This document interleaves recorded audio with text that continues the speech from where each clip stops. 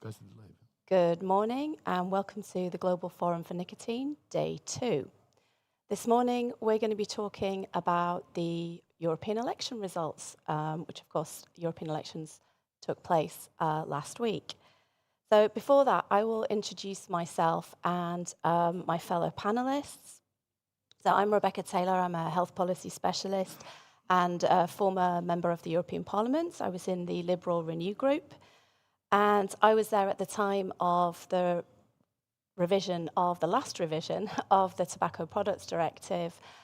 So I still bear the scars of the battle we fought to get proportionate regulation of electronic cigarettes and not regulate them out of existence, which was the desire of some of my colleagues in the European Parliament, not in the Liberal group, I hasten to add.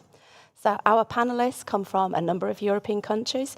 We have Michael Landau from Austria, Konstantinos Farsalinos from Greece, and Fernando Bueno from Spain. So I'll now ask our panelists to briefly introduce themselves. Yeah, hello. Thank you. I'm Michael from the World Vapors Alliance. So we are a consumer organization operating worldwide, but obviously a lot on the EU level as well. And personally, I'm from Austria and based in Vienna. So I'm Konstantinos Farsalinos. I'm a physician by training and a researcher on public health in relation to smoking and tobacco harm reduction. Good morning. I'm Fernando Fernández Bueno. I'm oncologist surgeon from Spain, and I'm the speaker of a national platform of tobacco harm reduction in Spain. Thank you. So across the 27 EU nations, we saw people vote in the European elections. And the media coverage has very much focused on the rise of the far right, although many of the parties of the far right who elected MEPs already had MEPs in the parliaments. But actually, if you take a more careful look at the results, it's a bit more of a mixed bag. So the far right did make significant gains in France and also in Germany, in France mainly at the expense of President Macron. And also in other European countries, a bit of a different picture. In Italy, one of the far-right parties lost seats. In Portugal, their vote share halved. And in Sweden, also lost seats. And parties of the centre-left fared pretty well across Europe. Their group remains kind of stable. And another European trend was that Green parties lost out pretty much across the board. Although it has to be noted that they did have very, very good results in 2019. Some people argue it was a bit of a high watermark. My group, the Liberal group, did fall in size, although mainly due to losses in two countries, which was France, President Macron, and also Spain. And elsewhere, Liberals remained pretty stable or made gains. So now I'm going to ask the panelists their perspective from the elections in their country. And we start with Francesco. Spain, we say always Spain is different because we have a left-hand government in Spain, but it's like a Frankenstein government because inside the government in Spain, they mix with the right. Sometimes, for example, in the north, in Catalonia, their politics about the tobacco harm reductions, they go on the politics on Europe from the left. And they don't permit some things to introduce in the public health only to speak about tobacco harm reductions. Some of our organizations, we are banned only to speak. So bad. Only to speak. We don't pretend to introduce some laws. Quite a democratic approach. Yes, that's exactly what I was thinking. Yes, but always they say, we are democratic, we want to talk with everybody. But it's as long as they agree with us. Yes, it's a typical democratic view. The typical democratic from the left. Exactly. And now in Europe, the right parties win the elections in Spain, but probably happened the same with the local government. Probably the left again mix with that Frankenstein government, mixing little minoritarian parties and mixing a big group. And we don't know what is going to happen till the next year, because now it's a weak government. Yeah. The view from Greece. Yes. Well, in Greece, we don't have far-right parties. There was a far-right-wing party before. It was banned from the judicial system.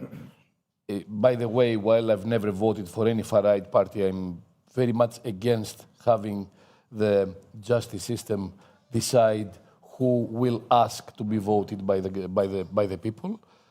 We should have freedom of speech, even if we don't like what people say, and even if we are completely against them ideologically, as long as there is no violence. Yeah, so I'm for freedom, of course. Yeah. I'm talking about views and opinions. I'm not Sure. talking about actions. Violence is about actions. It's not about having an opinion. That's my opinion. Now, in Greece, the government party, which is supposed to be a center-right-wing party, it's not, in my opinion, lost quite a lot of its power, about 14% compared to the previous elections for government. I'm not talking about Euro elections. Because they won the Greek general election. Yes, right? yes, last year. We had general exactly. elections last year, so they lost 14% compared to their last year performance.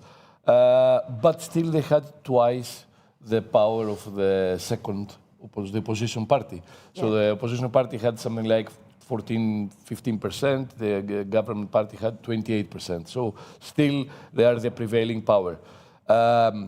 Concerning harm reduction, we had a major change in the policy once the center-right-wing party got into power in 2019. So last year, they won the general elections for the second time. We had a major switch towards accepting tobacco harm reduction. The previous center-left-wing government, like the government in Spain, they were so against it that you couldn't even engage into a dialogue with them. Yeah. To give you an understanding of how negative they were towards harm reduction, they wanted to ban the sales of raw materials like propylene glycol, glycerol, nicotine shots, and flavorings in order for people to mix their own liquids. They wanted to ban them. They tried, but they couldn't make it. They couldn't even understand that these are raw materials that you can find everywhere, including in the pharmacies. You know, pharmacies sell PGVG because these are not e-cigarette specific ingredients. No, exactly. They're available for anything else. So you can get them in bulk quantities, even in pharmacies. So I was in the parliament at the time where they were discussing this issue, and I was telling them that it's like saying that we are going to ban the sales of flour to make pizza, but we're going to allow the sales of the same flour to make bread. Yeah. It doesn't make sense at all. I was telling them that just next to the parliament there is a pharmacy store. You can go and buy liters of propylene glycol and glycerol. They are available there. Yeah. You can get them. That makes no sense. But they were so negative. It completely changed with the new government to the point that today Greece is the only European country that has a procedure where a producer of a harm reduction product can apply and provide a file with all the evidence about the product in order to get a reduced exposure claim, something that only the FDA has done. Only the FDA has done that I know. And have approved the reduced exposure claim for heated tobacco products and the reduced risk claim for snus, the FDA. Yeah. So in Greece, they created a similar process with a committee, a scientific committee, and they have already approved reduced exposure claims for 2 heated tobacco products. Concerning electronic cigarettes, no manufacturer, as far as I know, has applied in this procedure to get such a claim. Do you think it's reasonably feasible for that to happen? Well, with electronic cigarettes, the problem is that there are very, very few products which are, ready to use as a whole product, including the battery, the atomizer, the liquid, and so on. So the diversity of products with electronic cigarettes is much bigger because, you can have a device, you can add hundreds of liquids. Yeah. You can have a battery and add hundreds Yeah. of atomizers on top. So I don't think that manufacturers are interested in doing that because it will be, an approval only for one specific product. And it won't be of any help because they sell a large variety of products. Yeah. So I think that it's the They'd have nature to of the do product. Would they have to do an application for each I individual suppose product? that they need to, it's not really clarified, but I suppose that they need to provide a product that can be used as it is. Most likely a pre-filled product would fit, but even for pre-filled products, we have different nicotine concentrations, we have different flavorings. It's going to be very hard to provide evidence for each product individually. So it's more the nature of the product that prevents it from applying in this procedure, although theoretically it could happen. But we have seen that the government has completely changed the position, its stance, the new government, new since 2019, and they are very much in favor of of harm reduction products in general, not just electronic cigarettes. Now, on a European level, unfortunately, we're seeing that the left party, so basically Social Democrats, are fanatically against harm reduction. I have experience of Which this. makes no sense. They're trying to impose behaviors, what I call, in quotes, mandatory protection, but they're not doing that because by depriving people from the opportunity to use a less harmful product and by suggesting that you can just quit without using anything, without even looking at reality. After 60 years of extensive knowledge about the effects of smoking, we have 26% of the European population smoking, 1.2 billion worldwide, something like that. Yeah. So which is a typical case of understanding how difficult it is for people to quit. And the evidence around smoking cessation. Exactly. If you look at smoking cessation services, whatever method you use, you are more successful if you have that professional support. Yes. Whatever method, whether you use patches, nothing, vaping. This is not disputed. Unfortunately, and I've always said that harm reduction is a human right. Yeah. It's perfectly aligned with the 1986 WHO Ottawa Declaration on Health Promotion. Yeah. So it's that old. It's a human right. We need to provide the information and the tools for people to take matters of health into their own hands. Yeah. And you can't Enable do that people. by misinforming and creating misperceptions about harm reduction products and then adding restrictions, which in some cases makes it more difficult for people to find harm reduction products compared to finding and buying cigarettes. This is the bit that I always get really annoyed about. And when the Tobacco Products Directive was going through the European Parliament before, it was a point I repeatedly made. If you over-regulate electronic cigarettes, we were talking only about electronic cigarettes, at that point, then you are making it easier for people to smoke. Which we know is really bad for their health. So this was always like, why would you push someone towards or keep them on a product that we know is probably 50%, isn't it? 50% of smokers die as a direct result of their smoking. Yes. Like why? Yeah. So why would you want to push people in that direction or keep them in that direction? It never made sense to me. Yeah, but don't forget that in Europe for many years, one of the biggest public health scandals, literally a scandal, is the ban on the sales of snus. Snus is the only harm reduction product with long-term clinical epidemiological evidence 50 years. showing that it's almost harmless, almost, I'm not going to say it's completely harmless, but we're talking about no risk for oral cancer, no risk for lung disease, no risk for lung cancer, no elevated risk for cardiovascular disease, no added risk for stroke, compared to someone who has never smoked and has never used nicotine products, not compared to a smoker. So a product with established safety record from long-term epidemiological studies, not animal, not laboratory, not cell studies, and it's banned in Europe while tobacco cigarettes are sold legally.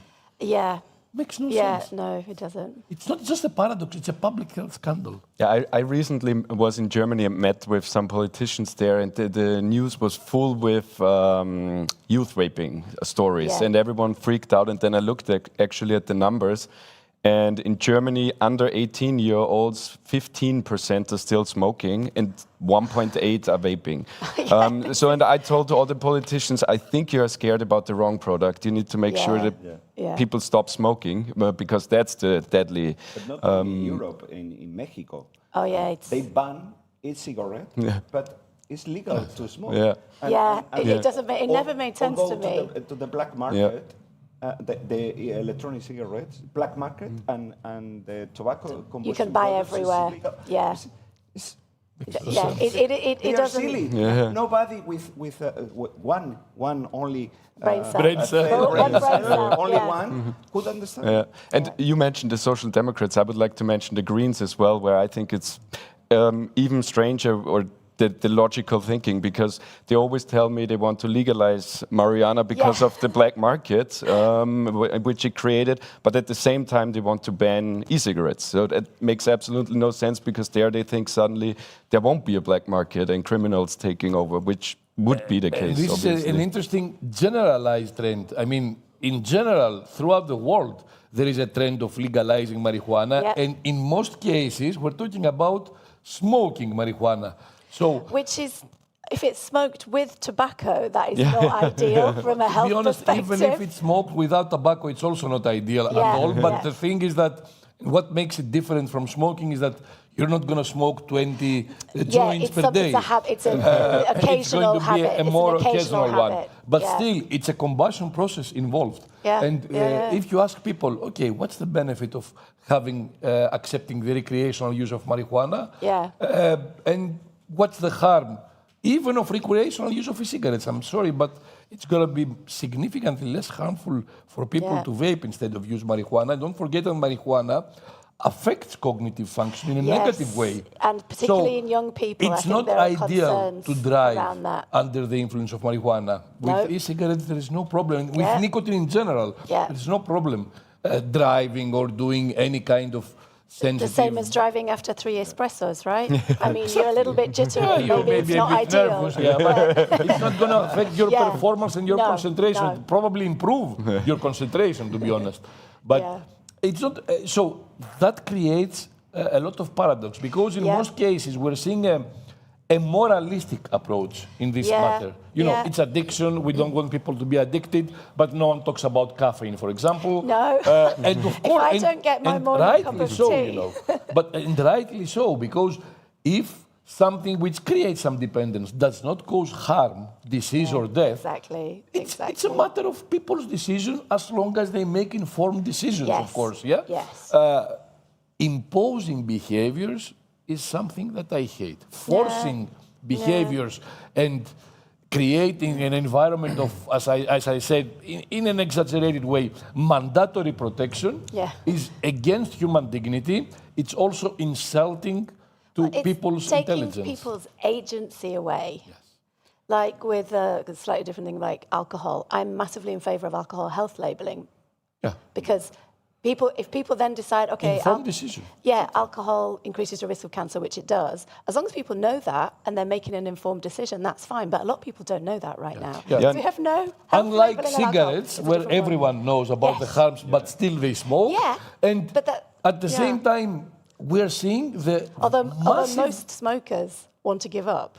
Yes. So. And, you know, they know, all of them now, today, after so many decades, everyone knows the harms of smoking, even smokers themselves. They just try to think, they don't believe it in reality, but they try to think that it's not going to be them who will be affected, but But others. it's also the discounted future thing, isn't it? Because if you're smoking at 22, you're not getting a health impact. You're getting a health impact at 45. Yes. Plus, additionally, even smokers are completely misinformed about the actual risks of alternative products. Exactly. I mean, That's a big problem. We saw that 74%, I think, think that it's same or more harmful. Yeah. Sometimes they say it's worse. Yeah. Of course, Worse. And then you have... There's nothing worse There's than... no evidence. And then you have like country like Brazil, there it was 90% of smokers, which basically all smokers are completely misinformed in Brazil about the actual risks. And obviously this moralistic approach plus misinformation is a deadly combination of smokers keeping smoking. So the European Parliament is possibly due to review the Tobacco Products Directive again. I won't be in the Parliament. I did not stand this time. I am still an EU citizen, so I could have done, but I don't live in an EU country. So first of all, I don't know, I haven't really looked into this, if this will be a priority, but I know from the perspective of at least the centre-left and some others, there is a focus on inequalities. Like we need to be doing we need to be doing things that are helping people, tackling the cost of living crisis, and there's a whole plethora of things to do there. So will the Tobacco Products Directive be a priority in that kind of agenda? And if it is, for me, vaping definitely fits into health inequalities because it often reaches those population groups who would, for example, never go to their local stop smoking service.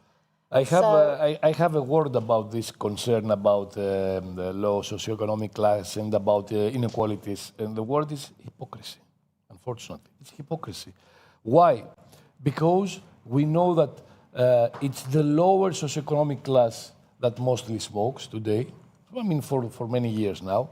Yeah. And what we are doing is we are increasing the cost of smoking, which up to a point is the right way to follow, but it's punishing financially the lower socioeconomic class, and at the same time, we try to prevent them from using harm reduction products, which at least in Europe, they cost less than smoking. Yeah. They are, of course, by far less harmful, but cost is also an incentive for someone to try to make a switch to a less harmful alternative. But now they want to deprive them. The main discussion for TPD is to ban flavors.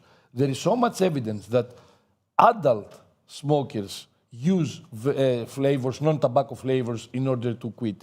There is evidence that non-tobacco flavors increase the chance of quitting smoking compared to the use of tobacco flavors. We are seeing that even if people quit smoking by switching to vaping with tobacco flavors, they very rapidly transition to non-tobacco flavors in order to stay away from the experience of cigarettes, and that most likely, we don't have enough research for it yet, will reduce the chance of relapsing. Still, they are obsessed with the fact that chocolate flavor is about kids. It's to promote it to kids. And tell me, do you know any adult who doesn't like to eat or drink chocolate? I'm not aware of anyone. I'm not a vapor, but I'm a chocolate fan. My mother is 75 years old and she's vaping raspberry, blueberry, peach, and cappuccino flavors. I didn't know there was a cappuccino flavor. Oh, that was the first one she tried. Okay. And she was a 50 years menthol smoker. She's not using menthol now. Yeah. But just to give you an understanding that even the elderly population, they like to use flavors. No one likes to eat or drink something which is flavorless, blunt, or tastes bad. Yeah. What I'm really impressed about, and it's a naive approach, is that there are many regulatory authorities who say that we need to make the e-cigarette not a product that people enjoy. But if a smoker won't enjoy using an e-cigarette or another harm reduction product, they just won't be able to quit. I mean, it's part of the appeal. Yes, exactly. Because I know people who smoked for 20-odd years, they gave up and they vape like lemon. Yeah. Or mint, or even a lemon mint, I think. Me too, I vape a lot of Okay. lemon. I like it. Yeah. I mean, I think there is an issue around, certainly in the UK, some of the marketing, which is clearly not aimed at adults. But that's not about flavours, that's about marketing. The problem that I have witnessed, mainly coming from the US, is labeling packaging. Yeah. You see things like adding cartoons or things that may be kid-friendly. Precisely. And to be honest, when I was in a conference in Germany, where some MPs, German MPs, members of the Bundestag, were there, I told them, if you want to apply some regulation to prevent youth use, you can apply it through labeling packaging. Yeah. to avoid this is what some we're trying to do in the- kid-friendly this is what we're trying to do in the designs. UK. Yeah, but exactly. flavors, it's a very different story. Yeah. Yeah. No, I would agree on that one. And we tried to prove that, I think 2 years ago, to politicians in the Netherlands when they started to discuss the flavor ban, and we gave out flavorless ice cream in front of the parliament and then asked the good politicians, see, flavors matter for ice cream, and the same applies to vaping. We need that. Unfortunately, That's a they good followed. tactic. Yeah, That's a good unfortunately, they didn't tactic. listen and follow through with the flavor ban. Okay. And I mean, Yeah. with TPD, obviously, it's a bit hard to say yet when we don't know the new commission if No. it's a high priority. But Yeah. what Politico yesterday reported is actually that the council, so the member states, Denmark and Latvia are pushing a flavor ban already to do it Okay. without TPD In review. Spain, in Spain. And Spain, yeah. Yes, And so that is next the week. press So release says there's, I think, almost 8 countries. Yes. Okay. They're going to. They sent a letter to the European But Commission because- about flavors. Because I think they have to focus in one thing that people don't understand. If you say flavors, youth, people, kids, It's emotional. and people quickly mix and say, Okay. We've got, carry on. We've got like 1 minute to wrap up. No, and then I think they have to focus, because if they focus in science, they lose. the Yes, fight. absolutely. You have to focus in something you cannot prove. Flavors are bad. That They are sound going to introduce Emotional. and the overall Yes, message yes. sounds Emotional really bad. argument. Like, oh no, we must protect children. But here Yeah. we talk about science Yeah. in this Congress. Yeah. And science is for us, is good. But sometimes you try to speak with science, with data, and they say, no. Cochrane in Spain, I have heard some pneumologists telling Cochrane is bad, is not Cochrane so reviews. good. Yeah. Cochrane Well, is worldwide. because they came up In with the Greece, wrong I've heard results. Yes, from because the data We're from gonna run- the we're gonna- we're gonna run out- listen, we're a gonna run out of physician time very shortly. said in Greece that in a conference when we had a debate pro and against the cigarettes, that Public Health England has been funded by the tobacco industry. Yeah. That's what they have. That's what I hilarious. heard. That's Really, absolutely really, hilarious. Really. Okay, so I'd like to thank my panelists, Fernando, Konstantinos, and Michael. Hopefully, that was a bit of an interesting take on the European Parliament elections, and a little bit broader than some of the newspaper headlines. So we'll see what happens once the new commission is established and we see who ends up president of the commission, which it may or may not be the current incumbent. So thank you for watching, and I hope that was interesting for you. So we're done. Great.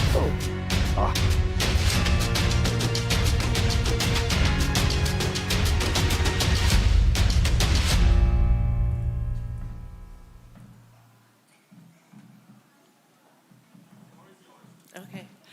Well, good morning, everybody, and welcome to day 2 of GFN 2024, to this plenary session and our second keynote lecture.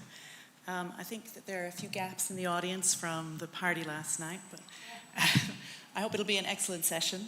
My name is Sarah Cooney. I'm a science engagement consultant. It's my honor to be here with 2 very distinguished physicians who have devoted their careers, really, to working with addiction and substance misuse. I'm honored to host this keynote about the precautionary principle and how it relates to nicotine products. And I wanted to provide a couple of brief remarks before handing over to the keynote speaker. The concept of the precautionary principle arose several decades ago in response to really significant environmental concerns. And one of the first globally accepted definitions arose from the Earth Summit in Rio in 1992. And the Rio Declaration declares, in order to protect the environment, the precautionary approach shall be widely applied by states according to their capabilities. Where there are threats of serious or irreversible damage, lack of full scientific certainty shall not be used as a reason for postponing cost-effective measures to prevent environmental degradation. So it's not, it's a reasonable principle that governs environmental issues in health, especially when there is uncertainty and there are potentially really significant risks to health and the environment. However, the precautionary principle is really just one element that decision makers need to look at. It's not enough to say there might be risks and so we shouldn't do anything. They need to go beyond this and carry out a proper risk assessment, and then present those risk assessments to decision makers, who then integrate other factors when coming down to making their decisions. And the UK Public Health England agency is a nice example of how this should work. So there were concerns about e-cigarettes, and Public Health England went out and did the work and evaluated the evidence. And their best guess, based on this weight of evidence evaluation, was that vaping was likely to be 95% less risky than smoking, and therefore the benefits outweighed the risks, and they were prepared to say so. But it doesn't always work like that. So I'm very happy to hand over to Garrett McGovern, who's going to take us through this in much more detail. Garrett's a GP who studied at Trinity College Dublin, and he's specialised in treating substance misuse since 1998, when methadone became available in Ireland. And currently he's medical director of a private addiction clinic near Dublin. He was recently appointed clinical lead for the addiction services in the Irish Health Service for a large chunk of the Midlands. He's very, very well qualified, and I'm very happy to hand over. Thanks, Sarah, for that lovely introduction.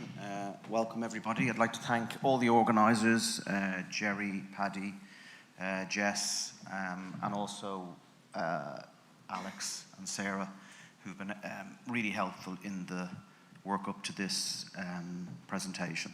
I have a number of slides, which I have to confess in advance, I do tend to go a little bit off-piste when I do these presentations. I'll try and stay within the 25 minutes if I can.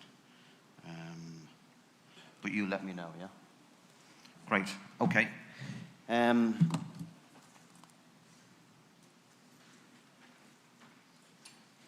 Okay, there's conflicts of interest, none declared. I don't have any ties to any particular organisation.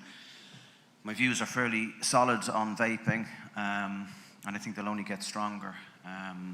The evidence, as we all know, is emerging in terms of the efficacy and the safety of these products. So I'll just move through. Stay with me on this. This is my own definition of the precautionary principle. Precautionary principle is hating a product, in this case e-cigarettes, that you lie to the public, particularly smokers, about the predicted harms of that product, and then you pretend you're going to invest loads of money into investigating and examining the positive and negative effects. Having sort of researched this area, that kind of sounds a little bit like what the precautionary principle is about.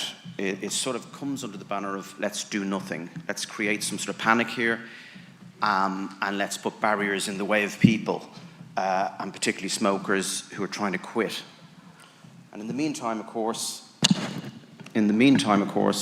it's welcome to Shawshank. Probably any excuse just to put something from that movie up, but it does feel like that for smokers because, you know, it's such a hard habit to overcome, no matter what intervention you try. Many people try every year. Many people fail. I hate to use the word fail, but they don't succeed, let's say.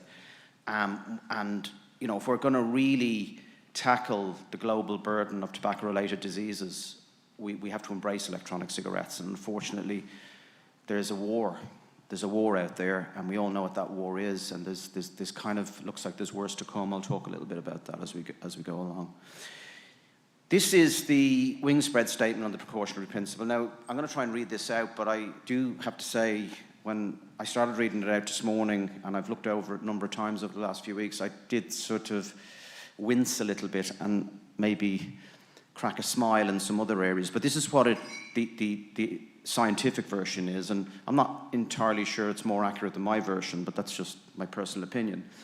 So when an activity raises the threats of harm to human health, so straight away, you can see what's going on there, raises the threats of harm. I mean, I don't look at innovative technology like electronic cigarettes as being anything about the threat of harm. It's about reducing harm.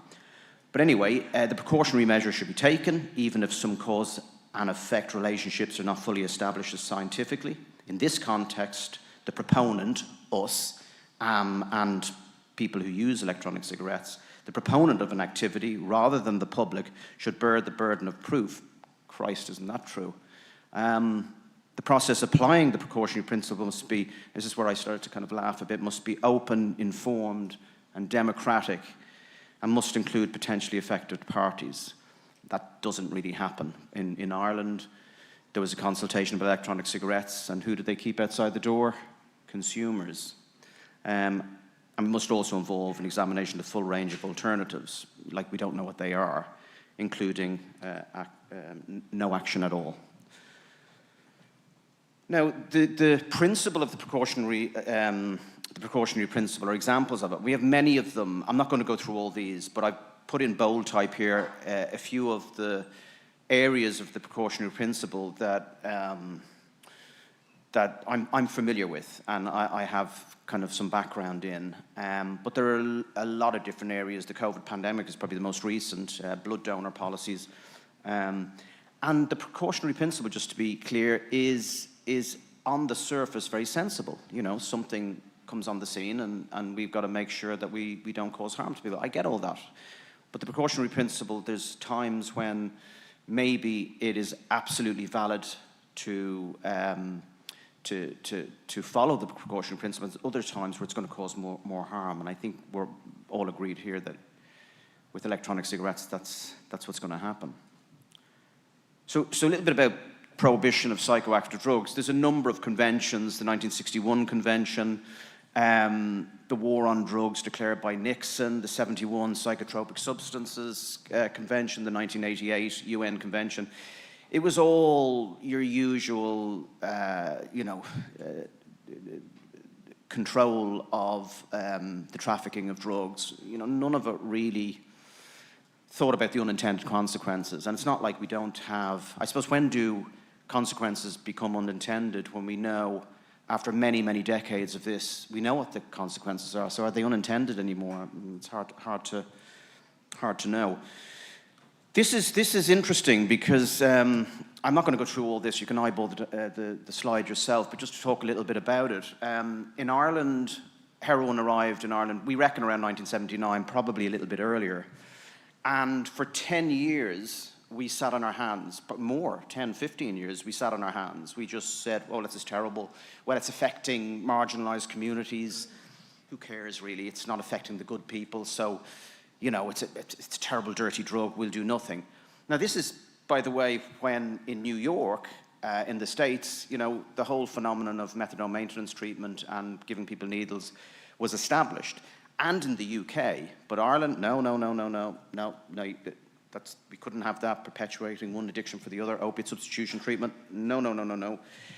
Then, of course, HIV arrived, and the politicians started to get uneasy because there was a feeling that, ooh, the good people might get affected by this. And then, of course, there was the whole thing of crime, that middle-class, more affluent neighborhoods were getting ransacked, and the thought was, oh, maybe we need to do something about this.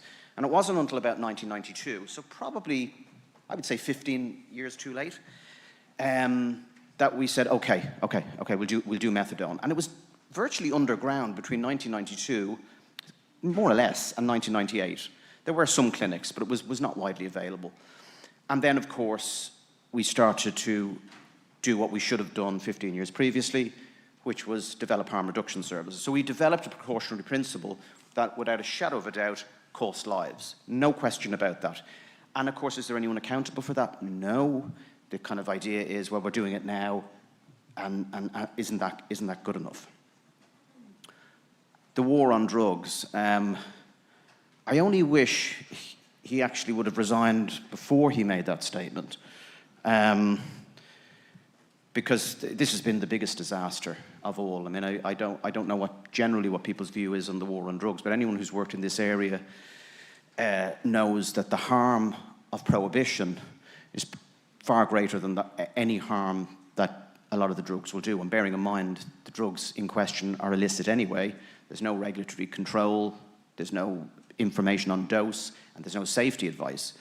So it's pretty predictable what's going to happen. Medical cannabis is another example. Again, you can look at some of this stuff, but essentially in Ireland, there's a real pushback. It's very like electronic cigarettes. So medical cannabis, and only through the advocacy work of people suffering from pain and a number of other conditions. They put in a real togetherness about trying to get medical cannabis. We were very lucky. We had some really good politicians that fought the case as well. And then they said, right, we'll have a medical cannabis access program. The only problem with the medical cannabis access program, the medical cannabis access program is very analogous to the prescription model in Australia, which is essentially nobody can get medical cannabis. So you have to have a specialist in a hospital who knows damn all about cannabis. They're not well disposed towards cannabis, and a bit like the prescription model, I think Colin was talking about it last night. If they don't agree with it, then they won't prescribe. That's the first thing. So it's consultant-led, so GPs can't do it, or people with expertise in cannabis medicine. Second thing is there's only 3 conditions that it could be used for. Childhood epilepsy, a syndrome called Dravet syndrome, which is a really horrible condition. In fact, one of the real campaigners, Vera Toomey, sadly her daughter died last year. She did incredible work. It was powerful. And Alex has always said to me, one good story like that, one human story is worth many, many papers. Public don't really understand research papers, to be quite honest with you. But if you have a story like that, and that was the catalyst that allowed this to be available. The only problem is so that's one condition. The other condition is nausea related to chemotherapy. And then the third condition is MS. If you don't have any of those things, and bearing in mind it's estimated in Ireland, which I was bowled over by the figure, that about a third of people in Ireland, adults, are suffering from chronic pain. They're not allowed to do it. They won't go near that. They poo-poo the evidence, and then again, a bit like my irreverent take on the precautionary principle, they say, oh no, we need loads of research, but we're not doing the research. There'll be no research in this country, but we need loads of research. It's the usual BS, really. The opponents of this will say that medical cannabis is harmful, and it's a gateway for recreational cannabis use. And of course, I'll get on to the whole issue of think of the kids, but that's looming large here. So what's the outcome of this precautionary principle? Human suffering. It's inhumane. And I suspect they kind of don't care. I mean, how could you care if you're preventing people? And I've always said about medical cannabis, I'll move off this in a minute, but the worst that can happen with medical cannabis is really that it doesn't work, because it's not harmful. I mean, there's very little in medical cannabis that makes it actually harmful. Its side effect profile is pretty solid. This is a bit left field. This isn't anything to do with harm reduction, but I suppose it is in one way. But this was about the golden rice case study, which was scientists in Germany had this incredible way of modifying rice and getting it out to the underdeveloped countries, particularly because there were so many deaths in children and pregnant women. But of course, the anti-genetically modified organisms brigade came in and going, no, that wouldn't be safe, you couldn't do that. And of course, they regulated the hell out of it. And of course, unnecessary deaths happened. And then eventually, like all things, the truth wins out. And what happens? The thing that should have happened many years ago, a bit like my example of methadone maintenance and needle exchange and harm reduction measures in Ireland, eventually it happens. They just get buried into the ground. The evidence will always win. And it's a message, because I believe we will win this. I mean, a lot of people have been pessimistic over here this year about, flavor bans and disposables and the onslaught, but, I think we'll win. Maybe I believe in fairies, I don't know, but I'm confident that we're not going away. Us guys aren't going away. So we've got to keep fighting for common sense to prevail. There isn't a huge amount of common sense out there, and particularly for people, legislators, that's for sure. And as I said at the end of this, the parallels with electronic cigarettes is striking. Cautious, cautious, cautious, without any evidence of needing to be that cautious. Yeah, by all means, examine the positive and the negative effects of things, but don't put it in the way of people. Move with the evidence, and that's what we should be doing. Sorry. This is just very interesting. I mean, I didn't know who, before I prepared this talk, who Sven Ove Hansen was. Sort of some irony there, but Swedish philosopher. Maybe in Sweden with snus, they maybe took this guy's advice, I don't know. But very, very interesting. He talks about the dangers of the precautionary principle. And so when would you not use the precautionary principle? Well, when the trade-offs are substantial. I mean, we know that if we stop people using electronic cigarettes, many of them will otherwise smoke. And we know smoking is deadly. Electronic cigarettes are not deadly. They'll never be deadly, in my opinion. Will we find some harms in many years to come? Maybe we will. But so far, we're over 20 years in, and we're not seeing those harms. So when the risks are known and priced in, you need to be open about potential risks. One of the things that really distresses me about this whole polarizing debate is that there's a dishonesty. I mean, I think the whole world of research has been completely brought into disrepute. I mean, the public now probably will begin to think and be forgiven for thinking that, can we trust research at all? You'll get someone who'll publish studies that we all know are not very robust about cardiovascular effects, and you know, we know the whole popcorn lung business, and you know, and I'm going to show you some sort of news clippings. We've seen them all before, the kind of sensationalism of it. But it does bring it into disrepute of how studies are peer-reviewed, because it seems to me there's a lot of studies getting out there that are just not robust. And unfortunately, for every one great study on electronic cigarettes, you know, for every one horrible study on electronic cigarettes, the 20 great studies will never make the media. The media aren't interested in someone who has a 40 cigarettes a day habit, and they overcome it using electronic cigarettes. It's just, so what? But if you have somebody whose lungs have exploded, you know, or the claim is that their lungs have exploded, then it makes the headlines. And unfortunately, the headlines get into the consciousness of the public. This is just a little cartoon. It's probably these guys around the table. There's a great acronym by a doctor and epidemiologist, Tricia Greenhalgh. She calls these guys, these are the policymakers, gobsats, good old boys sitting around a table. And they decide for everybody else. We have a lot of gobsats back home. And, you know, they couch it in the terms that, oh, well, we have to assess risk, but in the meantime, we'll do nothing. So we let the harm, whatever the harm is out there, in this case, smoking, then so be it. But we need this absolutely perfect randomized controlled trials. We need it to be perfect, completely harmless, and then we'll let people use it. This is, you know, I just put this definition in. Relative harm is harm reduction. This is Russell Newcomb, Dr. Nuke, as he's known in social media. He died earlier this year. I mean, a lot of you harm reduction guys will remember Russell. Incredible guy. He really just, his eye for detail and his common sense. And I was very, very saddened. I didn't know he was ill. And he passed away earlier this year, you know, and as we all said on social media, harm reduction is a man down, and by God, he's a big man down, I can tell you.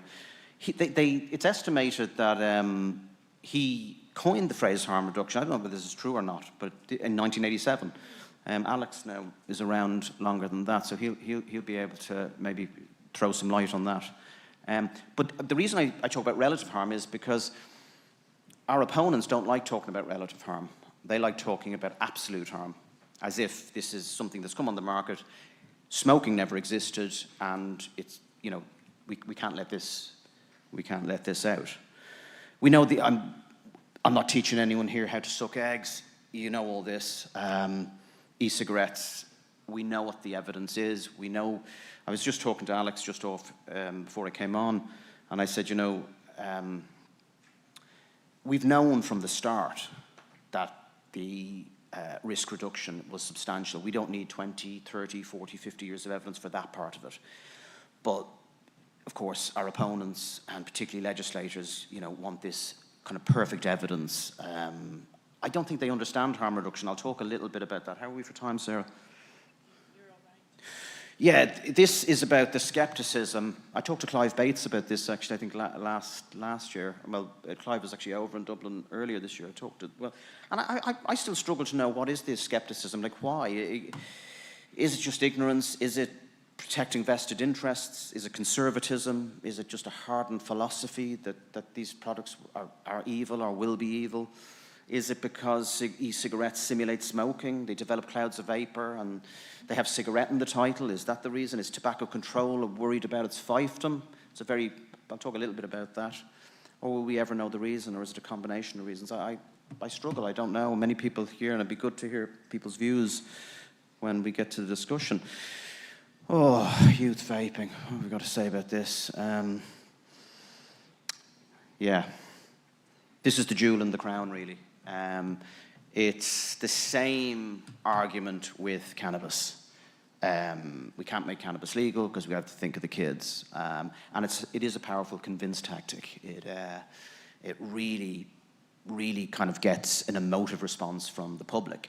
And I say in there that, you know, it appeals to parents, and particularly the non-smoking parents. The reason I differentiate that is that if there's a smoker in a house who has used electronic cigarettes and is now no longer smoked and is going to their physician, and their markers of kind of lung disease and heart disease are reducing, and they're living a healthier life, they're probably going to be more well-disposed and a bit less well-disposed towards this youth vaping business. They'll understand it. They'll probably educate themselves. They'll read the good stuff.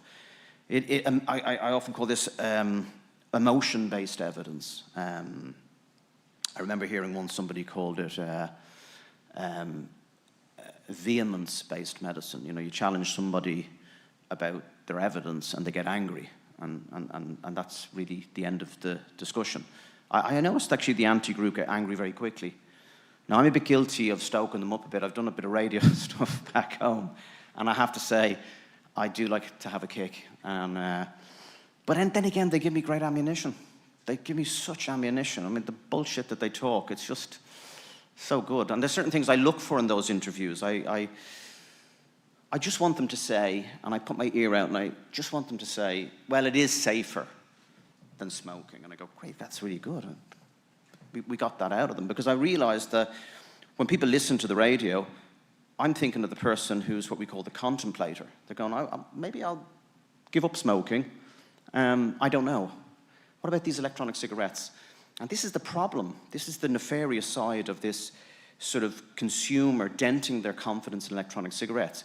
Smokers are in a stage, many of them have tried so much, you know, NRT, Varenicline, Champix, all those things, and they're in a situation where nothing has worked. And then they hear someone on the radio sounding very authoritative saying, well, you're no better off using electronic cigarettes than smoking. That's just so, that angers me. And we know that youth use is really rite of passage stuff. It's sort of, yeah, they'll mess around with them. The numbers are low relative to the numbers used in electronic cigarettes for smoking cessation. And I know I probably shouldn't say this, but there's an element of so what? There's a lot of things young people do. I'm a father myself. I'm sure there's a lot of things my kids get up to. I know there's a lot of things I got up to that my mother and father never knew about, but that's just the way of the world. Is this one of the worst things? I don't think so. And as I say, it's analogous to cannabis. They've gone large, I think, internationally, but in Ireland, oh my God, the stuff that's spoken about in terms of, you know, it's really reefer madness, to be honest with you. You'll be all very familiar with all these headlines. I mean, you're never going to get a headline saying, I gave up 2 packs a day with electronic cigarettes and now my life is much better and healthier. No, that won't make the headlines. This is interesting because global tobacco control largely have been pretty negative about electronic cigarettes. You can quit, but you're going to do it our way. And maybe it might be electronic cigarettes, but that's down the line and really will discourage you away from that. I mean, in my own country, the health service executive, who I work for, dismissed electronic cigarettes. I mean, if you go onto their website and you look at electronic cigarettes, there's a little small paragraph. with all the usual rubbish in it. And then it says, we don't recommend electronic cigarettes as a mode, not enough known about it. Awful advice. And again, sadly, and I won't mention any names, gobsats. There's a few people, very influential, the top of the tree, who hate electronic cigarettes. But is tobacco control under threat? Because what will happen if this succeeds and electronic cigarettes are the premier way in which people get away from a smoking habit? Well, it's obvious, isn't it? There's a lot of jobs maybe on the line, and there's a lot of activities. I mean, there's a lot of people making a great living from laying the boot into electronic cigarettes. So that'll all be over. And, you know, if you look at the Cochrane Review and, you know, twice as successful as any other method, you know, I reckon that's only going to go up. So that's a real threat to them. We will all know who these are. I won't mention any names. I don't want to get sued, but we all know these. I could add a few, by the way, let me tell you, homegrown ones. I did an interview with the guy in the middle beside Stanton. Oh, shit, I shouldn't mention his name. He thought that I wasn't going to come up for air, but unfortunately I do suffer from the last word syndrome, so he wasn't getting that in Irish on home soil. So, but he came on, and it was, I mean, you could hear the ambulances outside my clinic window with the moral panic. I mean, it was save us, we're all going to die in our beds. The youth, our youth. I mean, but anyway, sometimes you just have to keep the message simple. But the damage these people are doing to public health, and many of them are meant to be promoting public health, is astonishing. Again, more sensationalist headlines, more moral panic, and the public, many of the public really, you know, are unfortunately buy into this because they read so much of it. You walk in to a newsagent and you see this, you go online and you see a news piece and it's going to be negative, which is awful. Yeah, that's what it is. It's harm reduction denialism. And, you know, I think we've all been talking about this over the last few days, that harm reduction is the cornerstone of everything we do. I mean, medicine, we don't cure. There's not very many things in medicine we can cure. Can we cure anything, really? All we can do is reduce symptomatology. All we can do is provide interventions. And in medicine, generally, we shouldn't make that difficult. But with this, for some reason, we're making it difficult. This is a WHO official. While regular cigarettes have a filter, this delivery device, the electronic cigarette, the nicotine goes directly to the lungs. What's that mean? Please. This one really annoys me for many reasons. I've seen this now, and on the campuses back in where I work, there is no smoking, but they have the electronic cigarette where the little symbol is. The other thing here is, which is a bit confusing if you're reading this, includes vaping and e-cigarettes, like they're different. They're two different things, but nobody cares. Nobody cares. 4 in 10 smokers believe that vaping is more harmful than smoking. That is horrible, awful. The misinformation roadshow, I call it. 7 out of 10 doctors believe that nicotine causes lung cancer. I did a radio interview with a very well-known lung specialist in Ireland, and I made the point that in all the years in medicine, in all the years working in hospital medicine, in all the years working in general practice, in all the years working in addiction treatment, I'd never seen a nicotine-causing illness. Never. I'd never seen somebody as I jokingly said on the radio, the only time I ever saw someone die of nicotine was in an episode of Columbo. Guy died of nicotine poison. It was injected into the filter of a cigarette. He was blackmailing some guy in the show. Nicotine sulfate, which apparently is very horrible stuff. But anyway, I never saw a nicotine-causing illness. I stand over that. We know nicotine, a little bit like caffeine, has transient effects on, you know, heart rate and blood pressure and that type of thing. But I'd never actually seen that. And of course, the specialist comes in and says, well, I've treated lung cancer, you know, and he was talking about smoking. He didn't hear the word, he deliberately didn't hear the word nicotine, he heard the word smoke. And I wasn't having that. I said, no, nicotine. And we know that nicotine is, yeah, it's part of the package of people getting addicted to cigarettes, but we don't really talk about NRT being particularly addictive. Addiction in NRT doesn't seem to be a phenomenon. Popcorn lung, not much more to say about that. Unfortunately, and of course the Avali phenomenon in the US has now been used as a weapon to discourage people from using electronic cigarettes.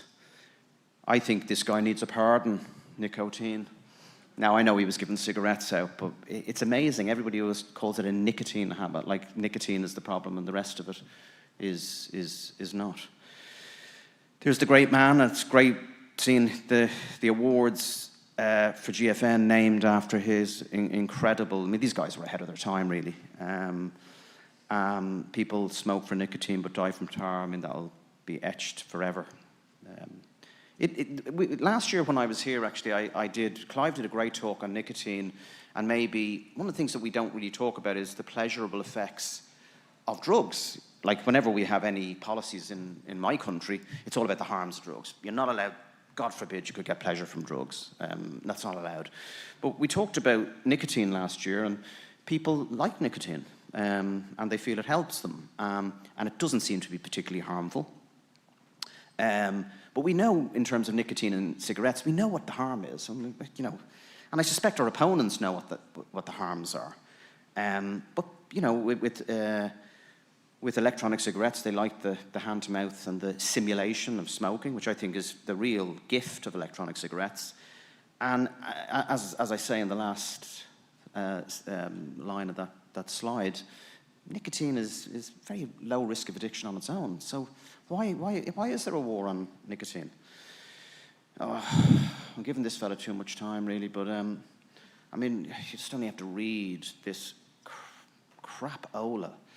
When the tobacco industry introduced electronic cigarettes, one narrative was they tried to sell is that this is part of harm reduction.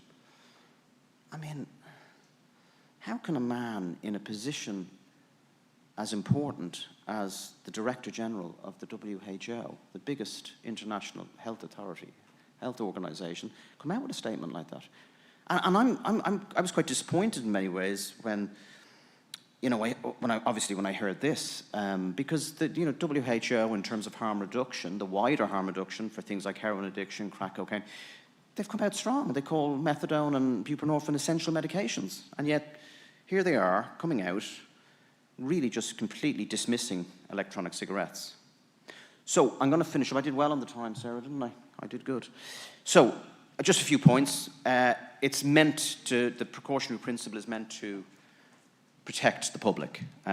It seems sound on the surface, but I think you have to look, particularly here, at what's waiting at the pass. What's waiting at the pass is a deadly habit that's going to kill people. It's going to kill half of its users. That doesn't seem like a great use of a principle like the precautionary principle. Unintended consequences, although, as I say, when do they continue to be unintended if decade after decade we're making the same mistakes? There's many unfortunate examples, as I've shown, that have caused, of the precautionary principle that have been implemented to cause suffering and sadly death. The Australian prescription model, which everyone, I'm pretty sure here, will be familiar with, has been an absolute disaster. And again, I wouldn't call them unintended consequences. We knew that was going to happen. I think the figure is something like 8% of people are actually accessing it on prescription. That is, and I wouldn't mind, Australia authorities are doubling down. They're doubling down. They're standing over this absolutely disastrous policy. We do have some threats ahead with, you know, the potential for flavour bans and disposables. And unfortunately, the medical profession, I can't speak across the world, although I don't think it would be probably much different. But in Ireland, they haven't embraced electronic cigarettes. It's difficult to know. We've many thousand doctors in Ireland, and very few of them are vocal one way or the other. I'm probably a lone voice, and there's probably a few voices in the other thing, and that's what gets played out in the media. But it's a real uphill battle. You know, when you look at the unequivocal support that WHO, it took them a while to get around to supporting drug harm reduction. They just have a very deeply negative stance on electronic cigarettes. And I go back to my earlier slide, why? I don't know why. I don't know where this has come from, because unfortunately it is increasing the harm to people who smoke and the wider community. I want to thank you all for listening to this presentation.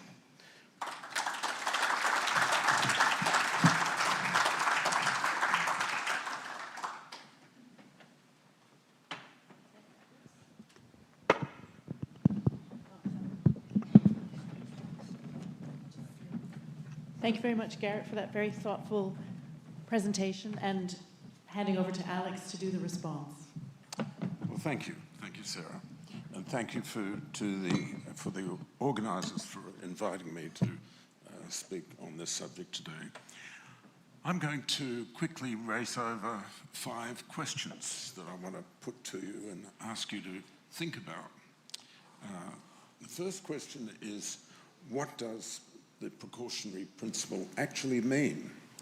Secondly, why did the anti-harm reduction tobacco controllers, to use the terminology that Ethan recommended to us, why did our opponents take up the precautionary principle? Thirdly, why did our opponents so suddenly drop the references to the precautionary principle? Fourthly, are our opponents well organised? And fifthly, is the anti-tobacco harm reduction tobacco control movement unique in its the way it operates? So let me delve into those questions briefly, and then we can get into some audience participation in this discussion. Let's go to the first question I posed, the definition. I'm sure I'm not alone in saying to you that I struggle with the definition of precautionary principle. What the hell does it mean? I read it over 2 or 3 times, my eyes glaze over, and I still don't know whether I'm reading something that says anything significant at all beyond what is commonsensical. That when embarking on a new policy or continuing a previous policy, we're obliged to consider all the benefits, the potential benefits, all the costs, unintended consequences, all of that. Surely that's common sense. We don't really need a principle to tell us that that's what we should be doing.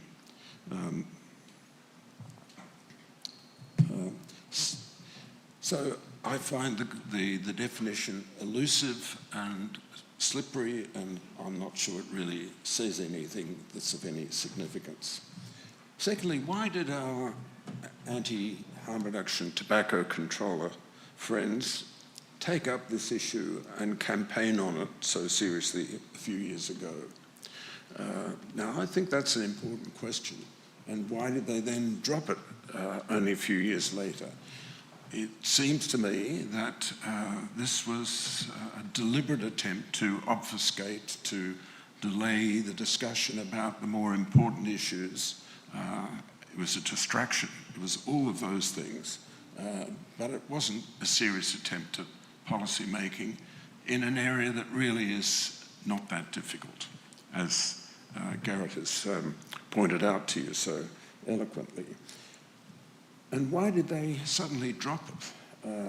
Are our opponents well organised? Are they benefiting from well-funded, well-resourced, well-carried-out communications research, as I suspect they are? Are they doing focus groups and finding out what really works?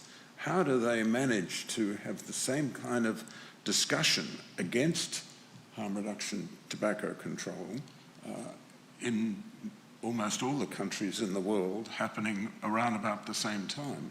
Surely that it isn't happening by accident. Surely it is well-organised, well-resourced, well-funded. Final question I want to put to you is whether or not this is unique. In the session that Ethan Nadelman chaired yesterday about prohibition, the point came across to me very strongly that the sort of people who are involved in this issue really fall into two main groups. The majority are people who have spent decades, much of their lives, involved in smoking, trying to reduce the prevalence of smoking.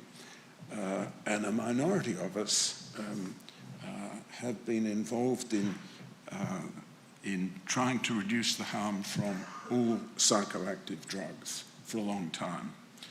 And many of us were very involved in those efforts as they revolved around the control of HIV infection. So we have different experiences. But I would say to you that the patterns that we saw in the various campaigns and issues we've fought for over the years in harm reduction applied to all psychoactive drugs, we're seeing exactly the same pattern in this issue. The issue of a gateway drug was used against cannabis to try and stop the inevitable regulation of recreational cannabis. The claim was made that cannabis was a gateway to heroin use. That claim originated from a very distinguished, highly regarded researcher.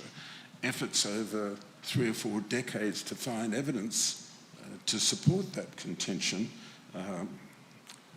came up with nothing. And eventually the issue was quietly dropped by the opponents of cannabis regulation. So it's not surprising for me, and I'm sure for others who've been involved in drug harm reduction for a long time, to see this issue re-emerge in terms of vaping being a gateway to, an alleged gateway to smoking. There are many other analogies. Just think of the children was used very widely against drug harm reduction, just as it's being used against tobacco harm reduction. But even beyond that, even going beyond the drugs field, I think you can see that elements of what we are facing are not by any means unique to this issue of vaping advocacy, or vaping reform advocacy, I should say. In July 2002, Sir Richard Dearlove, who was the then head of MI6 in England, in the United Kingdom, came back from 3 days he had spent in Washington, DC with the then head of the CIA, George Tenet, who was briefing him on the developments to invade Iraq, which most of the Western world tragically did in March 2003. And Sir Richard Dearlove, who's known in British official circles, or the head of MI6 is known as C. So Richard Dearlove attended a meeting of the War Cabinet in 10 Downing Street in July 2002.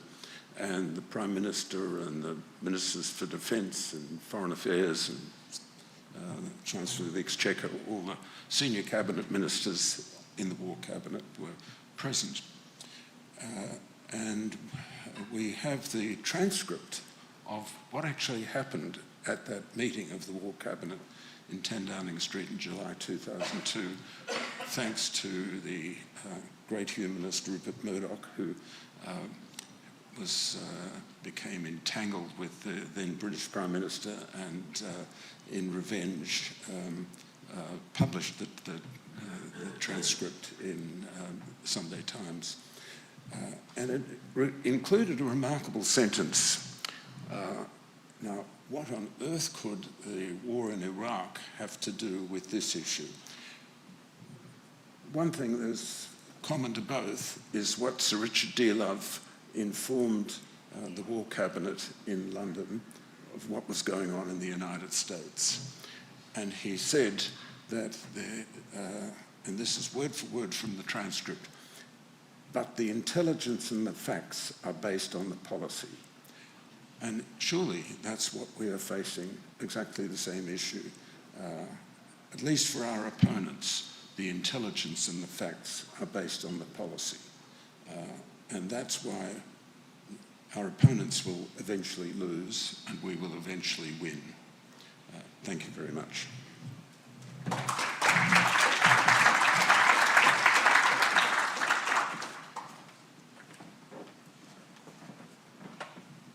Thanks very much, Alex. I mean, there's a lot going on here. Before we open it up to the audience, I wondered, what lessons you think that work with addictive drugs is how's that going to help with harm reduction? You say we're kind of where we were with tobacco harm reduction, where you were with drugs 30 years ago. Can we speed that up? What are the lessons from working with drugs that you can take across to THR?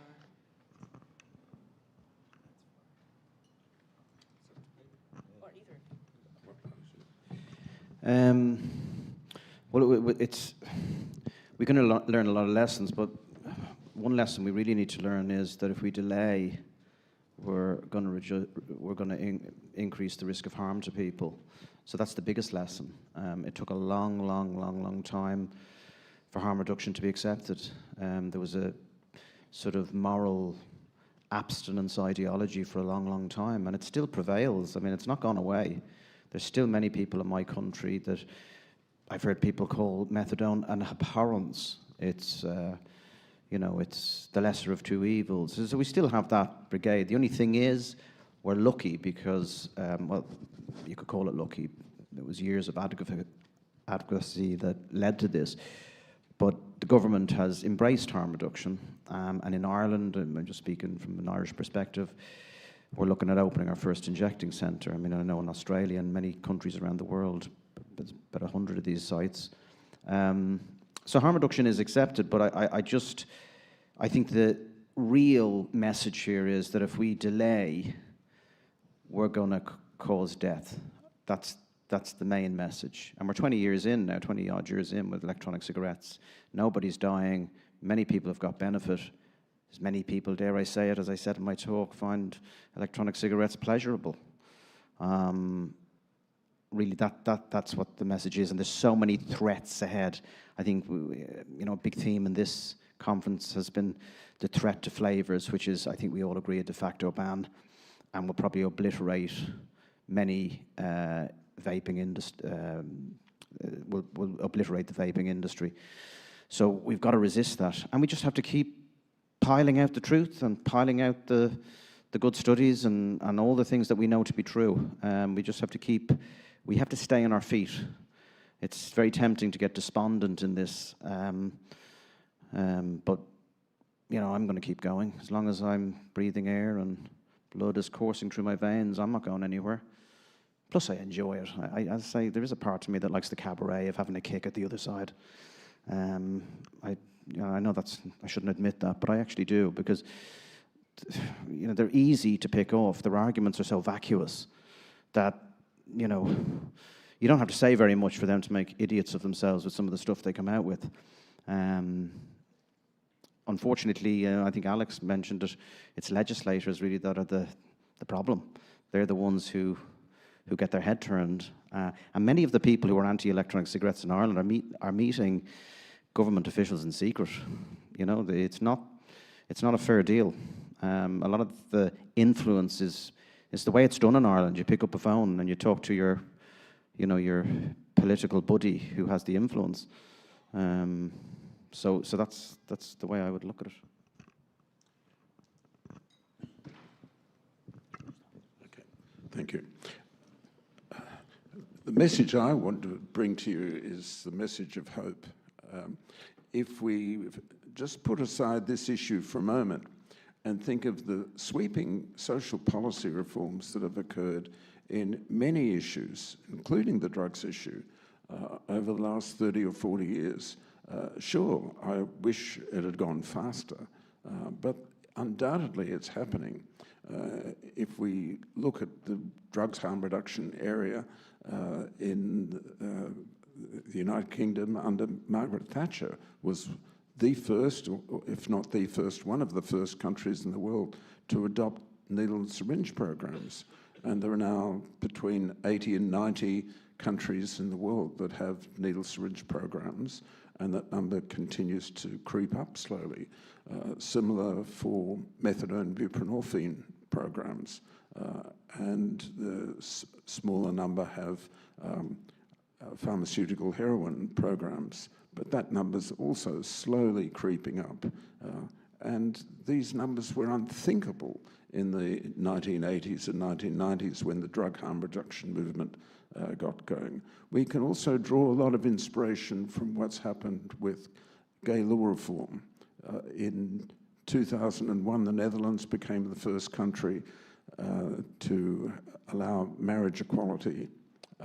And now there are over 30, I don't know the exact number, but well over 30, and the Republic of South Africa is the first country in Africa, and Taiwan, I think, was the first country in Asia. And that's now really starting to spread beyond the high-income European, North American countries. And many other issues that we can draw comfort from. Sure, the pace is much slower than we would like. What are the ingredients for success? Well, clearly, like-minded experts getting together is very important, but that on its own is not enough. Consumer advocacy is incredibly important in all of these issues.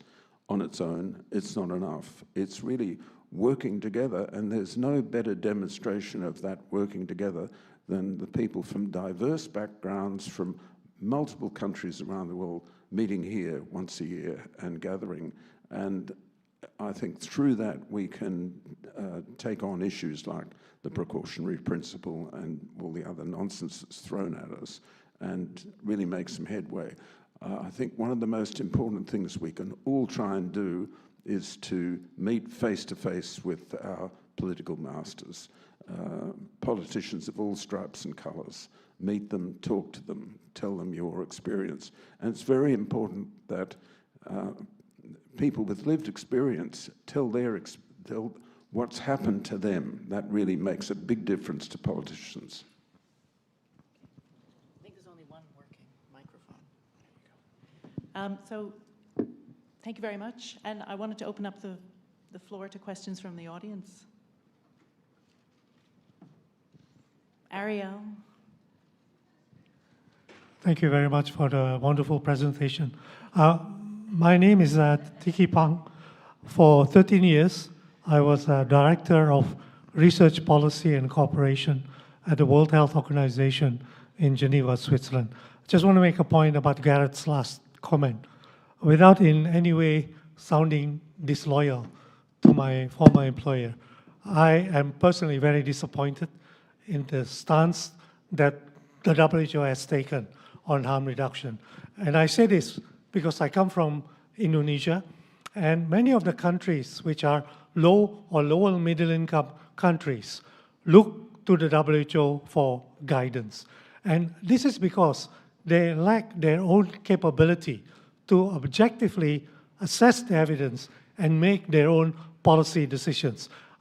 In some of my presentations, I quote Roberto Sussman, I'm not sure he's in the audience, who say that many low-income countries look to the WHO as Catholic priests used to look to the Vatican in the past. And that's the truth. And it's very disturbing. My own country in Indonesia say, okay, we've seen the evidence, but this is what WHO says, so we follow them. So that's the reality. So the question is, why is that? And having spent 13 years at WHO, the first thing that comes to mind is that WHO gave birth to the FCTC. So as a parent that gives birth to a baby, they would protect it at all costs. But perhaps more important is the question of resources. WHO has always been strapped for funding, and the TFI and many of the tobacco-related activities is sponsored by a man that Garrett showed, which starts with the initial B. So that's the reality of the funding. And I've thought about how do we change this? And I can share with you that the only thing that the man in the second last slide that Garrett showed, the only thing that will make him sit up is if the member countries demand change. So I've said this many times. If countries, progressive countries, like the UK, like the New Zealand, like some of the other countries, perhaps Japan, and many other smaller countries, if they collectively go to the World Health Assembly and say to the Director General, we want a more open, a more objective discussion around this issue.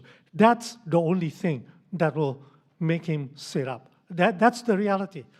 WHO is a political organization controlled only by the member countries. And I want to be a little bit optimistic. At the last COP10 in Panama, we are beginning to see some countries agitating for something like that to happen. And I agree fully with Alex that collectively it's about all of us working together from different parts to sort of move this along to reach that tipping point. Thank you very much. Okay.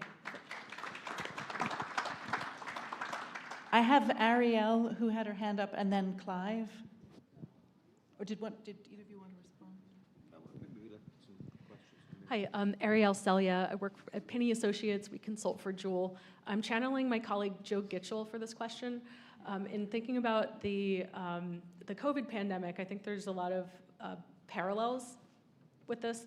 So, for example, the precautionary principle, I think most people would agree that it didn't make sense to do nothing while we wait for long-term outcomes of the vaccines. And I think there's also a discrepancy with the age groups that are focused on for the two different issues.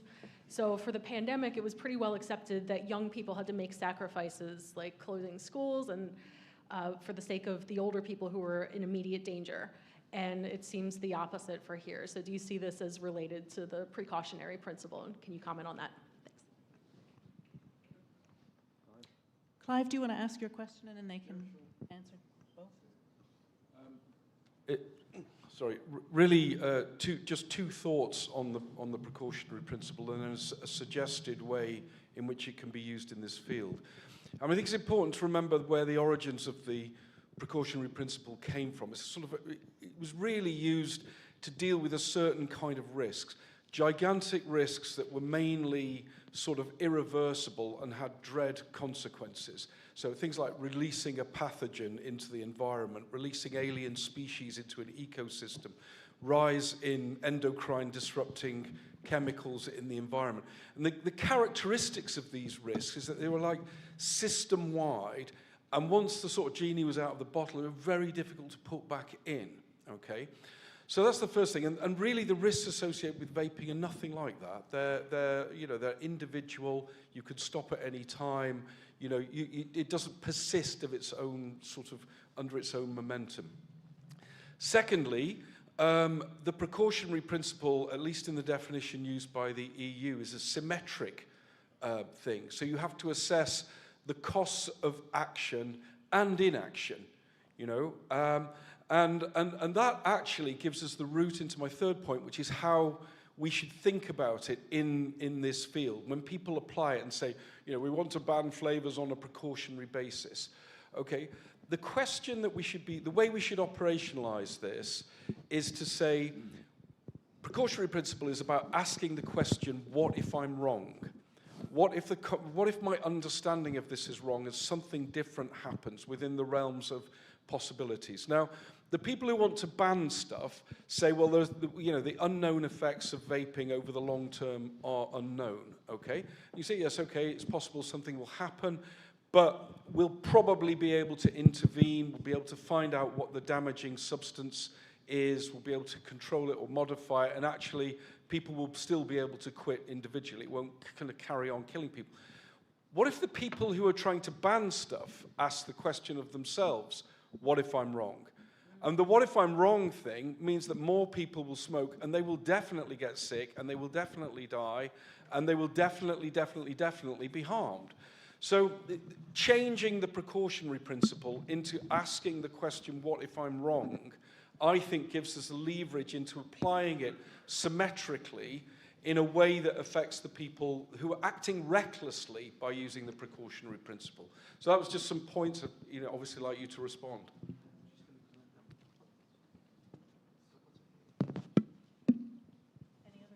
questions to come in.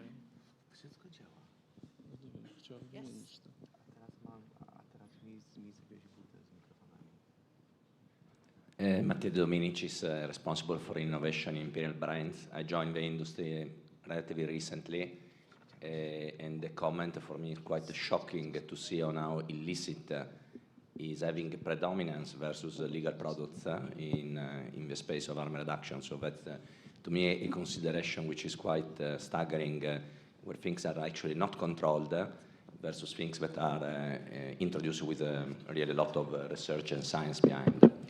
The question that I have from my side is, there is, from the authorities at WHO, a little bit of opposition on the scope of harm reduction, when harm reduction is enlarging the population and is actually assessing youth and other things, understandably.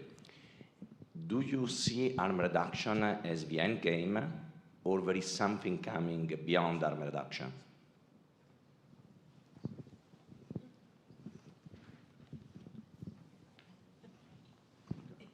I mean, there's so many questions. I'll answer yours because it's the most recent. Yeah, I think harm reduction is a perfectly good endpoint. Why not? I mean, medicine, that's what I do every day. I just try and reduce harm. And the more harm I can reduce, the healthier people get. So, yeah, harm reduction is an end game for me. I mean, having worked in drug treatment for many, many years, it's not perfect, but, you know, it's called harm reduction, not harm abolition. I'm not going to abolish all harms. That's just not possible. So, yeah, I think it's an end game, and it's a good end game. And in this case, we're talking about significant harm reduction. It's huge. That's a great point, by the way, about the guy from WHO. You haven't burnt your bridges, I hope, in WHO, have you? Do you still have some contacts in there? Answer is yes. Oh, good, good, good. Because I think that is an absolutely excellent idea. We need to make inroads there, and we need to challenge them. You know, we talk about the precautionary principle, and of course the proponents, there's the burden of proof. No, the burden of proof should be on them. They're the people who are blocking this. Alex?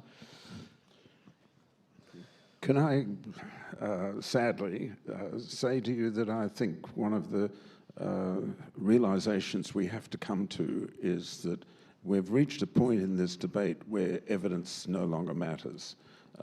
Surely, if evidence did really matter, we would have enough evidence just from the experience of Sweden and the comparison of Australia and New Zealand. Sweden, after all, has had roughly 200 years of experience with snus. During that time, there's been enough research to show that the adverse effects of snus are either minimal or non-existent. The comparison of Australia and New Zealand is also very revealing. If evidence really mattered, we wouldn't need more than these three countries. Australia and New Zealand had virtually identical policies for decades in the tobacco area and very similar outcomes. The smoking rate in Australia was maybe slightly lower than in New Zealand. All that changed in 2020 when the four major political parties in New Zealand got together and agreed that their policy on vaping in New Zealand had to change, and it did change over the next 6 or 12 months. What also happened is that the smoking rate decline accelerated in New Zealand, and the smoking rate fell twice as fast in New Zealand as it did in Australia during the comparable period when Australia's policy was tightening and ever more restrictive policies. So that's one thing that happened. The second thing that happened is that New Zealand didn't experience and still hasn't experienced a vaping black market, and Australia has experienced a very flourishing vaping black market, which has now become quite violent and increasingly violent. And the third thing that happened, and others might want to comment about this, is that youth vaping appears to be starting to decline in New Zealand. I don't think there's certainty about that yet, but we can't say the same in Australia with its draconian approaches. If evidence mattered, I think we wouldn't need much more than that. And the what is wrong question, could I be wrong question that Clive rightly reminded us is behind all this, would surely have to be posed to our opponents and not to us.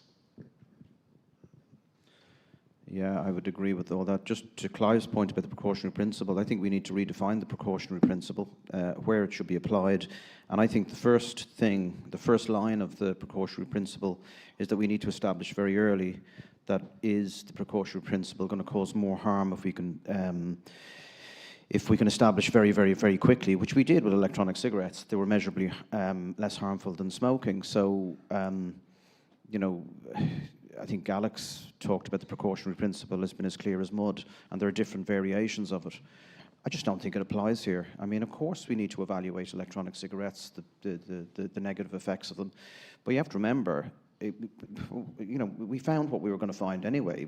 It's not combustion, it's vapor, it's in much less quantities some of the stuff that's found in cigarettes. We knew pretty much what we know now about the harms of electronic cigarettes. If we're dealing in absolutes, well then there's very little we can do about that. Unfortunately, the country I come from, they're dealing in absolutes. I mean, one of the anti-electronic cigarette kind of faction said that, quote, we're measuring electronic cigarettes beside the wrong thing. You're measuring it beside tobacco and smoking. That's a pretty low bar. We need to measure the harms on its own. This is a person who I'm pretty sure is otherwise intelligent, very well qualified, coming out with stuff like that. I mean, what's that?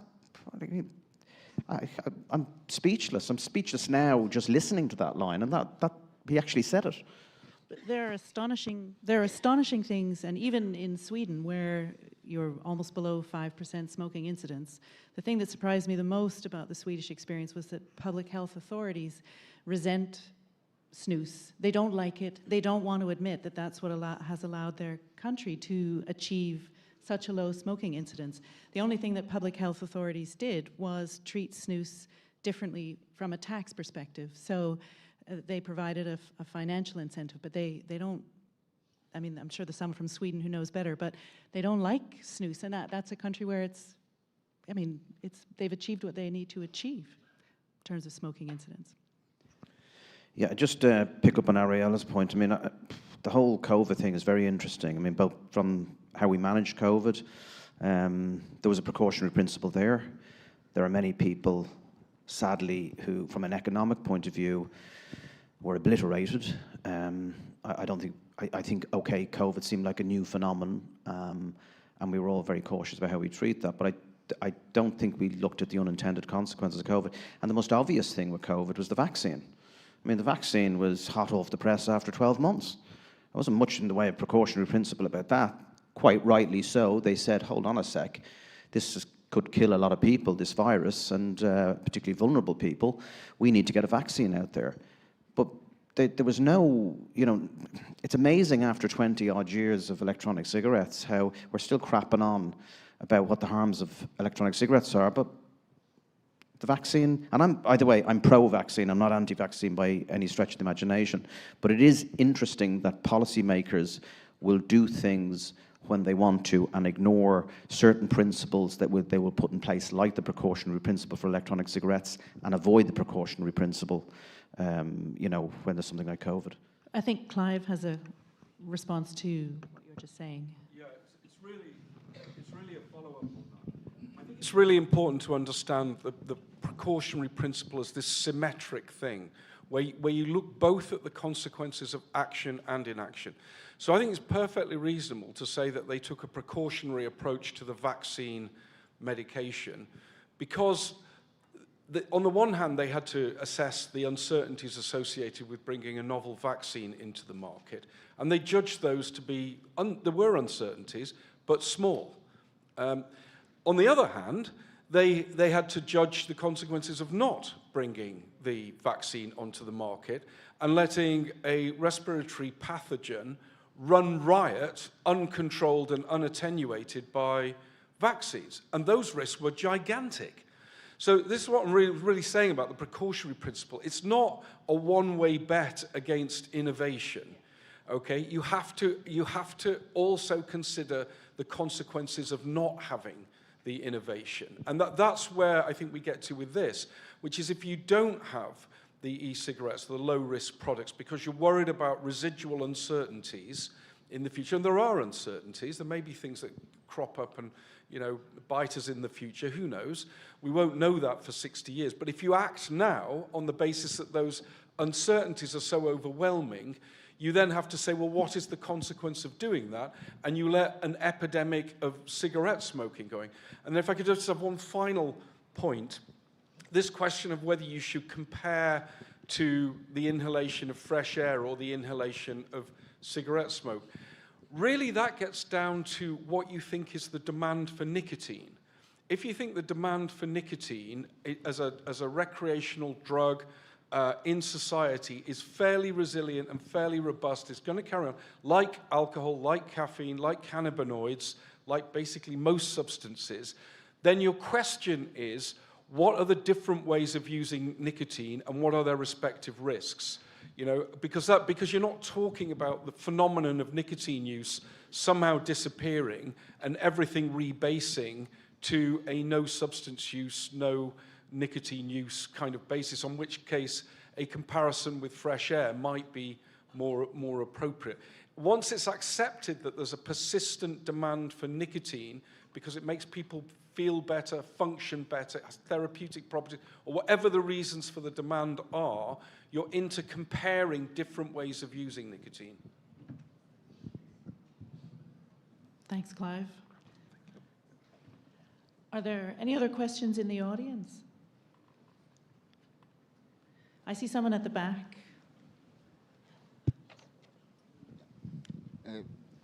Hi, Roberto Sussman from Mexico.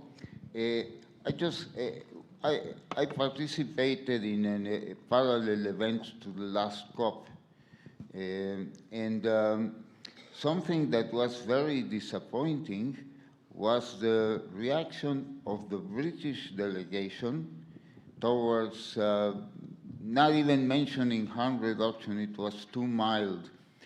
And I don't remember exactly the New Zealand delegation, but these are countries that have implemented harm reduction as a state policy.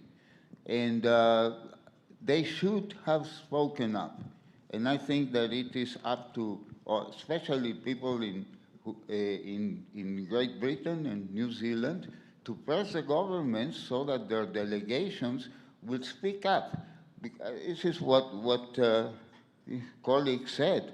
You need countries to say no. And I think that this can generate a cascade effect.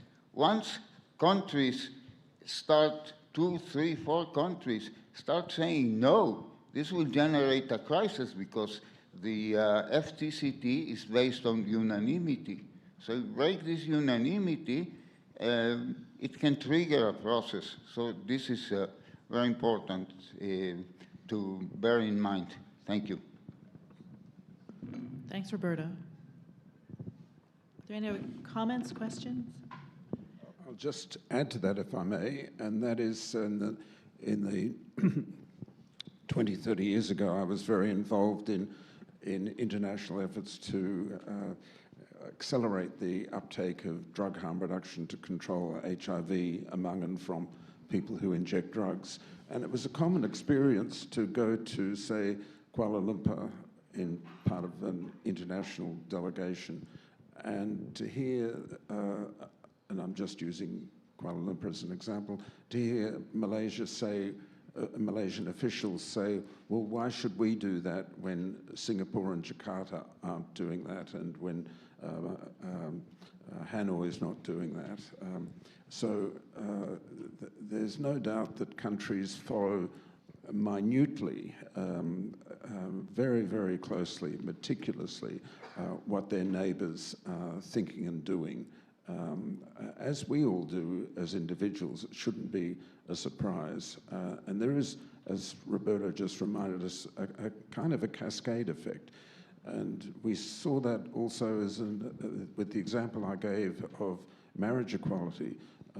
If you look at the timeline of when countries started accepting marriage equality, particularly in Western Europe, you see the Netherlands was first, and then it was a few years before some other country, and then maybe only 1 or 2 years before the next country. And the speed of adoption has accelerated. We're seeing that again with the regulation of recreational cannabis, that Uruguay was the first in 2013, and then that was a staged approach, and then Canada was the next in 2018. And now that process is clearly well underway, particularly in Western Europe, and will clearly spread around the world. Now that's only looking at national adoption, and of course we should also look at the adoption at the state or provincial level. Another thing that's worth thinking about is that particularly in countries that have got federal structures like the United States, Germany, Australia, the way this happens plays out very differently from more unitary governments like, say, France or China, where in the federal governments, adoption often starts at the municipal level and then goes to the state or provincial level, and then it goes to the federal level. Can I just finish on one other point, and that is we should always be mindful of wild cards, that no one anticipates things coming apparently out of the blue. The country with the most smokers in the world is China. The world's biggest tobacco company is the China National Tobacco Corporation, with something like 40% of the world production of cigarettes. And China is anti-tobacco harm reduction, but yet vaping is common or not uncommon in China. And also the China National Tobacco Corporation has the world's largest collection of tobacco harm reduction patents. Now, acquiring that portfolio must have cost billions of dollars, and that couldn't have been done without the cooperation of the Chinese government, with the approval of the Chinese government, which is the 100% owner of the China National Tobacco Corporation. It only needs a decision in Beijing to switch from official anti-tobacco harm reduction to pro-tobacco harm reduction, and this debate's over. So remember also that when we're thinking about precautionary principles, often things come out of the blue, or apparently out of the blue. Who would have ever thought that Prime Minister Thatcher's decision to close coal mining in Britain was one of the best things she could do for climate change, which at that time she was very worried about, and later changed her position on that. But anyway, so think of wild cards as well. Well, and thinking about that wild card, when you think back to decision-making and precautionary principle being one element, and as Clive was talking about, risk assessments, but also weighing up the greater good, weighing up political and economic and other factors, China could easily flip overnight, and when they see that the public value, when that equation on public value changes, it could easily flip overnight. That would be a very interesting day. So, are there any other questions or comments from the floor? Over here. I just want to quickly add to what Roberto just said, and Sarah, that you alluded to. At a session yesterday on consumer influences in tobacco harm reduction, a lady from Sweden, which has been highlighted, is probably the best success story for tobacco harm reduction. She mentioned actually that the Swedish delegation at COP and at the World Health Assembly actually was not interested in actually even raising the issue. And that's what you said, that the public health authorities, policymakers actually don't like it. So I think it's incumbent upon all of us to work on those people that actually have influence on the WHO to try and slowly shift that needle. Thank you. I think you're absolutely right. It reminds me of something that Alex was saying recently about the importance, of bringing advocates with you. And I don't know if you want to, bringing advocates and bringing stories of people, of real people to politicians, because that's much more compelling than data on a page. Are there any? There was a question over here and then over here. Okay, you've got better eyes than I do.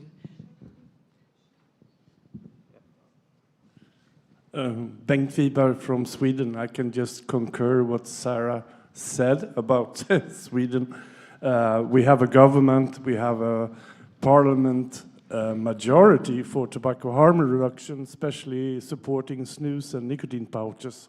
But then when it goes to action, we have these social department, health department, where the majority of the people are anti all nicotine. So it comes down to persons. The Swedish parliament demanded a year ago an investigation comparing the relative risk between different nicotine products. What came out was nothing. It's like they didn't care. And I think one thing which is very difficult to deal with is that if you have the wrong person with his own or her own mindset sitting in positions for, like Dr. Tedros is in for the 8th year now. I mean, presidents are elected for 4 years. If you have the wrong person, we will never get anywhere. So I concur with you. Let the small countries, the successful countries, speak up. Thank you.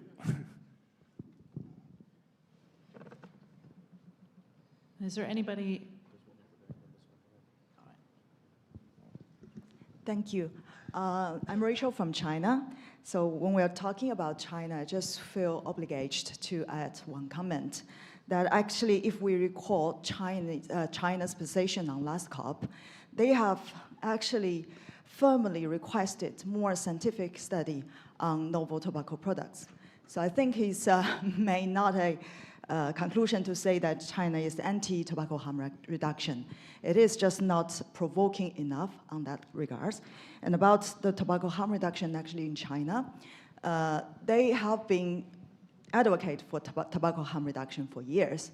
However, if I would say they may not in the right path in the past decades because their idea is reducing the tar. However, if we look about the recent patents that the Chinese tobacco monopoly are applying, they have also done a lot of studies on HTP, on e-cig. So I just want to share this progress of China. Thank you. They're continuing to review the evidence. That's a good thing. And waiting for the right moment to make a decision. Hi, I'm Cecilia from Sweden on Swedish Match. I think this is not only a problem within this field, and I think it's due to the political system. We have engagement from voters every 4 years or every 3 years in some countries, and then it's up to the politicians and the civil servants to push agendas. And there's so many examples in the European Union, for example, where everyone went around the Green Deal, we need to do something, and the Commission came out with like an enormous amount of proposals because we had to save the environment without any considerations on unintended consequences. One is the proposal to ban combustion engines in cars, which is interesting because the car industry is the biggest industry in the EU, and we're not that strong in electric vehicles. There is no electric grid if the entire car park would be changed. But just imagine what would happen what would happen with a lot of unemployed people that couldn't work because the combustion engine was was banned. And at the last minute, of course, Germany came in and said that, well, it might not be a good idea, but it went almost to a decision. It had been a decision in the parliament, but at the final moment, the council said, we're not going to go there. So there's an awful lot of decisions being taken when no one is looking. And I think we should also remember that it was very close that e-cigarettes would have been banned when the Commission came out with its proposal 2012. Can you imagine how many non-ex-smokers we would have had today should they have been successful? And it was only because you had some initiatives from the consumers. Thanks, Cecilia. So we're almost out of time, and so I just wanted to, I don't know if you want to say a final comment, Garrett and Alex, before we finish up. Down on the precautionary principle. That's my final comment. Move on, nothing to see here. Well, my final comment to you is that to have more hope. I think if we look around at similar issues across the whole world, reforms like the reform we all want do happen, but they happen very slowly, and they only happen if a lot of people work very hard to turn things around. But they do turn around, so we need to keep on meeting like this, we need to keep on working together, and we need to promote consumer advocacy.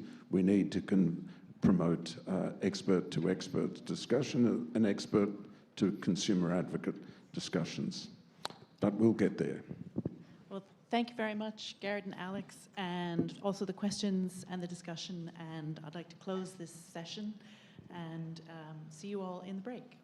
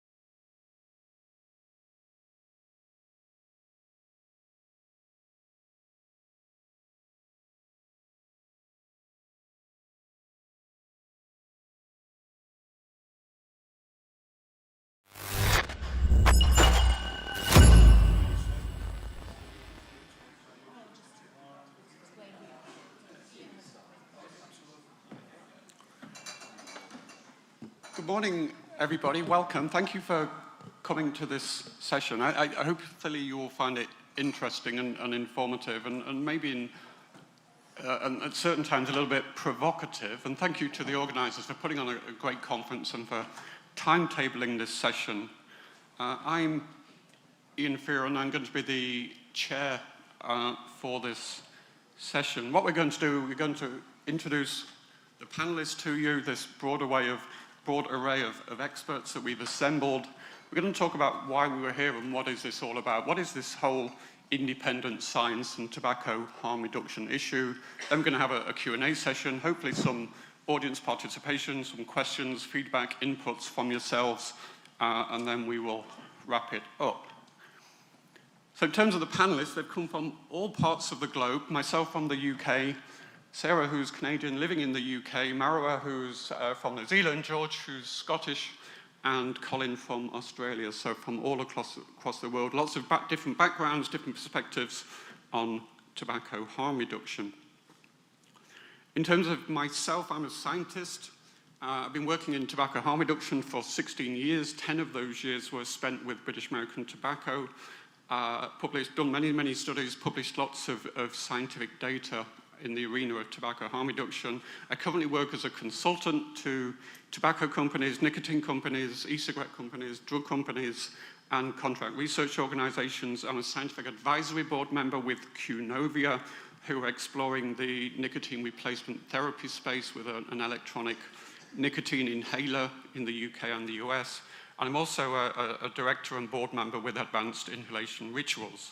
But the one thing I do want to say is that I'm discussing my own views and not those of any company that I do paid work for. So now each panelist will introduce themselves to you. They'll give their brief disclosures. I do have a slight disclaimer to make. I had to truncate Marwa's disclosures to fit on the slide. There's much more text that she had to include, but I couldn't fit it all on. So please do bear that in mind. She's not trying to hide anything here. So we're going to start off, I think, with Sarah. Hi. Sorry. Still getting used to holding a microphone. I'm Canadian with an Irish passport living in London. I trained as a scientist originally, but wasn't great at the bench, so I moved into publishing. That was how I came to work in the UK. And after 12 years in publishing and 4 times being made redundant or being laid off, I wanted to do something different, and much to my surprise, I found myself working in a tobacco company, working with scientists, helping them to get their research published in the journals that I had been working on previously. So I left BAT a couple of years ago. I am running a small consultancy on science engagement and communication. I occasionally act as a guest editor for special issues. I had one published last year that actually Ian had a couple of papers in, and I'm hoping to be a guest editor on another toxicology journal special issue later this year. I always do that kind of work on a voluntary basis. The consultancy I have has, similar to Ian, clients in tobacco companies, nicotine companies, and also the chemicals industry. My disclosure says I worked for lots of different publishers, so I worked for Current Biology, which got bought by Elsevier, which is like the Microsoft of publishing. Then I worked for the Society of Chemical Industry. I worked for Nature Publishing Group. I worked for Biomed Central, which got bought by Springer. So I've seen a lot of the different journals, and I've been inside different publishing houses. So that's the perspective I'm going to try and bring today. Thank you, Sarah. Marwa. Kia ora. Thank you for having me on this panel. So I'm currently the director of the Centre of Research Excellence, Indigenous Sovereignty and Smoking. So it's a centre founded with the help of a grant from the from Global Action, formerly Foundation for a Smoke-Free World. And there was quite a bit more about that. My opinions are my own, and the opinions of the centre do not represent the views of the Foundation for a Smoke-Free World or Global Action for Change at all. My centre, we have no commercial interest in any cessation programs or aids or nicotine or tobacco products. in the past, I have received honorarium payments and also, because I worked in universities for many years as an academic, so travel grants from like the Heart Foundation or Cancer Society or the government health research funding agencies, so mainly, numerous sort of charities, incorporated not-for-profit societies, conference organisers, and obviously my university salary was covered by the many research grants that I won in researcher-initiated application processes. That goes to the university, they paid me, and that was mainly all taxpayer dollars. And it's been said a number of times at the conference in different panels that taxpayer money, part of that money or all the tobacco taxes go into that. So just acknowledging that. And I also, won contracts with the Ministry of Health of New Zealand,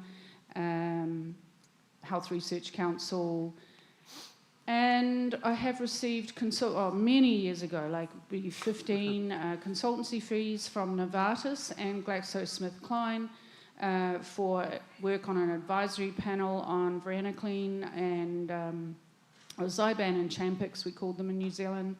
And also was contracted to deliver training across New Zealand in nicotine replacement therapies when the government decided to fund those, to subsidise those products.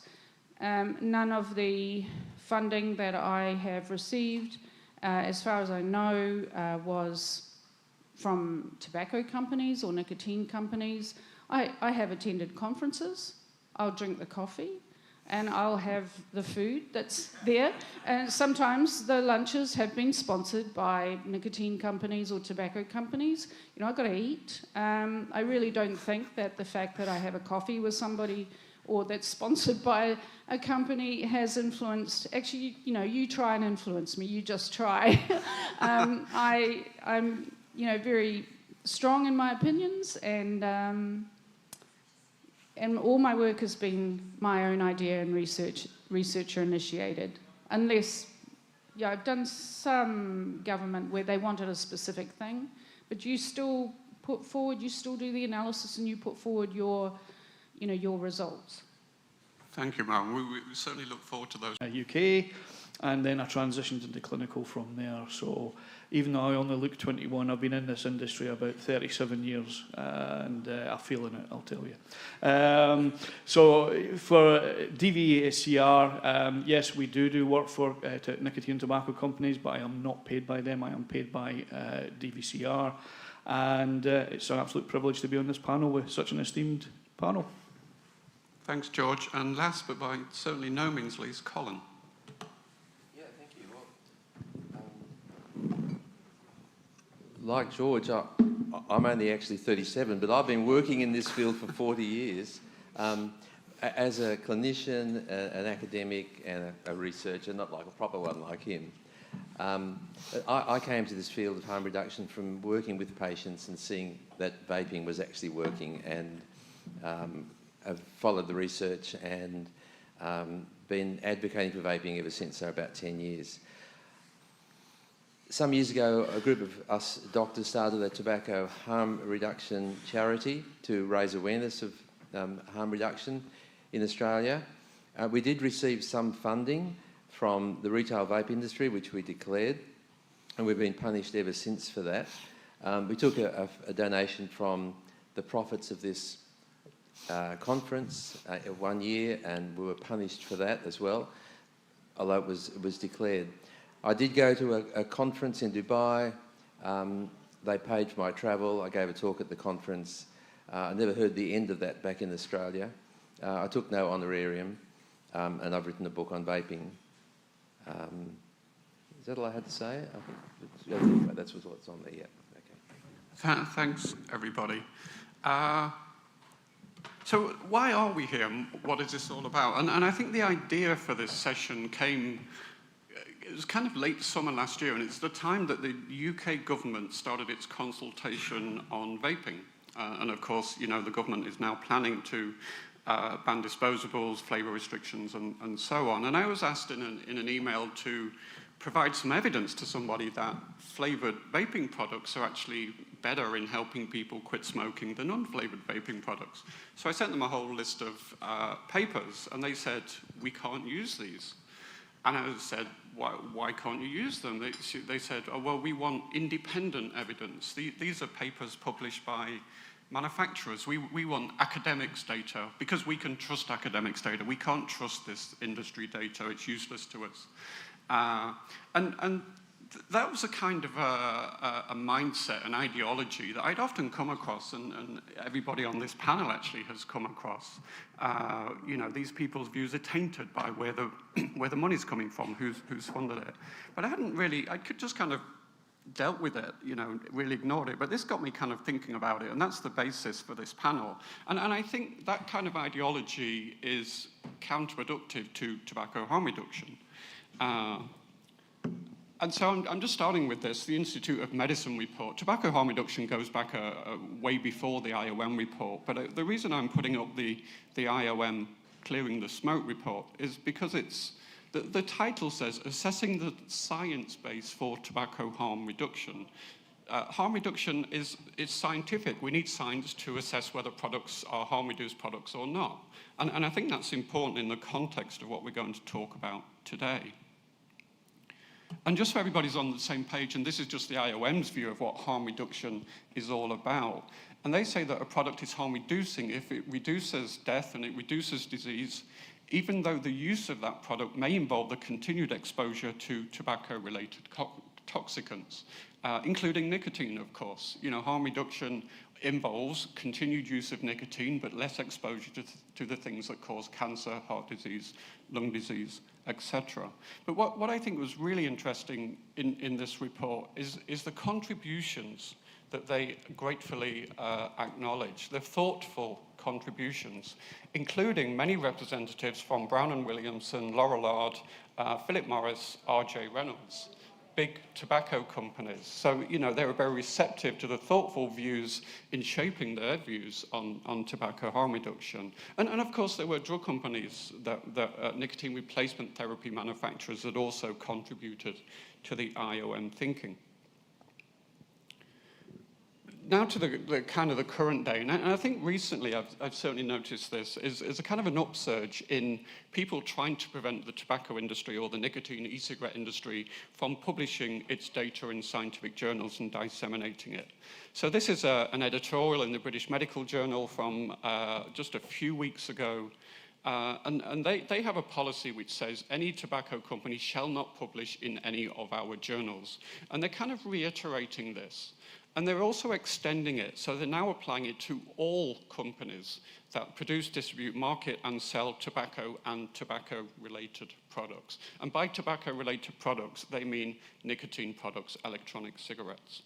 It also includes organizations owned by the tobacco industry, such as the PMI-owned Vectura, foundations, organizations such as Global Action to End Smoking, the Smoke-Free Foundation, the Institute of Economic Affairs, also includes consultants that do consulting work for tobacco and e-cigarette manufacturers. The interesting exception is supermarkets. If you're a supermarket, you can publish scientific data on tobacco harm reduction.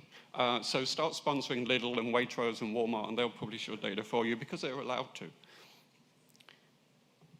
And this was kind of reiterated this is another paper that came out about a month ago now, 6 weeks ago. And this was from the Health Equity Network of the Society for Research on Nicotine and Tobacco. And what they want the society to do is prohibit individuals who get any financial support from the tobacco and nicotine industries, including industry consultants, and we've got to ban them from publishing in our journal or presenting at our conference or being members of our society.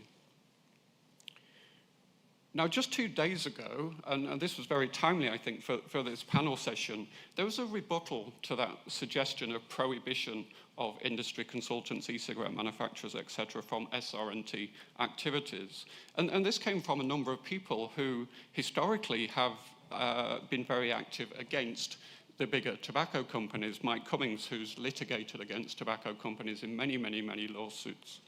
And what they said, that the Health Equity Network nicely reviews past grievances against the cigarette industry, but doesn't adequately address the complexity of today's increasingly diverse array of tobacco and nicotine products. The commentary didn't explicitly account for the scientific opportunity costs that might be lost by prohibiting people from manufacturers from publishing their data. They further go on to say that assigning all companies engaged in nicotine research to be part of the cigarette company hall of shame is neither warranted nor helpful. The marketplace is rapidly evolving, and the society cannot be blind to the paradox of erecting barriers to creating and sharing the science on potentially reduced risk nicotine products. So, you know, and I'm sure there's a lot of people in this room that think the industry should publish their data, but there certainly is an external view as well, as I say, by people who historically have tried to beat up the tobacco industry. So the arguments that they use are negative arguments that industry data is conflicted, it's all commercial, they just want to sell more stuff to more people, get them more addicted, and so on. The tobacco industry has a dubious past, which I think is undeniable, but it's a very different industry now. It's not all about big tobacco as well, it's about vape shops and small manufacturers and innovation and tech startups. They claim racism on the behalf of the tobacco industry. They say that THR, tobacco harm reduction, is a Trojan horse that's just trying to addict more people because cigarette smoking is declining. They need to support the consumer base. It's a Trojan horse. And they say it's industry interference, which contravenes with the Framework Convention on Tobacco Control. On the positive side, some people believe that manufacturers' data is important to the debate on tobacco harm reduction. It's important to informing consumers about healthier options, alternatives to cigarette smoking.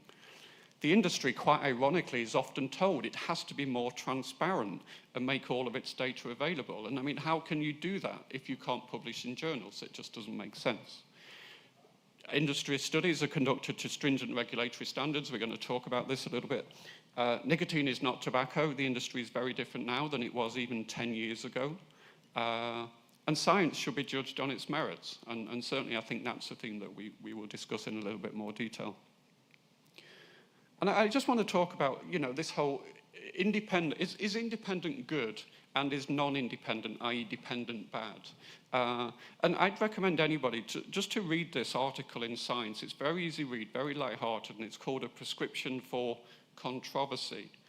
And one of the things it picks up on is this paper and this abstract. And if you read these, basically what it tells you is that if you use an electronic cigarette, you're more likely to have a stroke.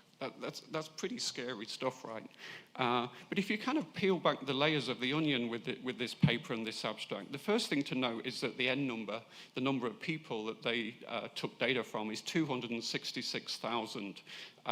The actual number of people that took the surveys that they analyzed data from is about 15,000. So there's a conflict there. There's something not quite right about this paper. I'm not saying they're making stuff up, but it's not quite right. The other thing of interest, and that Science article picks up on this, is if you see the list of authors, and they each come from different institutions in the United States. Now, as it turns out, each of these individuals had paid something like $600 to be an author on this paper. They're ex-medical students. They're trying to get their first residency as a doctor, and they paid so that they can put these publications on their CVs. And the lead author apparently doesn't even work at the Mount Sinai School of Medicine. He once did a master's degree there 15 years ago, but he no longer works there. So there's something not quite right. What I'm trying to say is, you know, people badge tobacco industry data as bad. It's conflicted. We shouldn't trust it, etc.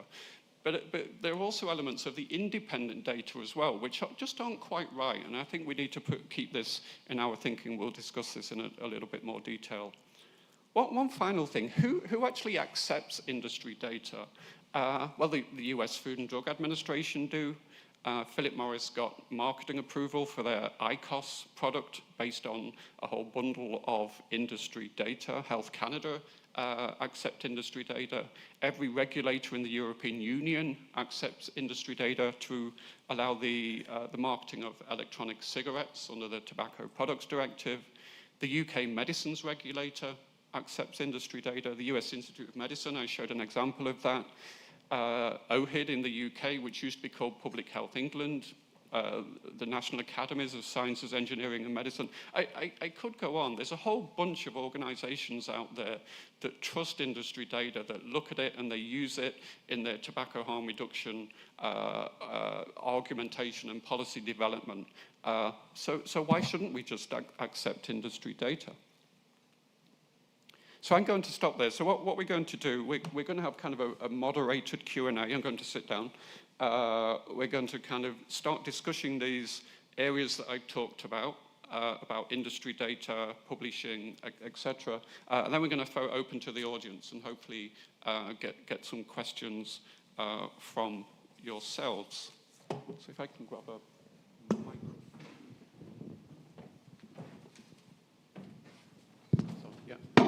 So I'm going to start off with the whole idea of industry publishing data. And I think I'm going to point this question at yourself, Marwa. One thing you didn't have on your disclosures is that Marwa is managing editor of the tobacco section of the Harm Reduction Journal. And Marwa, you must see this all the time. You get papers submitted to you from tobacco companies, from e-cigarette manufacturers. How do you deal with that?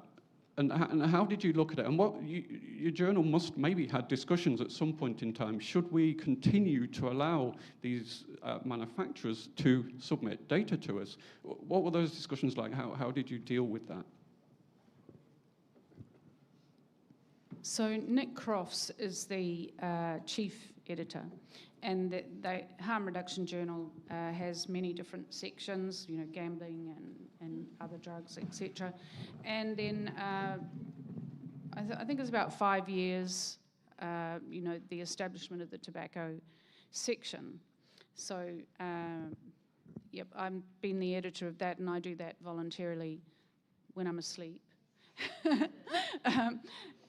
In my free time, and it's been really interesting. We talked about it. Actually, it came through.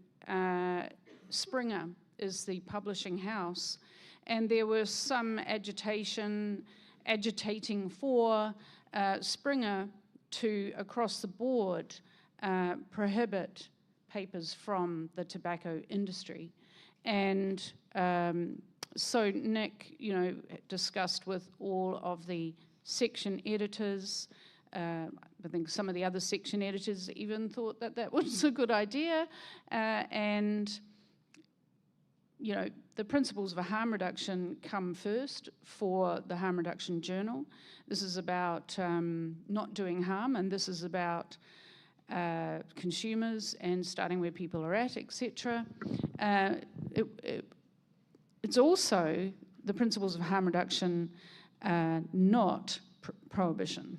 So censoring and prohibition is antithetical to the principles of harm reduction. So no, we were not, you know, as far as Nick was concerned, it was contrary to the principles for Harm Reduction Journal to implement any kind of censoring or prohibition of any sort, including, you know, free speech. And so science is, you know, the defining point.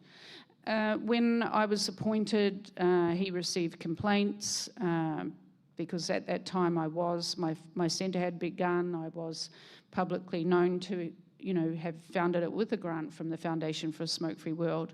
And yep, he received complaints and people demanding that I was fired. One of the other editors said, if you don't fire her, I will resign. So bye-bye, she's gone. And, you know, Nick is very strong on this. It's science first. And it's about recognizing what these tactics of censorship and prohibition of free speech and closing down science is anti-science and does harm. So we do not have a policy which is based on, let's see who they're funded by. The main thing is, have people disclosed it? Most people do disclose, as far as I know.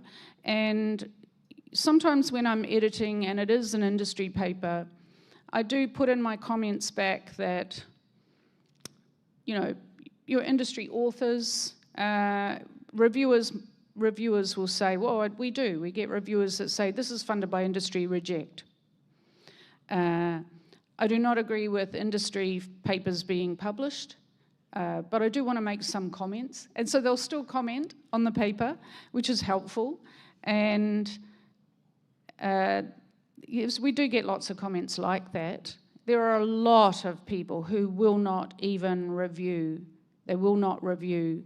They won't review my papers. They won't. All of the people, you know, that on your list there, they will not review. And this I knew from my time in tobacco control. I would never review an industry paper. It's like a policy that we had in tobacco control. We will not do anything to help tobacco industry papers. And so there are a lot of people out there in tobacco control who will not even review. There are some that will, where science comes first, and they're interested to, you know, judge it on its merits. But yeah, some papers from the industry, a reviewer might say, you know, we know what the perception is going to be, and so I'll encourage them to talk more about this. You know, I encourage things like, especially with the PMTA process, to do that application process, and they have to back up, you know, their argument with science. There are a lot of papers that are being written for that purpose. As a scientist, science is about building scientific knowledge. Some papers are not science. They were written for the PMTA process. And on that basis, I might reject, you know. I look, does this add to science? Does it extend our knowledge in any way? A paper that has just been written, evaluation of a product or consumers, you know, use of a product for the PMTA is not strictly science in my view. What's the scientific question is, if it deals with that, then that's okay. So the PMTA, some of the PMTA ones are just, they have a lot of marketing speech. So that's a flaw of some of the industry papers. It's gone through the marketing department or something, and it'll just have the product name just everywhere. Every second word is the product name. And I'll go back and I'll say, you don't need to say the product name. You can say it once in the methodology. We used this product, but otherwise it's an oral nicotine pouch, a 6 milligram oral nicotine pouch, or a whatever type of e-cigarette. So sometimes I'll say, you know, you take all that marketing stuff out and make it more scientific, like, you know, like academic scientists would write about a product. You don't have to say the name every second word. So some industry papers are weak like that, but I just give feedback, you know, and try to, you know, encourage a more scientific presentation that is kind of what you read everywhere and is expected. That's great, thank you, Maria. And I think there's certainly a good number of industry people in the room, and I think that's some great advice for them. And Sarah, you've seen this from the other side as somebody who's been trying to help scientists. It's often very difficult, publish their data in journals. So I think it'd be interesting to hear your take about, you know, some of the things you've heard, some of the things that you've struggled with in terms of getting papers published. So I'll first wanted to follow on from what Marie was saying. I did an analysis about journals that didn't accept tobacco-funded work, and I was really shocked when Nick Croft said last year that harm reduction journal, that someone from Springer had tried to persuade you to go down the censorship road. I was really shocked because my analysis showed that mainstream commercial publishers aren't likely to go down blanket censorship roads because, you know, they have a lot of corporate commercial clients themselves. Typically, the journals that have a censorship ban are owned by medical and public health charities. So the censorship ban is sort of aligned with what their membership is expecting and what they want. So, you know, you can't do much about arguing with the British Medical Journal or the American Thoracic Society. You just have to sort of accept that those kind of society titles are just never going to be an option. But there are, you know, 30,000 journals, and so it's a matter of trying to find journals. The actual number with an explicit ban is relatively small, although there has been a change in that MDPI, a medium-sized open access publisher with 460 journals. They've recently gone to a full-scale ban, censorship ban. That's the first time I've ever seen a mainstream commercial publisher do that. So that was quite a shock, but I have another point I'll make later as to why I think they've done that. But in terms of helping authors, you know, you kind of do the research on target journals. Sometimes it helps to kind of do pre-submission inquiries to try and soften up the editors, not soften them up, but more and more the very first decision when you submit a paper is reject without review or send out to reviewers. And this is because journals are receiving, you know, 25% more submissions than last year, and they can't increase acceptances by 25%, so they can only reject more. So trying to build a relationship with editors and with journals and try to kind of almost socialize your science ahead of the actual submission, because then if you've had a yes to a pre-submission inquiry, you can say, Dr. So-and-so encouraged us to submit. So the administrator who handles your initial submission is like, oh, okay, well then I can't reject without review. I'll have to send it out to refs. So it can be difficult because in addition to censorship in some society titles, you also find that there is bias from individuals, and you just have to learn who those individuals are, and you just have to avoid them. There are, you know, 30,000 decent journals. A subset of those, 8,000 journals, would be sort of science, medical, STM, so scientific, technical, medical, that are indexed for an impact factor, and that's generally a good sign of quality. So it's hit and miss, and learn as you go. Sure. Thanks, Sarah. I just want to change tack a little bit slightly, and one of the interesting parallels I think here is that we trust drug industry data. You know, our physicians trust drug industry data. They prescribe us medicines because the drug industry has provided evidence that these things are beneficial, that they help treat ailments. George, from your experience, because you've worked for big pharma, you've worked for big tobacco, and now you have a role which crosses both of those areas.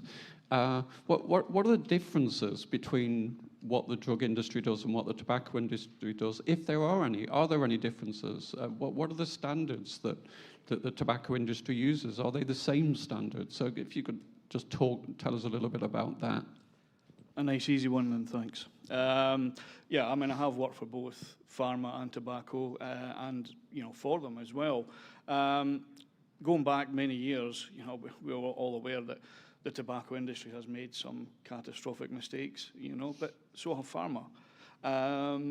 So all I can say is that certainly in my time, when I transitioned over from pharma to tobacco, I was actually quite surprised at how well clinical studies were actually monitored, for example. There's far more monitoring goes on in a tobacco study than there is a pharma study, for example. And by my monitoring, I mean not just study monitoring, I also mean by safety monitoring as well. So making sure that the subjects, the participants are well looked after. Data standards have improved enormously, no question about that. And I know one of my old colleagues at BAT, she's been working in Caresta, a working group on CDISC, so, you know, ADAM data sets, SDTM and all that. So it's constantly evolving all the time. And a point I want to make is some of the CROs that some of the CROs that do work for the tobacco and nicotine industry also do the same studies pretty much for pharma. So integrity-wise, the CRO's reputation is on the line as well as the tobacco and nicotine companies and pharma. So for me, definitely standards have improved. There are differences. There absolutely are. If anything, the tobacco industry is probably scrutinised more, I would say, and maybe quite rightly so. But to answer your question, can data be trusted? Absolutely yes. But everybody has an opinion, and you know, if you're anti-tobacco, you're always going to say it shouldn't be trusted. If you're pro-tobacco, you'll say, yeah, it should be trusted. And this is, you know, it's a democratic world we live in. However, the data is the data, and tobacco industry has been sort of, you know, there's been issues where they've maybe cherry-picked some of the data, but so have pharma. You know, let's be honest, so have pharma. Nowadays, everything that's certainly, I can only speak for the tobacco company I used to work for, is transparency. Everything that we'd done clinically, we published. It was, or we tried to publish, as Sarah will tell you. We did have a few problems, but we were open and transparent, and that was the leadership's ethos. Get it out there, let them see it, whether it's good data or bad data on that product. So, the standards are unbelievable. The MHRA, the FDA, and other regulatory bodies are all over us, you know, whether you work for a tobacco company or you do work for a tobacco company. So, yeah, for my opinion, and I've been involved in a lot of the data that's gone out, I think it can definitely be trusted. But again, it's all about opinions, Ian. Yeah. Thanks, George, for that insight. Colin, I've seen you scribbling a few notes. I'm going to give you the opportunity to speak. One thing I'm hoping you might pick up on is something that Maria mentioned twice, and that was we should assess the science. And I know you have a very strong view on that, so it'd be great if you could. And then anything else you've scribbled notes on. I agree with everything he said. Except that, and I agree that from my experience that the tobacco company research is of a very high standard, surprisingly high standard. And, you know, we go through these weekly analyses with Clive Bates of the publications that come out each week. And it's very rare to find problems with the tobacco company studies. The research and the standards of research are very high. I mean, I think censorship is really wrong, and I think to advance the science, we need to give all science the opportunity to be assessed. I do disagree that if you're anti-tobacco, you're automatically anti their research, in that I'm as anti-tobacco as anyone. I hate what tobacco companies have done in the past, but I really do think there has been a transformation, and we still don't entirely trust a lot of what they do, but we scrutinise it, and it's proving to be of a high standard, and I think we have to acknowledge that, but always maintain scepticism of all research. I don't think it's different for tobacco companies to pharma. There's a lot of evidence that pharma-sponsored trials in the past favour their products. We know that, and there's been studies to show that. And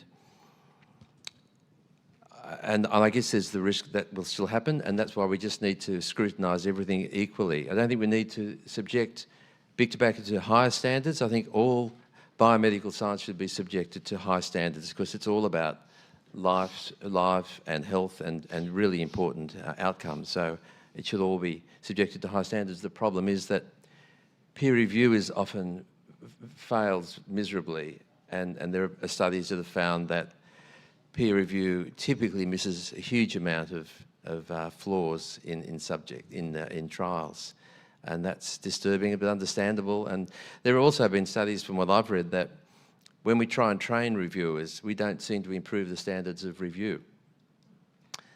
So it's a never-ending problem. And can I just say one other thing that I think Sarah mentioned about journals that belong to associations and health charities and so on? I've had a lot of experience with that. Trying to get research published in Australia. The Australian Medical Association owns the Medical Journal of Australia. They publish a lot of anti-vaping stuff. It's very hard to get any pro-vaping stuff in. I tried to submit a letter regarding one of their articles, and I had to make 8 revisions of this letter just to get the letter published. The Public Health Association of Australia has a journal, the ANZ Journal of Public Health. I submitted a commentary after a piece that had been written, and 2 reviewers assessed it, came up with all these ridiculous objections. I got 25 Australian experts to write a letter back to them saying, that's ridiculous, you can't. They were quoting things like Ivali, the Gateway. E-cigarettes don't really work to help people stop smoking. We wrote back and said, that's ridiculous, you've got to publish this. And they said, oh, okay, we will. So they did. And then certain anti-vaping experts dug up a spurious conflict of interest of mine that hadn't been declared, which was spurious. And they said, I'm sorry, we're retracting your article, because it didn't agree with their position on vaping. I had to engage a lawyer. The lawyer wrote to them. They reluctantly accepted, all right, we'll leave it in for the moment, but we're not sure, we may want to take it out later. They wouldn't admit that they were wrong. And it was based on money from this conference that Jerry contributed to our association, not that I'd received. And so they were going to retract the article because of that. And it's all about this censorship of opinions that differ from ours. It wasn't about the science. They just didn't want people to hear the alternative view. And of course, that would have been devastating for my career to have an article retracted. So that's been my personal experience. It's not about the tobacco industry, but it's about this whole divisive debate. And I think we need to give everyone a chance so people can consider both sides of the argument. Thanks, Colin, for those views. Well, one thing that I talked about earlier was the SRNT Health Equity Network said we must not allow in any way, shape or form anybody associated, paid by an e-cigarette manufacturer, tobacco company to present at our conference, be a member of our society, publish in our journal. And as I mentioned just recently, 2 days ago, there was a counter-argument to that. And the counter-argument was, hang on a minute, you cannot ignore industry data because it's informing tobacco harm reduction as much as non-industry data is. So I guess my question to all the panelists is, what are the dangers of complete prohibition of publishing by tobacco and e-cigarette companies, and what might the impact be on tobacco harm reduction? So I was a member of SR, of the Society for Research on Nicotine, for many years, and an associate editor of the journal. It's been very disappointing to see what has happened. And, you know, coming from tobacco control, the strategy has been to embed people in the committees. So these societies are run by committees, and the motivations for getting people in there and loading the committee with people of the similar view is because they're run, you know, they're a society and they're run by committees. All you need to do is manage who is on there. So some colleagues from New Zealand got on there. You know, they have been loading them. Tobacco control journal is the same. So Simon Chapman used to be the editor, and it got passed to Ruth Malone, and you know, so it's only going to be passed to someone of like mind. And so the journals are being, those journals are being used in this as a strategy to control the narrative. And there are many, many strategies that tobacco control use. And the previous session, you know, I could see those, there are people in tobacco control who are more strategists than they are researchers. They're more lobbyists and strategists, and they employ, you know, recruit professors from universities whose expertise is communication and marketing.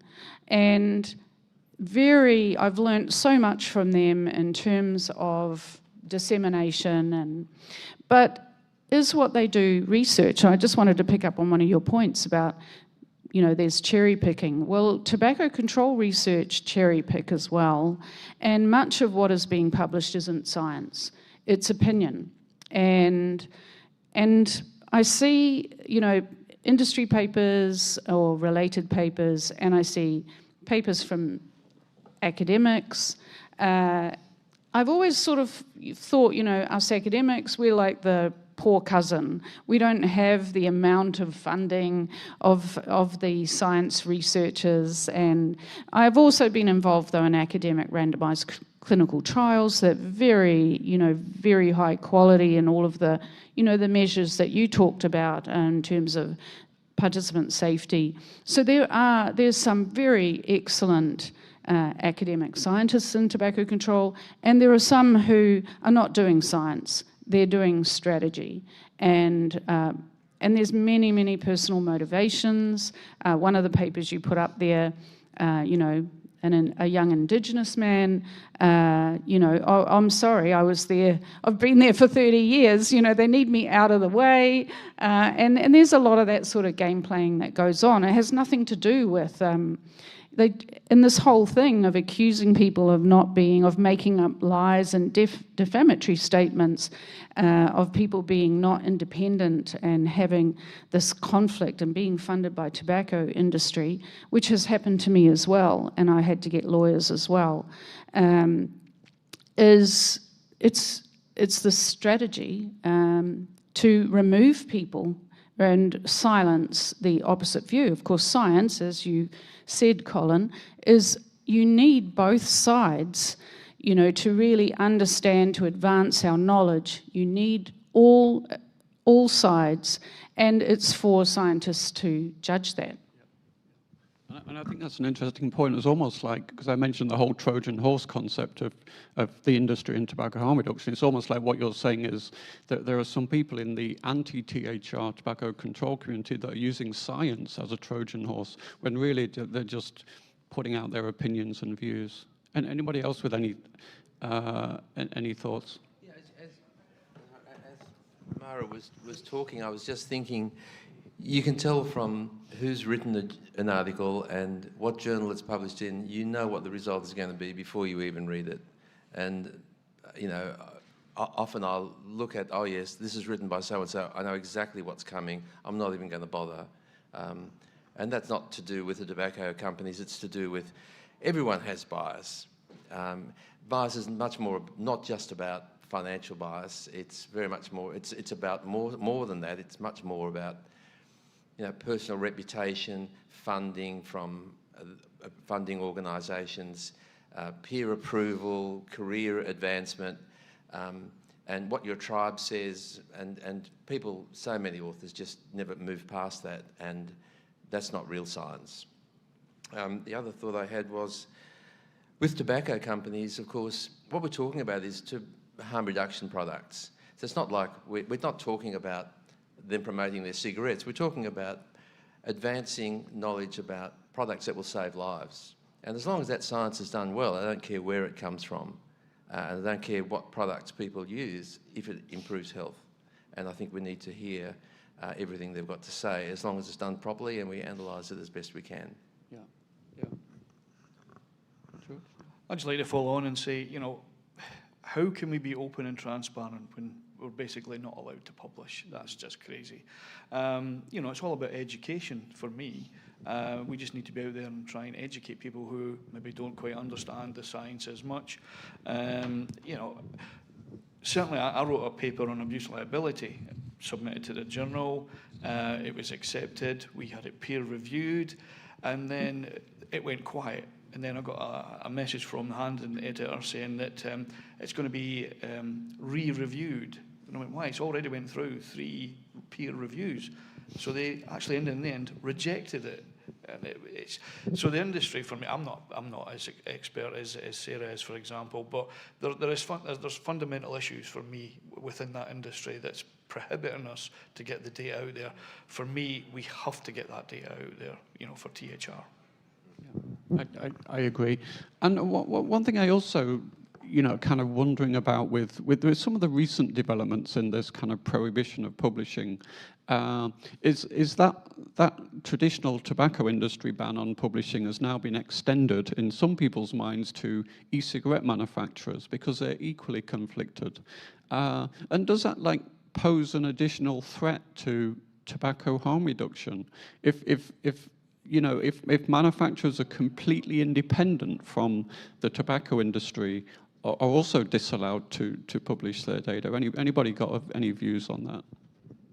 Well, so I think, I mean, I don't think it's going to happen that every publisher is going to ban tobacco. I really don't. But I mean, it would be a tragedy if it did. So then you would be relying solely on what the regulator says about these data packages, because they are, you know, if you look at the US process. MRTPs are publicly available. Okay, it's not easy to trawl through all that material. So if some kind of ban like that happened, you'd have to find a way of kind of digesting and sharing the material in the MRTP packages. And that's where manuscripts in journals are useful, because it can chunk it down into sort of neat packages, as long as it's not all marketing speak, as long as it's done in a scientific way.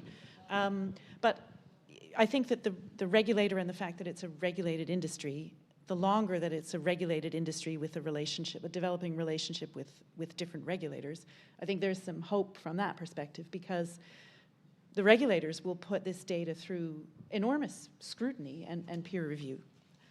So maybe there's some hope there. And the other issue related to that is that the companies have to produce accurate data for the regulator. I mean, there are legal obligations, and so that gives them extra, it gives it extra credibility. But what this all brings up is the divide that we're all suffering from in this field of the pro and anti-vaping and tobacco positions. So some of the journals just take an anti-tobacco harm reduction position, and their opposition is simply ideological. It's not about what is the science, is this good science, it's about, well, we don't agree with this and we're taking an oppositional position, and that's not really allowing the science to speak for itself. And we struggle with that all day, but the journals do too, and the editors. And of course the journals have their own biases, and the peer reviewers have their own biases, as do the authors. So it is a complex area. I wanted to say one other thing. Sorry, did you want to go first? No, you go. Okay. I want to say one other thing about science journals are actually facing several crises. First of all, there's a crisis with peer review. There aren't enough peer reviewers for any subject. So I would encourage anybody in the room to volunteer to be a peer reviewer for whatever journals you are reading in. But science journals are also facing other kind of really surprising threats to, scholarly publishers are a big guardian of the integrity of the scientific record, and they are facing threats from things like paper mills, fake papers. So what you showed earlier, where there are some paper mills and sort of criminal bodies that are selling authorship to accepted papers so that these people can get their medical degrees in whatever country. But it's a huge threat. I was just at the World Conference for Research Integrity, and the scale of fraud that's going on is astonishing. So to give you an example, John Wiley & Sons purchased Hindawi, which was an open access publisher, kind of medium-sized, for $298 million in 2021. And I was kind of surprised because it wasn't a brilliant publisher, but whatever. And then a couple of years later, there started to be some problems. First of all, Web of Science delisted several journals from MDPI and also Hindawi, so they were tracked for impact factors, had impact factors. The impact factors were removed. These journals had grown too quickly. There was no way you could quadruple or grow 5 times in 1 year. There was something fishy going on. Anyway, going back to Hindawi and Wiley, less than 2 years after they bought it, they had to issue a $9 million profit warning, and they had to do a large-scale investigation. They retracted 11,500 manuscripts, and they shut down 19 of those journals, and there's talk of kind of shuttering that Hindawi brand. There was a young guy from Elsevier who was a machine learning specialist. He is carrying out a similar set of analyses in Elsevier journals. He's halfway through it. But he expects the same sort of scale of retraction to come. I mean, that's astonishing. 11,500 articles retracted in sort of one swoop. So the kind of question of research integrity is going to become increasingly important. So all publishers now have research integrity groups. They will analyze for different sorts of fraud. I mean, and it is criminal gangs that are behind a lot of these sorts of activities. And I was just surprised at the scale of the fraud. So I sort of feel that the tobacco industry, which has very, very high levels of research integrity and how it carries out its research today, I think there's something in this to sort of be a part of making sure you're compliant with the Singapore principles on research integrity, and more recently there's a set of Hong Kong principles on how you assess researchers. I think it's worth making sure to be familiar with all of this and make sure that you've got internal policies that are aligned with this kind of trend to monitor research integrity.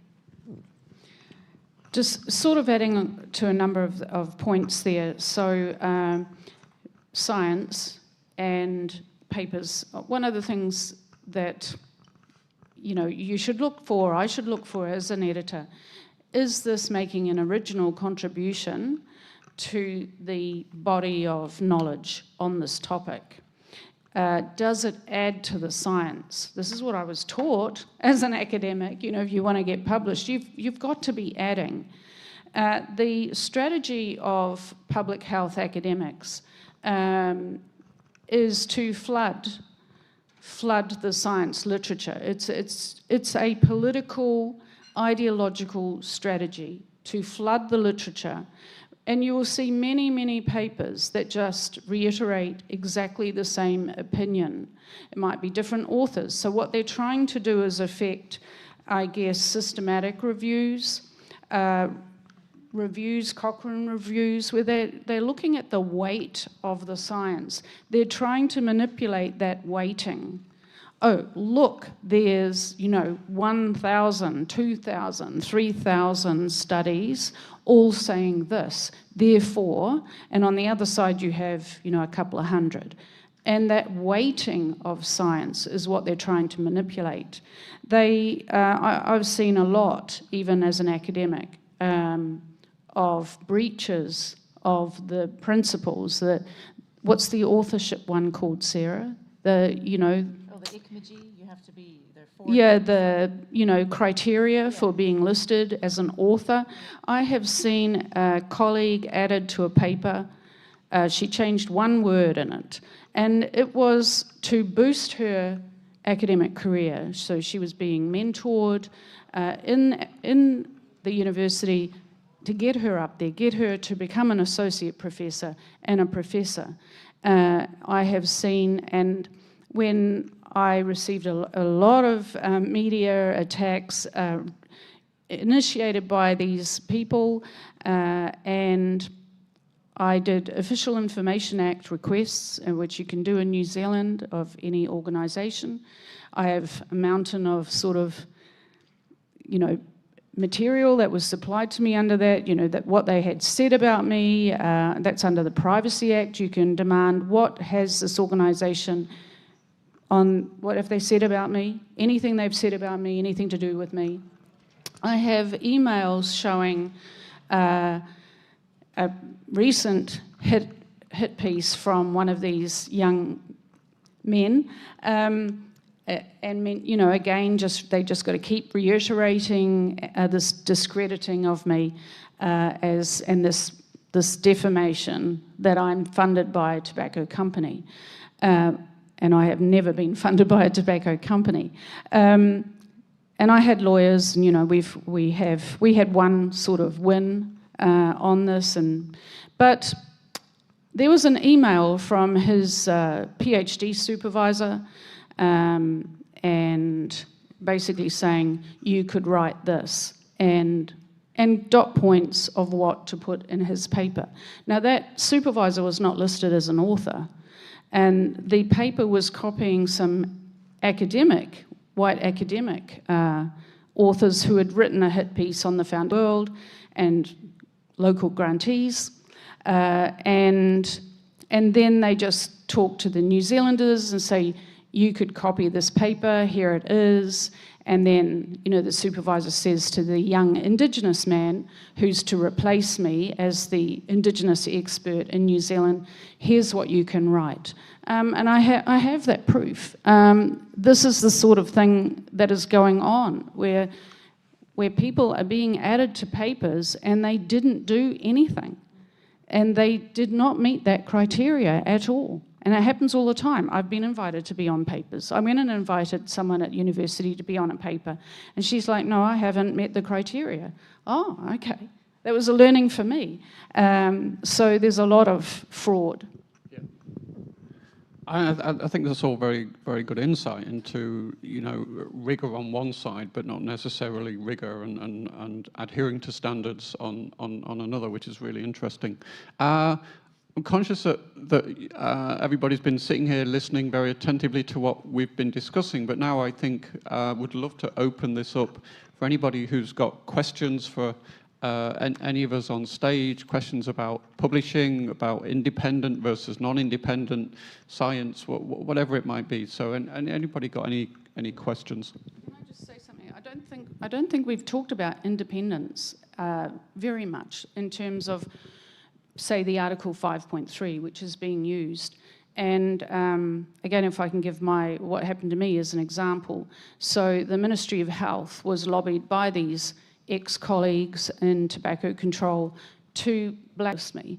So the Ministry of Health, a government agency, wrote a letter to all of their health systems, health services funded by them, that they are not to read my work, they're not to listen to me, they're not, under Article 5.3, they have extended, they have manipulated and said this is what Article 5.3 means. Actually, and I got lawyers, and we began a judicial review process, which is something you can do under law. You need to review this decision you've made and action you've taken. My lawyers wouldn't have taken it on if I didn't have a case, that I could win. And we began that process, and of course the first thing they say is, get lost.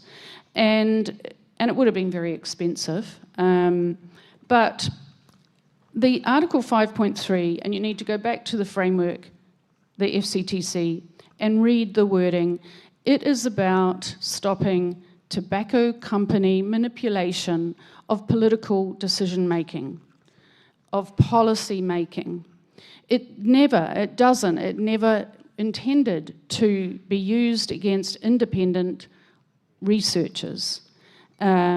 And so what they have to do is attack our independence, that we're not independent, that we're funded by industry. And they say it, even to Colin, and you've not been funded by the Foundation for a Smoke-Free World. And the Foundation for a Smoke-Free World was set up as a charity, 301 in the States. They are not allowed to. They would lose their charity status if they worked for their donors. And so that's one level. My lawyers looked at it all, and I believed that they were independent. And then they have a contract with me, and they don't have any say over. They don't see my results. They didn't conceive of the study idea. They didn't have any say on my methodology. My work was independent. It was like, in fact, in some ways, I had more independence than I did when I was an academic. Because when you're an academic, you're an employee, and all the work you do is owned by the company. And I've definitely had, academic administrators come and say, you're going to launch that research where? No, we won't. We'll pull your funding. So I just wanted to say with independence, the Article 5.3 is being misused by SRNT, by academics. They're rewriting the meaning of it. This is what they do all the time. They manipulate meaning and the narrative.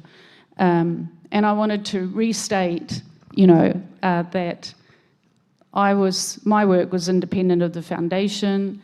I got a grant just like I did from a Health Research Council or anyone else. I did my work, I published it. They don't see it until it's published.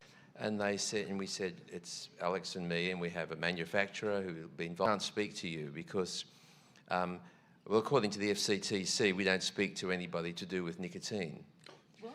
Yes, I know. And we went back to them with expert advice about what actually is the FCTC, along the lines of what you said, and how it's irrelevant to vaping companies. And eventually they said, well, look, that's our policy. You need to speak to the Department of Health. We can't speak to you about even about a recycling program for vaporisers because that was a breach of the FCTC. So unfortunately they used that as a way of engaging, and that was very distressing. We just gave up on that. We could see a long battle ahead. It is interesting how the lines have been redrawn over recent years. So I think there were a couple of questions. Do we have microphones? There's a question down at the front, and then Mohammadi. If you could just introduce yourself. Yeah, that'd be great. No. Start talking, they'll turn it on. Sorry. Rebecca Taylor from the UK. So just based a bit on my experience in women's health, which is completely different, there is a problem with the research that is not funded. So in women's health, tons of research on fertility, very little on endometriosis because the money's not there. So I wanted to ask the panel, what do you think in terms of maybe the important research that is not getting funded?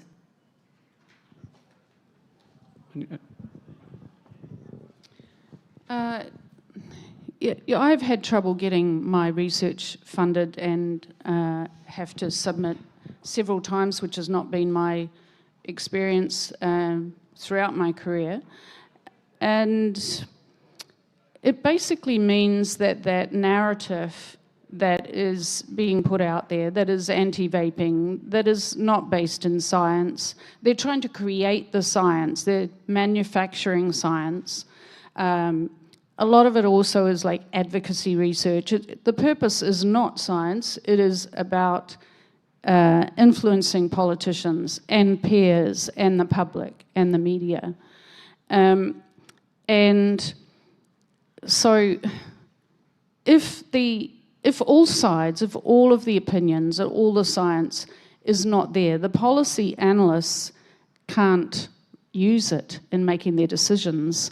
So they're going to potentially overlook unintended consequences, either any consequence, positive or negative consequences of things in that policy analysis process, and they're likely to, they could make the wrong decisions. And as we all know, this is happening and people are going to die a lot earlier than they had to. You know, dying from a smoking-related illness is preventable. It's one of the public health problems and challenges that is completely preventable, and it's being prevented. You know, we're being prevented from preventing it. And can I just kind of ask again, sorry, to the lady that asked the question, is the challenge that you're facing getting funding to do independent academic research that supports harm reduction? Or what is the challenge that you're facing? I'm not personally facing this challenge. Okay. I just wanted to ask the question, do they think there is research that is not getting funded because of this situation? I see. So, yeah, I'm actually doing a job at the moment that's completely unrelated to, oh, right, okay, to I understand. Thank you. Mohammadi, I think, and then the gentleman at the front. Yeah, hi. Mohammadi Sarkar from Altria, tobacco industry scientist. So, a couple of questions, but before I pose the question, I just want to make a comment that I'm struck that I still get requests to review articles from journals that have banned industry research. And I find this just mind-blowing, and I oftentimes think about rejecting that and just saying, do you really want me to review because you don't think that I'm capable of enough to do good research to be published in a journal? But that's besides the point. I would like the panel's point of view on two things. One, the role that AI can play in getting unbiased, quick reviews, because I mean, I agree with you. I take my job as a reviewer very seriously, and it takes an enormous amount of time to thoroughly review and check and cross-check some of the references, etc. So whether AI in the future may play a role. And the second question is, any point of view on open access journals that are not listed in PubMed. And I've gone back and forth because the value of having a PubMed cited publication allows broader awareness, but open access like HIOS or F1000 may be suitable enough, but I don't know how many people would care to read for it unless they actually specifically look for that topic. I'm going to provide a quick response, and then I think Sarah will have a view. I think the whole PubMed listed thing does give you visibility. For example, the Public Health England OHID reports, NASEM reports, those kind of authoritative reviews of the health impacts of vaping. It does give you that that visibility of the work, which might otherwise get lost. Other reviews, such as Cochrane, I found, they kind of ignore that and they dig a bit deeper into other journal indexing systems. But it is I write papers for manufacturers all the time, and it is something I constantly try and push, get it in a PubMed listed journal because you have that visibility. But maybe, Sarah, you have a view on non-PubMed journals. Well, I mean, a lot of newer journals are trying, they're in the process of getting PubMed listed. And my guidance would always, I wasn't really thinking about it from that perspective, but if a journal is owned by a reasonable publisher, so I'll always go back and see, well, who's behind this? What sort of organization's behind it? So Taylor and Francis acquired F1000, so in time, they've got, they're quite strong. They should be able to get it listed in PubMed, so it may come in time. But I think that when you're asked to referee for journals that don't consider tobacco-funded research, I think that's a great opportunity to open up a dialogue. And maybe it's an administrator that's asked you that question, but I would push back and try and get a more senior editorial person and sort of say, I've got limited time to referee. I'm not... I want to open up a dialogue. If I do a lot of refereeing for your journal, I want to open up a debate about whether or not this journal should change its policy. How much are you relying on tobacco industry scientists like me and expertise like mine? It creates an opportunity to have a conversation. I think it would be really worth doing that, especially if it's happening a lot. I've done that. You have? Yeah. That doesn't make a difference? Oh, that's a shame. I put in the box, well, you won't publish my work, and I'm very busy. So no, I'm not going to review. I wanted to speak to your point about AI, and Springer just did an internal sort of survey of editors. What did we think about, the future of using AI? And I wrote quite a long response. I get it's so frustrating. It's a lot of work. Especially poorly written articles. I spend, they might have a really good point to make, but it's just really poorly written. And I'm like, please use AI. Even I want authors to use AI, except many journals now have a policy about AI, and you have to declare if you've used AI in any way. However, using a Grammarly or a PaperPal package just to help with grammar and picking up sort of spelling errors, that's not included in that. It's if you're using AI to do your analysis, then you must declare what you've done. So I wrote that, yes, please, why don't you use AI and run programs through it before you send it to editors. And then we're left to do work that AI packages can do like that. And I can't do it that fast.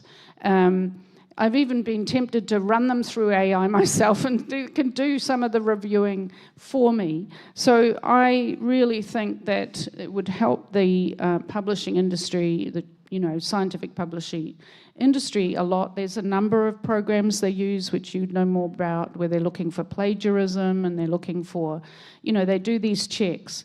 But I mean, I think that authors should be encouraged to use a PaperPal as one of the AI packages, and there are many. Even ChatGPT can, and there's so many AI packages now. You can say, write my abstract, and in 2 seconds, 3 seconds, it's given you a draft abstract, and then you can edit it and put it in your own voice. But that's frowned upon, isn't it, Sarah? Well, I think the publishing industry is grappling with AI, and so various bodies like the European Medical Writers Association, the European Association of Science Editors, STM, which is the big sort of industry body for all the big publishers, they're all grappling with this to try and come up with a set of standards to make sure that things are fair and well disclosed. So I think it's still very early for publishers to have come up with what those new set of rules are in this changing world, but it's a key thing they're working with. Yeah, just to add to that, Mohammed, I have seen an instance recently of AI being listed as an author on a paper, and I do wonder whether that meets the ICMJAE guidelines. But it is being increasingly used. We have a question, the gentleman at the front here.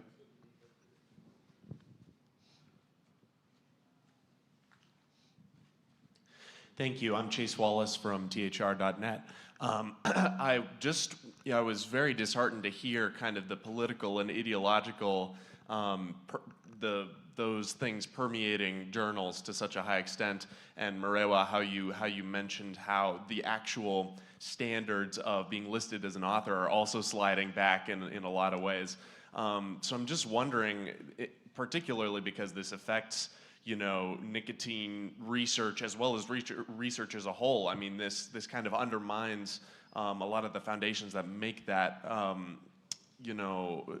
make it so that it can be trusted at all. How do medical professionals and policymakers combat that in research journals? Because oftentimes those are where everyone's getting their data. So who can, regulate that? Who can change that? I think that journal editors need to watch out for it. I mean, I have asked authors that have submitted a paper and, they have 100 authors or whatever. They have a lot of authors. And sometimes I'll say, were that many authors needed? And why are there so many authors involved? And it's the paper, that you wouldn't have needed that many authors to do it. And I think some industry papers do that as well, but academics do it as well. So I think editors can do it. I think that people should complain to universities about papers that are being written by their academics. And it's not just complain to the journal, probably that doesn't go very far. It's a big system, but people are being attacked are the recipients of very unprofessional behaviour by academics. They are in breach of their university handbook. There are rules about academic professional behaviour, and they are absolutely in breach of that.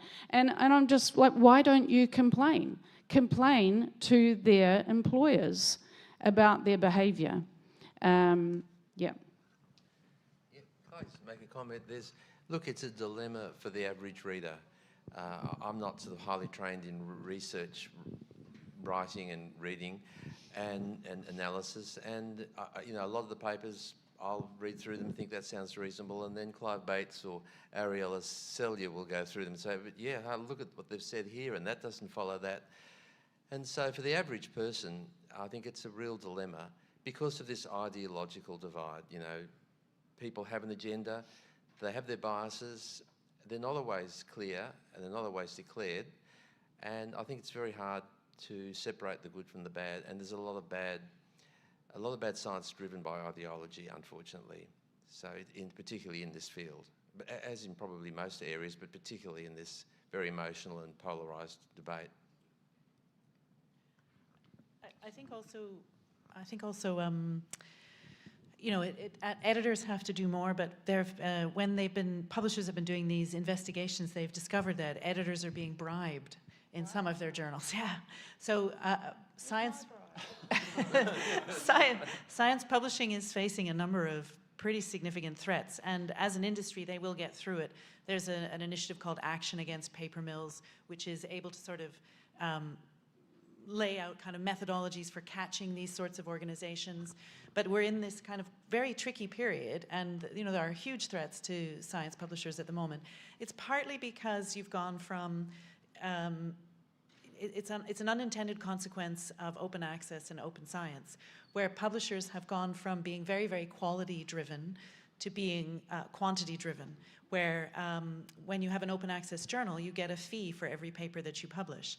And if you have bad actors, so predatory journals or predatory publishers, they're just in it for the money. So Biomed Central, which was one of the early open access publishers, they put so much effort into quality control, so much effort into quality control. And some of these newer actors don't. And so But now that we're moving to sort of being judged on success is based on quantity of manuscripts, publishers are now having to figure out how to kind of pull back from that and make sure that the quality aspects are taken care of. But it's a big problem. Can I just... Oh. Yeah, I just wanted to add not only, you know, there are paper mills. This has happened within university when they introduced this performance-based rating system of academics. And you know, they rate you. You get rated on how many papers you're producing and what standard of journal you've been, or is it in an international journal or a local journal? And so the whole commercialization of academia has led to them being paper mills. Academics have this pressure to publish, and they might not even have an idea. So there are as much paper mills now as... I think as an academic in a past life, I certainly relate to that whole research assessment exercise issue and how it contributes maybe to some of these issues. Norbert, I know you've been waiting very patiently. Yes, I have a question about the use of AI. If you want to use AI anywhere, especially to promote science independently, how do you ensure that the training of the AI is independent, as we can see from the recent failure of the Google AI, when they produced absurdities that are totally off the rails? Yep, very, very good question. Given that we're talking about independence, and when you start using AI, how does that impact your independence? I would only suggest using AI as a tool. It can do some things very, very fast, like looking for, you know, spelling mistakes, grammar, how can I shorten a sentence? Many of these packages suggest you could say it this way, so turning it into passive, from passive to active wording.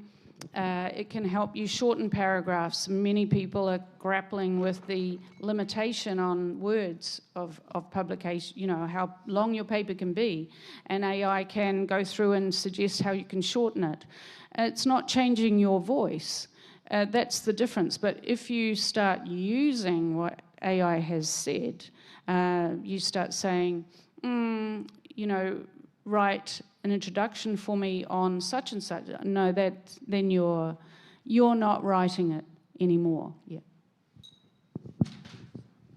Thank you. I'm kind of conscious that we're 5 minutes to lunchtime for everybody, so I think we're going to start wrapping up. And I think what I'll ask each person to do is just give a very quick view of, you know, kind of what we've learned, what we've discussed today. And I think my own takeaway is one that there are consumers here that we, you know, don't often think about, and those are the people who need to try and grapple with the, you know, the science, whether it's independent academic or whether it's tobacco funded, but they're increasingly being faced with the slightly more powerful independent academic view, which is potentially an anti-tobacco harm reduction. And the second thing I think is it's complex, it's not easy. You know, there is an element of mistrust of industry data, and I think it seems to me that that's being, the lines, as I mentioned earlier, are being redrawn, and these rules are being applied to consultants in the space, to e-cigarette manufacturers who are completely independent of big tobacco, and maybe that can't be beneficial to consumers and to tobacco harm reduction moving forward. As I guess a wrapping up, I think that there is a real need for more papers that use a discourse analysis approach. We need more critique of papers that are written. Science is supposed to be about that. You put it out and other scientists will critique it. But so if you have the skill of discourse analysis, this is where, and people who submit to Tobacco Section Harm Reduction Journal would have experienced this, words are very important, each word that is used. And I'm looking at the words that people use. So one of the principles of harm reduction is person-centered language. And I am very picky, as some people know, about I want this in person-centered language.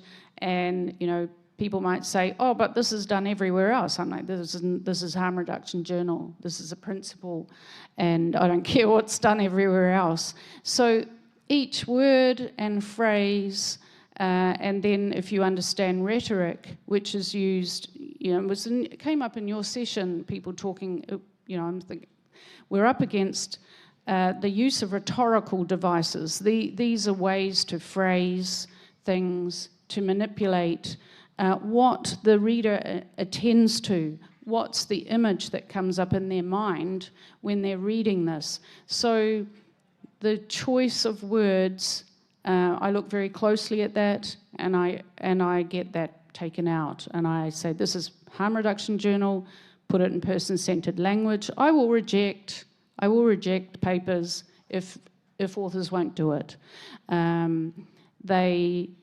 So it's the anti-vaping, anti-harm reduction literature is full of rhetoric, vague, I also pick up on that, vague terms. If you have a vague term, and politicians do this all the time, it leaves it for you, the audience, to input your meaning. Oh, I think they meant this. It's a manipulative tactic, and I don't think that scientific authors should be using any rhetoric or any manipulation in their writing to manipulate the reader's digestion of the science. Very, very briefly, I have hope that an industry that is regulated highly produces very, very high quality research with a high degree of research integrity. So I hope that will stand us in good stead in the long run.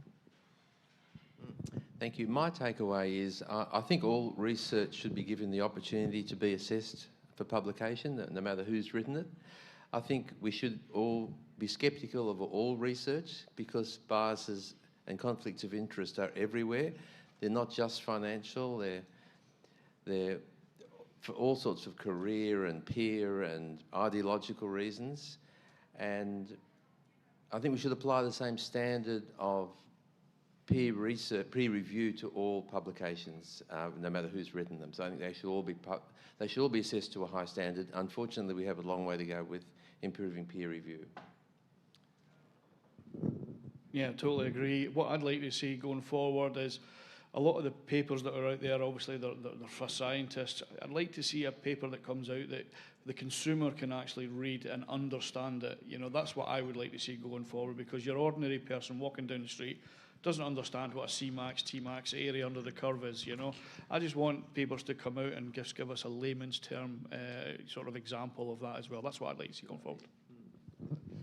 Well, thank you, everybody. Thank you to my panel. Really appreciate their time. Really appreciate your attending, listening, your questions.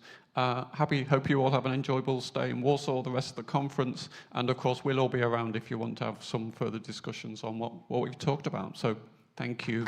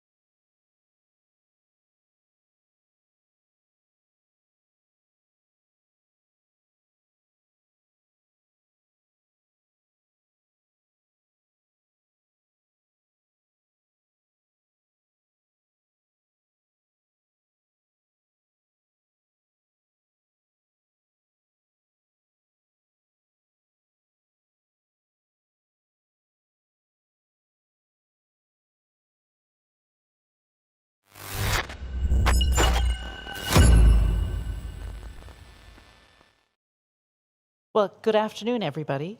My name is Sarah Cooney. I'm a scientist and an independent science engagement consultant, and I'm pleased to be hosting one of the live commentary sessions today.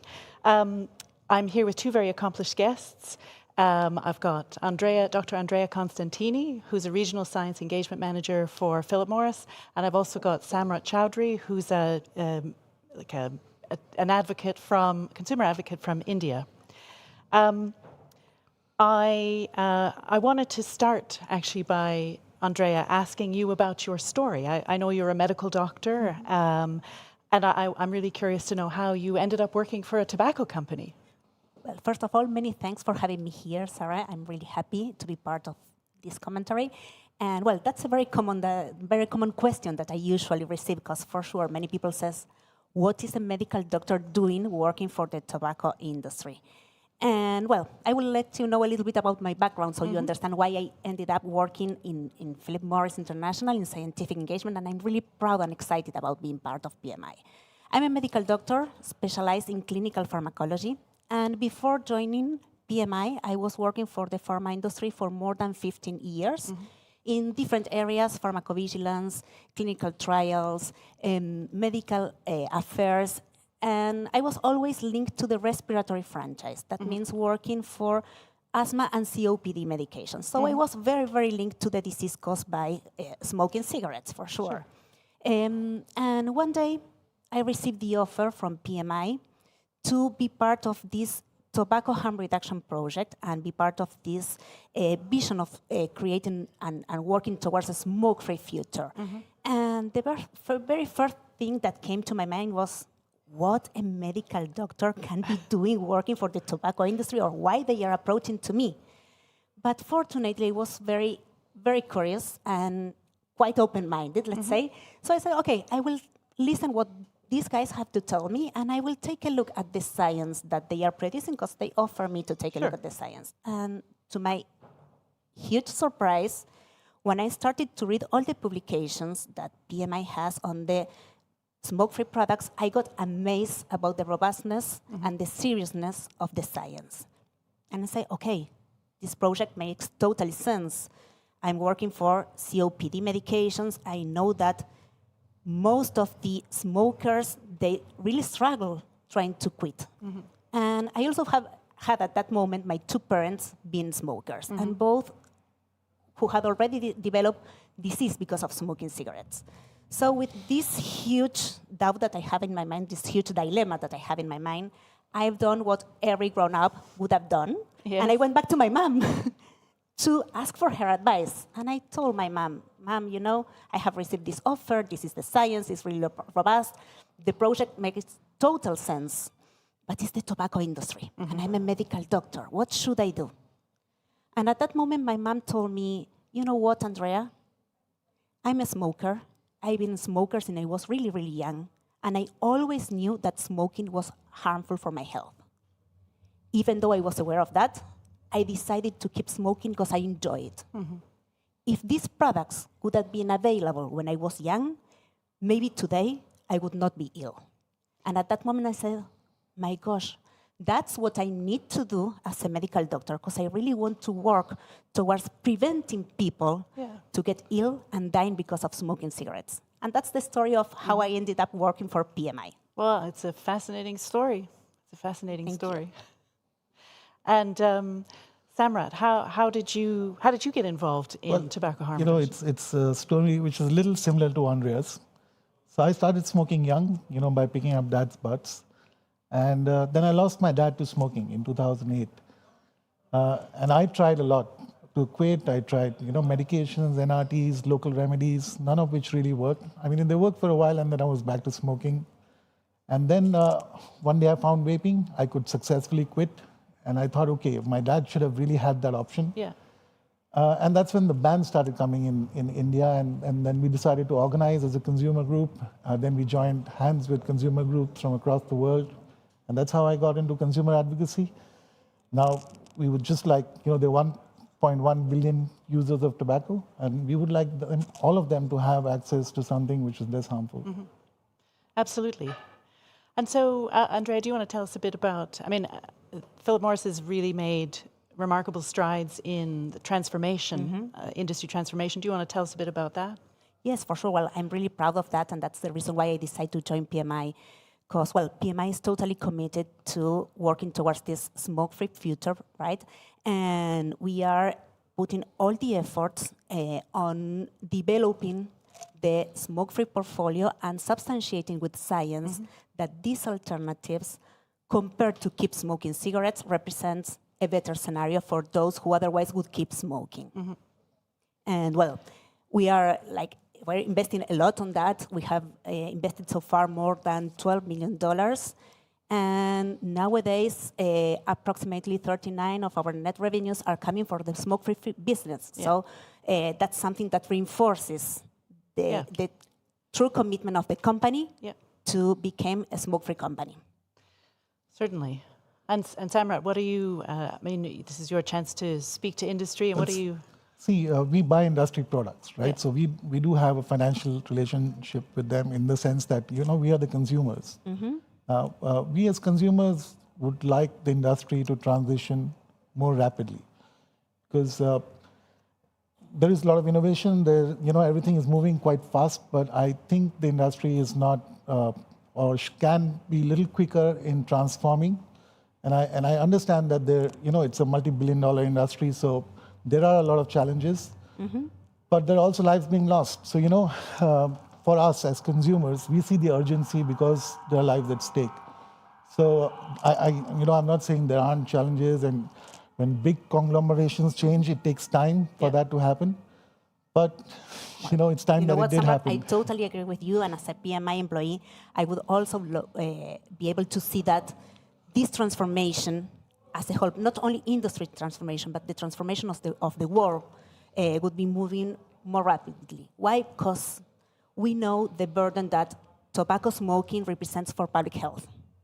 And we are all working towards having tobacco smoke not to be anymore one of the main risk factors to develop smoking-related diseases, right?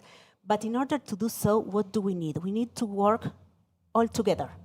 Sure. We need to work the industry with the transformation and the investment to develop new, innovative, and better products for those who otherwise would keep smoking.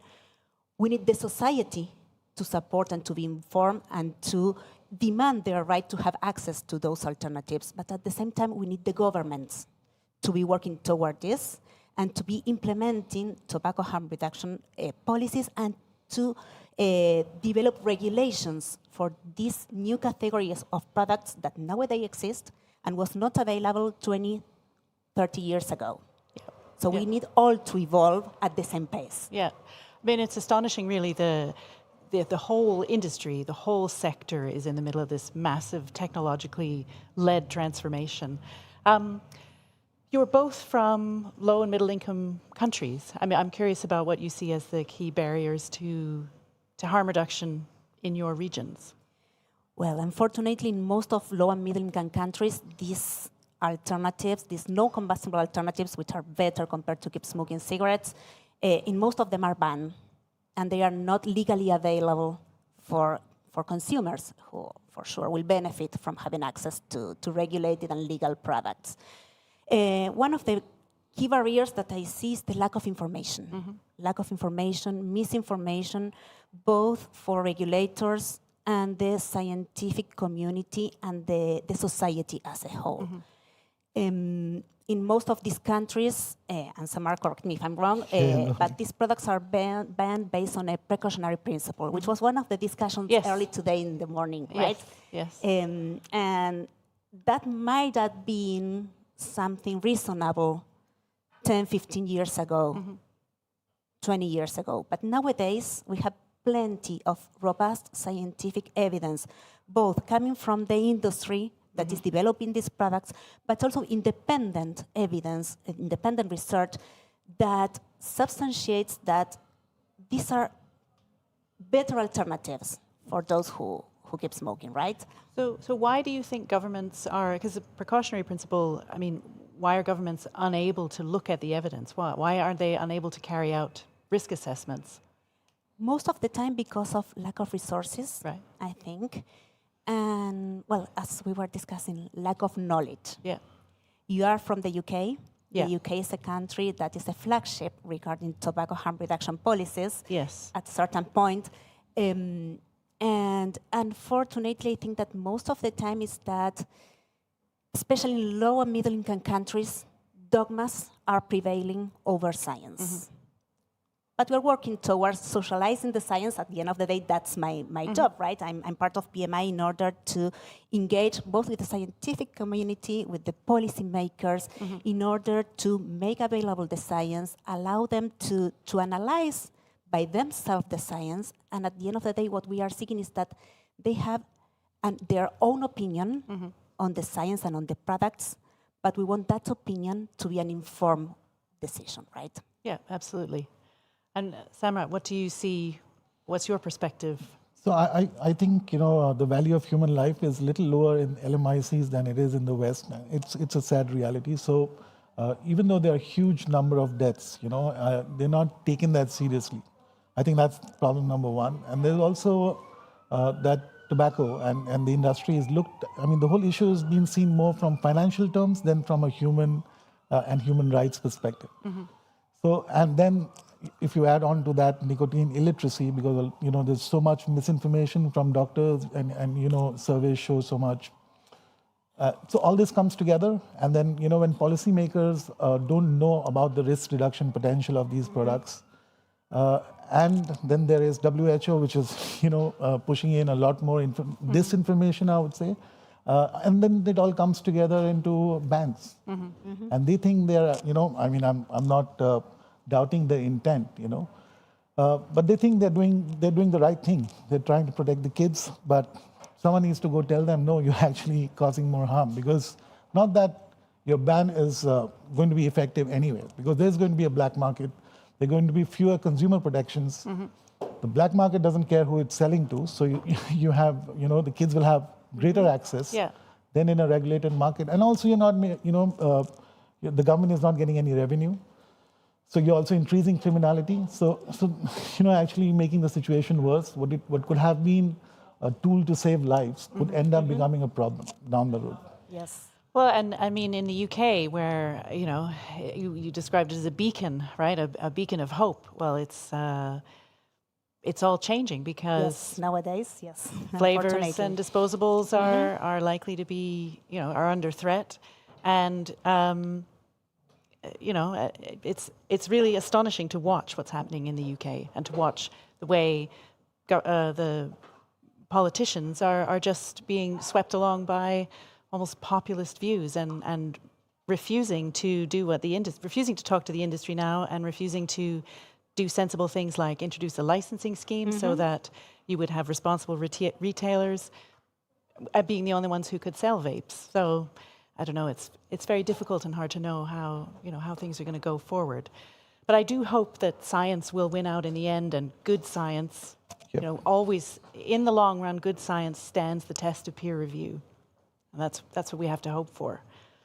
But how have you found the conference? What have you enjoyed the last few days? This is one of my favorite conferences, to be precise, and to be honest, because this is the only one that brings the different parties all together. We have the consumer voice, we have regulation, but we also have the industry being part. And I think that that's something key. If we really want to change the world where we live, we all have to have a voice in this discussion. You cannot keep industry apart from this huge change.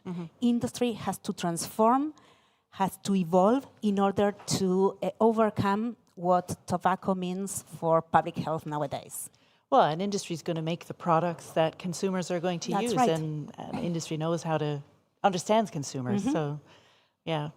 Yeah, but I would like to make a point there. I think the industry has a lot of information on consumer behavior, and I think it could share some more information and be a little more transparent on that front, which would help people like us, who are advocating for these products to be more confident with data, because there is not much research happening. We cannot get, institutional research is not happening on how consumer behavior is transforming.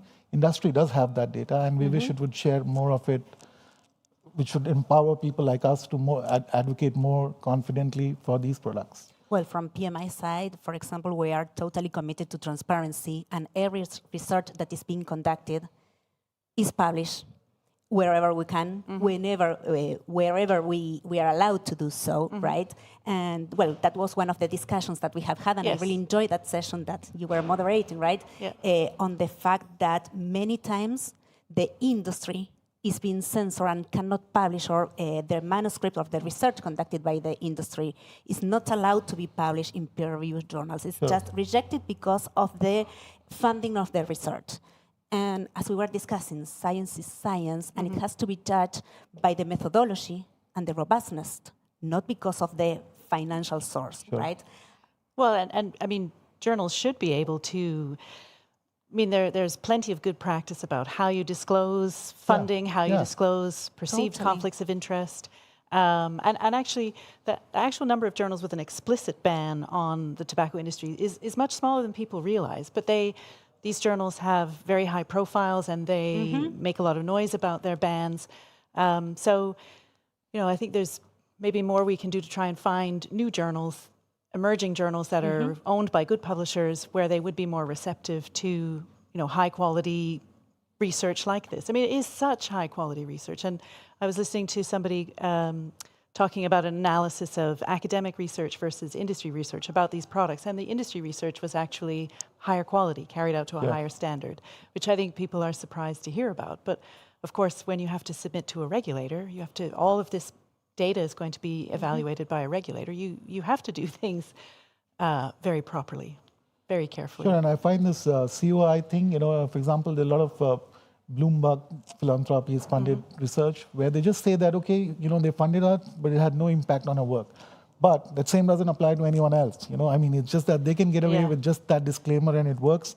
Why should it, you know, because they have taken positions. So if that is not COI, then why is this? You know, why you're not evaluating research on its merit? And that will help everyone. And you know, if someone is making those products, I think they have a legitimate right to research and publish research on it, which everyone else does in all across the world, you know, over different industries. So why not the tobacco industry? And also the society has the right to know about these products, be informed, and make their own informed decision, their own informed choice for the benefit of their health. Honest information. And I mean, journals really should be, and publishers should be taught about the conflicts on the other side, which on the other side as well, right? Yeah, and they fly, you know, and then there's a lot of pushback that we have had to, you know, because they've been attacking individuals, right? Which I think is against some research principle that you shouldn't do that. And, you know, so there's a lot of gross violations happening on the other side, which go unnoticed.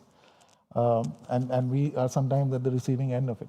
Yeah, it is. Well, I mean, I've been mentioned in a newspaper article last year for the first time, and I was quite shocked and taken aback by this. And it was completely unfair, but there was very little I could do about it. Just hope that it was tomorrow's fish and chips paper rather than.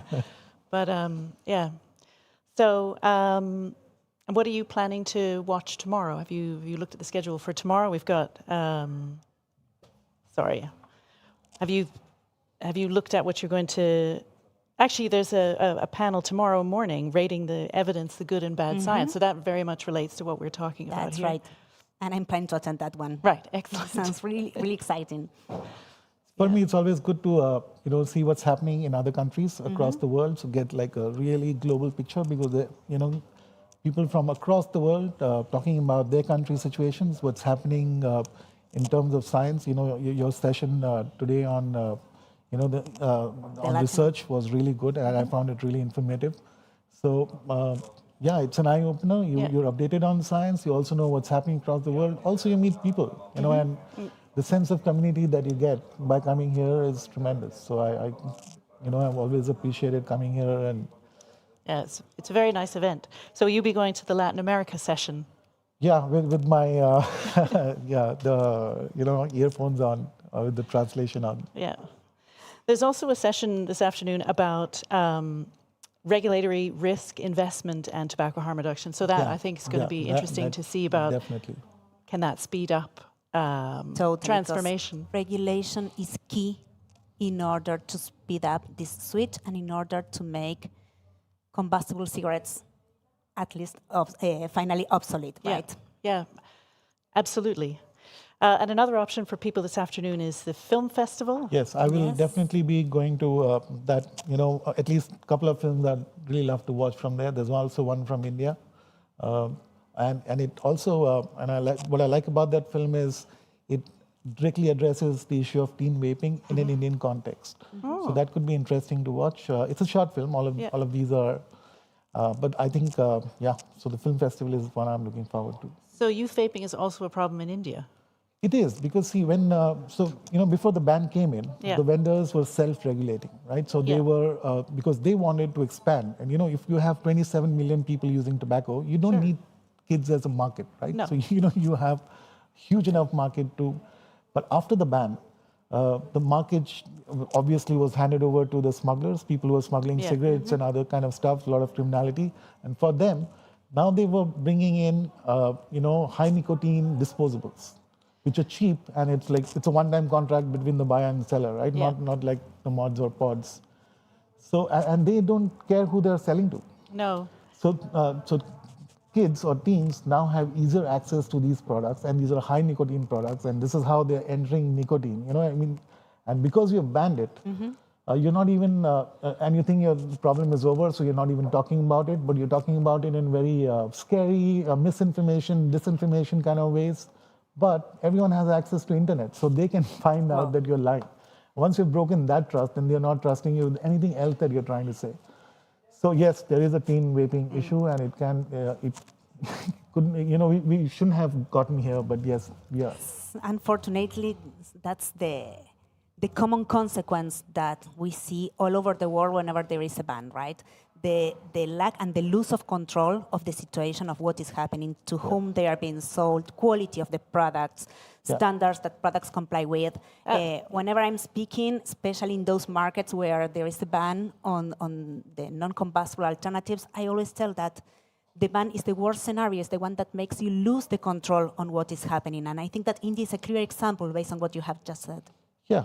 And we don't know what's in these products, and because they're smuggled, it takes a long time for them to land in the hands of the end of user. So if it's 1.5-year-old product, what conditions it's been through, there's nicotine in it, it's just disaster waiting to happen. Also, from a consumer's perspective, consumers now have no protection because they're buying something which is already illegal. Well, and I mean, it's this, although, the vaping products have been legal in the UK for a long time, it's the youth problem has arisen from exactly the same sorts of thing. Illicit products that are non-compliant, that are flooding the market, and irresponsible retailers that are selling them. But the UK government doesn't really want to talk about a licensing scheme for retailers, and that would solve so many problems all at once. The trading standards don't have enough. And from what I gather, the UKVIA, they want this licensing scheme. Like it's the vendors who are saying we want to be licensed. Absolutely. That's just crazy. Because it's the responsible manufacturers and the responsible retailers that recognize that their business is under threat from irresponsible players. I think that the day we all understand as a society, as a humanity, right, that the best way to protect population is with regulations rather than with prohibitions. Everything is going to be totally different. Prohibition never works. No, it never works. And this makes things worse, right? This could have been really life-saving.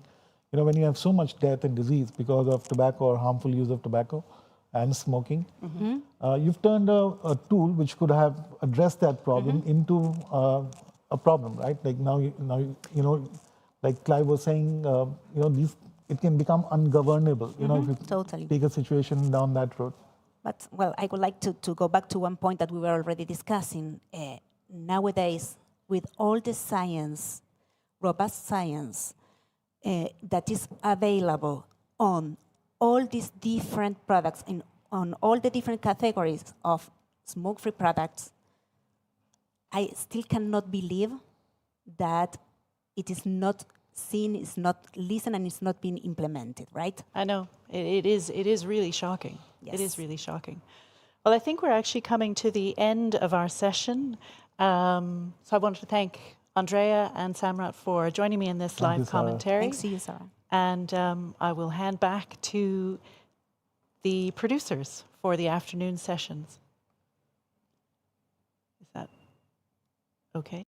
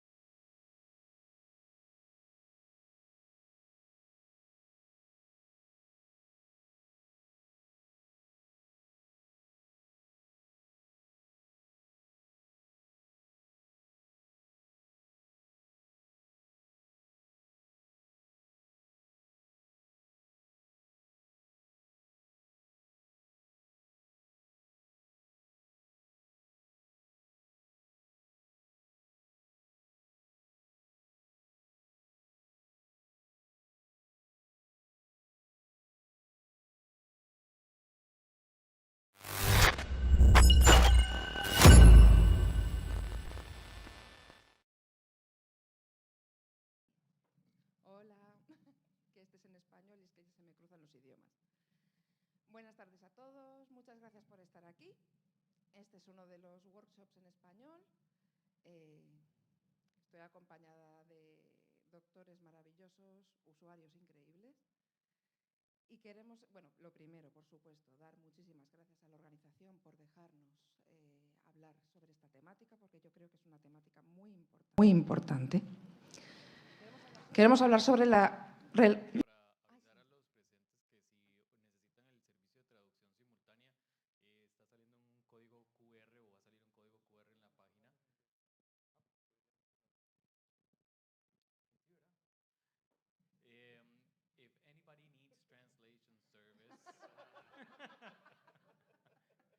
There's a QR code that is going to be appearing on the screen so you can download the app and access it. Thank you. It's okay. Bueno, la temática del panel básicamente lo que va a intentar es analizar la relación que existe entre los doctores y los usuarios a la hora de presentar la temática de reducción de daños ante la sociedad, los legisladores, etcétera. Cómo se sienten los doctores, cómo se sienten los usuarios y cómo hacer que todo junto funcione, que es lo más difícil. ¿De acuerdo? Yo quiero empezar con una... Voy a añadir algo. La gente que estáis en el público, la idea es que se participe, sobre todo si sois usuarios. No vamos a hacer turno de preguntas al final. Si cualquier persona quiere decir algo, que levante la mano, se le pasa el micrófono y que lo diga. Asking questions at the beginning, but but sobre todo porque la idea es que interaccionen doctores y usuarios. the idea is for you to interact. We want you to and you can communicate what you're thinking at that time. Pero es una cosa que a mí personalmente siempre me ha causado una grandísima curiosidad. This may sound naive, but this is a great curiosity that I've had. Whenever you have to present the arguments for damage reduction against the media, against society, what happens, and it happens all the time, is that it's never recommended, or it never happens for doctors and consumers go hand by hand, hand in hand. Why do you think that happens? Can you go into that, please?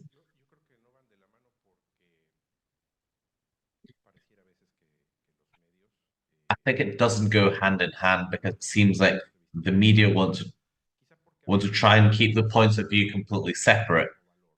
Sometimes because the opinion of consumers isn't valued as much as the doctor's opinion. Irrelevant of the knowledge they might have of the product, or and the only thing that seems to be valued is a title to, which makes sense. But in this sense, there's no synergy between what the medical community wants to say and what us consumers want to say. To take this further, what Tomas says further, they shouldn't be two separate issues. It seems like doctors in general don't have the possibility of talking positively about harm reduction. And it's us that tend to talk about harm reduction as it saved our lives. Thanks to God, there's not many doctors. There are some doctors like me who prioritize in this topic the knowledge that users have, because thanks to their own merit, they've investigated, and many times they know a lot more than some of my colleagues. In my particular case, I'm a consumer, I'm a user, and I'm also a doctor. So I have that background and that capacity of having empathy for consumers. Why? Because the consumer is a patient. So I can't not have empathy with the illness that this patient has, with his pathology. So I think that many times with some medical issues, doctors look at patients from an elevated position, and nowadays in medical practice, it shouldn't exist anymore. Because when I lose this contact with my patient, I lose chances to be able to give him a new opportunity or to look for a good solution with my patient. I can be a great doctor. I can be brilliant. But if my patient doesn't understand what we want to do, I'm the worst doctor that exists. To be a good doctor, I need to have a good patient.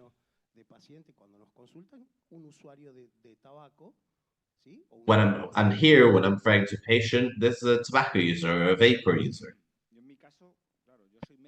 In my case, of course, I'm a doctor, but I'm not a user. So the way that I had to look at patients varies a lot from the perspective of a doctor. The smoker, the drinker, an obese person, a depressive person. There are many patients that are given a tag, and it's very tough from a medical point of view to eliminate this tag. If he smokes, well, stop smoking. If he vapes, well, stop vaping. If he drinks, well, he has to stop drinking.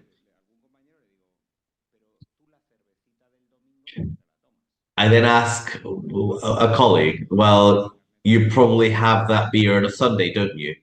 With a burger, which is processed meat and alcohol. And they'll say, oh, well, that's different because it's meat. But because the other things happen to a patient, well, it's supposed to be different. If I have to criticize us doctors, we have to read more. Not all doctors are interested in tobacco. It probably interests a very small proportion of doctors. The rest of them just know the basic things, which are the 4 things that are directed by certain scientific societies. Fundamentally, pneumologists, which have that total control on an area that they think belongs to them. When one of us wants to go into this field, such as a surgeon or an oncologist or a cardiologist, their answer is that this is their field, that we shouldn't get involved. When you start reading and we have to study a lot, you notice that there's some theories that aren't backed up by science. So you're in the middle between the scientific society and the World Health Organization and the patients that demand the treatment. The effort that has to be done to calm down the society without being pointed with a finger and being able to treat your patients, a huge effort. And not everyone is willing to go through this. It's that simple. So it's a tough issue, but not because it's complicated we should stop participating in this. There's no bigger fool than someone that stops doing something because of the effects that it might have on them. If we keep adding small grains of sand, we want these channels of communication, just like you guys said. A lot of times, there are communities that trust the patient, just like you were saying about the relationship between the patient and the doctor. How can we create this positive relationship, this trust between them, for a user to be able to communicate properly with the information that we have as users, and users in general of harm reduction products that tend to investigate their issue? How can we be more effective in relationship with our doctors and how can doctors motivate people to find this information, motivate themselves to look for this information to reach a better solution? Well, look, from the point of view of the consumer, it wouldn't be negative to provide some information with small data input that the science already has regarding this. Just small bullet points, because doctors have very little time. We spend a lot of time treating patients, and you probably know that at home we keep studying, so we have very little time. If someone comes with an issue that doesn't really interest you or isn't particularly from your field, you need very few highlighted bullet points. On the other side, we shouldn't treat patients like they're crazy, saying that if he picks up a vaporizer, he's going to be able to do this. I've heard this. But I like patients participating in our world. They shouldn't lose the concept that they shouldn't lose the understanding that the doctor's still a doctor, that the patient's got a particular vision on nicotine, which might damage them, or even some studies nowadays show that it might have an effect on them. But doctors should hear patients. If you have any scientific information, yeah, go and give it to your doctor. And doctors should hear that, for example, you can reduce the milligrams of nicotine slowly to eventually reach zero nicotine. Yeah, it'd be great if between us to perfect this communication. Sometimes doctors use very complicated words, and they use such negative words that tell you that you're going to just sink and disappear.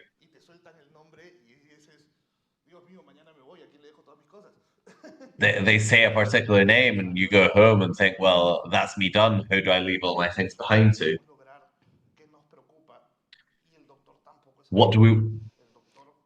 doctors sometimes don't know what we want to achieve, what worries us, and they can't guess. Tenemos preguntas del público. ¿Hay alguien que pueda ir So we have pasando el to. micro, porfa? No es lo suyo. So we have to involve them. There's a question from the crowd, so if we can reach a microphone there. Well, I'd like to give something, my opinion, which is slightly different. Thinking more about the users, not as patients, because users aren't always patient, and this is an important point. Sometimes what the user needs in this connection with doctors and science is information. Sometimes not just for their own case, but because we might be activists, we might want to help someone else, to be able to talk with people who want to convince you it's worse than smoking. Some people simply want to know, and this is an important point. Many times doctors see us as patients, and yes, sometimes we are, but sometimes we're just users. And my second point is that the role that many of us activists can play is that link between one group and another. And I say this in my own experience. That, for example, to give a simple example, if I go to a YouTube meeting between different users, I'm used as this connection between both parties. They know that I have contacts in both worlds. That's how I'm used, at least in this field. So it'd be positive to reinforce this point, reinforce this connection, and remind you that we're not always patients. Sometimes we're just users that want information. Well, for health professionals, imagine that a doctor and his environment when he speaks is either to another colleague or with a patient. And why do I say patient? Because if a user comes to see me, once he crosses that door, doctors refer to him as patients. He's not someone that just came to talk to the doctor. I have my own friends. So usually when doctors transmit their knowledge, they do it within their own environment, within their own tribe, to people like him. So it's tough for doctors to switch this technical and scientific wording to normal people. You need a different capacity to be able to do this, to be able to understand how I can communicate this information clearly without going into terminology which people on the other side might not understand. So, and this demands an extra work from doctors. Doctors are used to talk at congresses with other doctors, and we all have the same language. We also have to take this to the normal population. It becomes very tough sometimes. Y eso es lo que But nos what da happens dualidad a los que somos doctores y somos yo en mi caso is doctora that clínica. what's the duality that we have as doctors and users, Doctores y al mismo tiempo usuarios entender que en el lado de los that we usuarios can understand no se that on the side of users, un vapeador no smoker está doesn't enfermo. feel En ill, cambio, los a médicos los vapor ven isn't como thick, enfermos. but Yo doctors también do me see quedo them like con la this. definición de adicción y de dependencia. And that's because of the definition of addiction and Adicción a dependency. la nicotina. No, señor. Dependencia. Fernando mentioned an Una adicción es una addiction to adicción cuando te impide nicotine. llevar tu vida And no, normal. it's a dependency. An addiction is Nicotina an provoca addiction una when it dependencia, pero no te destruye doesn't tu allow vida, you no to evita carry tu out vida your profesional, life no te saca de normally. tu trabajo, But no te nicotine convierte en un doesn't exiliado do social. this. It doesn't not let you work. It doesn't Entonces, exile you from un society. fumador o un vapor nunca So a está smoker or a vapor y esas barreras first see muy difíciles de himself as pasarlas sick. de médicos a And it's usuarios. very tough to overcome this Carmen. barrier from doctors to patients. Sorry, Carmen, I wanted to say something. I've worked in the pharmaceutical industry, and doctors, when we talk about nicotine and addiction or dependency, because they don't make a difference between them,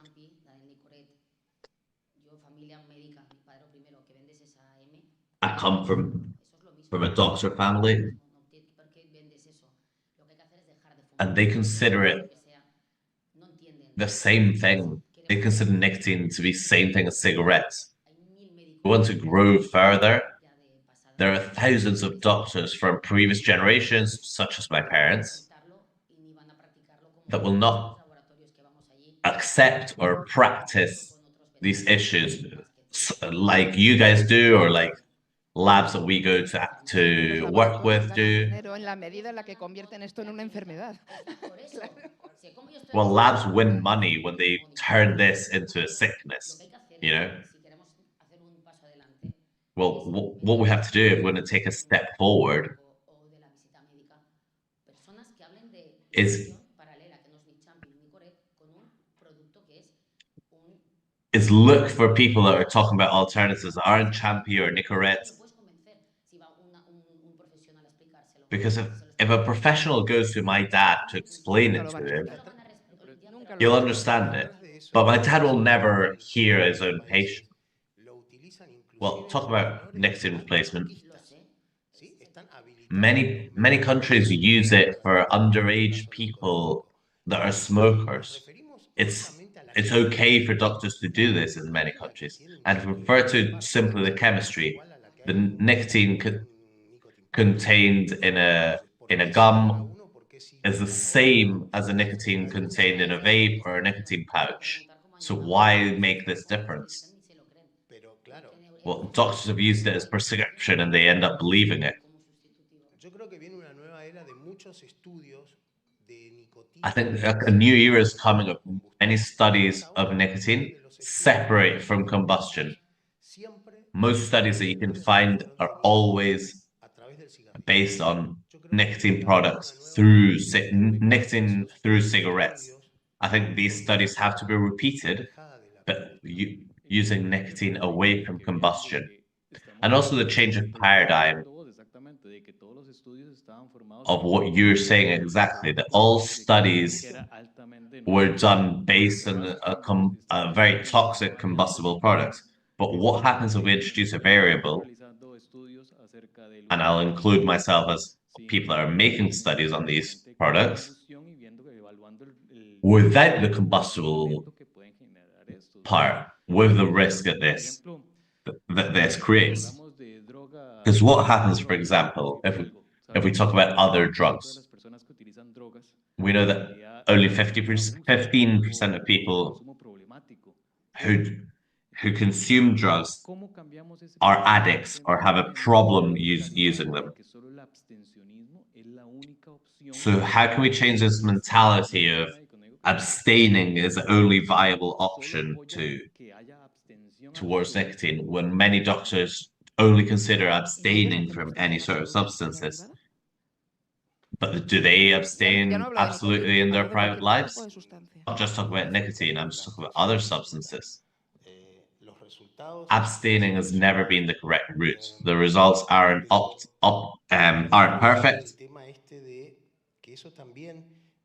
But let me introduce this issue, which also comes through misinformation, even amongst doctors. We're not a long time ago, there has been polarization of knowledge in every aspect, polarizing the society, economically, scientific, medically.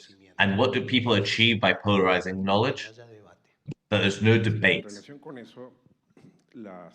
In relation to that, the campaigns of misinformation carried out by organizations such as the World Health Organization, the Mexican government, doesn't just have society as victims and consumers as victims, their parents. It also victimizes doctors and regulators. The issue for a doctor is that I suppose he'll trust World Health Organization if he sees that they talk very negative about e-cigarettes. He probably won't stop about why they're saying this. He'll just their example. And finally, I understand that the best possible results is for him not to smoke and not to vape. I understand this. But doctors have to have empathy of their patients, and they have to understand that not everyone can adapt to what the doctor wants. So, and a true doctor has to adapt to the circumstances of his patient, and remember that him, as a doctor, recommends not smoking due to the morality of the act, but due to the issues that tobacco causes. Once a doctor sees that the harm reduction product doesn't cause this, he shouldn't have an ethical or professional problem in recommending these products.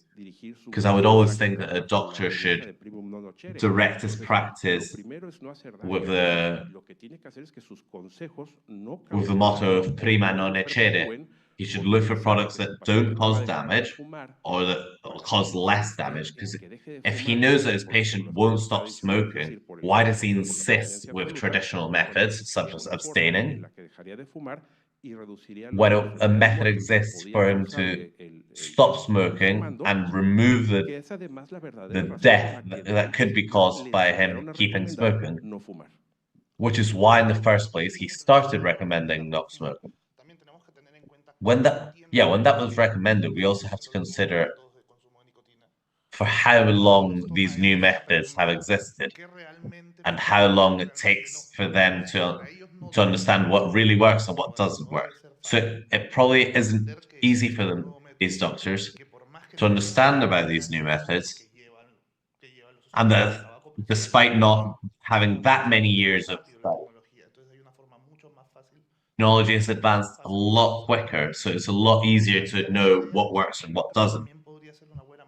Changing this idea could be a good way for doctors to understand that this isn't bad, it's just a different option. Well, exactly. Talk about what you're talking about. We all know that there are doctors and users, and there are doctors that are users themselves. I want to ask the users if you feel better represented by doctors who have gone through this process of stopping smoking for using vaping products, or by doctors who don't know about this process at all. Well, here we have two examples that make this answer more complicated, because in Fernando's case, despite not being a user, he understands us. But being realistic, most doctors that aren't users do not understand us, as he is as a sick, or someone that just doesn't want to stop smoking, which sometimes isn't true. We want to stop smoking, but we want to keep consuming nicotine, and sometimes people just can't leave nicotine. So it's very tough when you sit in front of a doctor who all he's going to say is, "Oh, this is damaging you. Stop smoking." But I need something that helps me, and he'll just say, "No, stop smoking, or if not, you're going to die." For many of us, it's almost impossible to leave nicotine. So if there's a tool that allows us to reduce the doses and remove certain risks, well, that'd be great. Some people don't know about these. Tell them that it's going to give you your nicotine, you can control the levels of nicotine, that's going to reduce damage. Why not?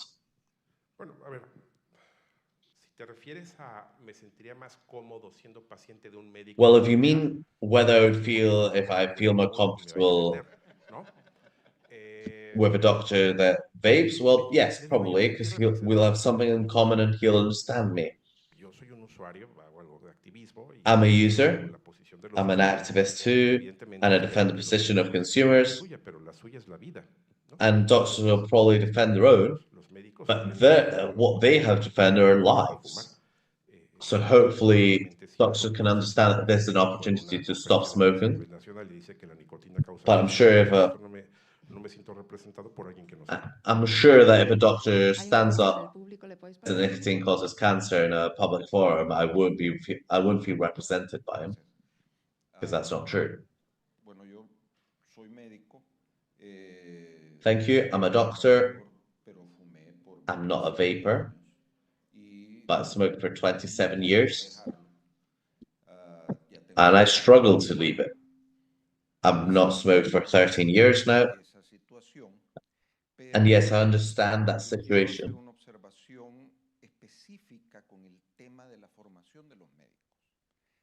But I want to say, give an observation about the education of doctors. The problem is that doctors see in our patients a set of organs that are walking. A cardiologist sees a heart, a pneumologist sees lungs, just walking on the street. And that's why our discussion and see in on this forum is focused on something afterwards, on everything that's happening on the 2 or 3 products, the consequences, when there's a humanitarian issue. Not in a romantic sense, but the human himself. This is something conduct-based, since our great-great-great-grandmothers 2 million years ago. The different states have come here to search for something that their brain demanded, which is a source of pleasure. This is a fundamental behavior, and doctors aren't trained in this issue. Not even neurologists, not even psychiatrists, general terms, of course. Neuroscience right now allows us to understand this.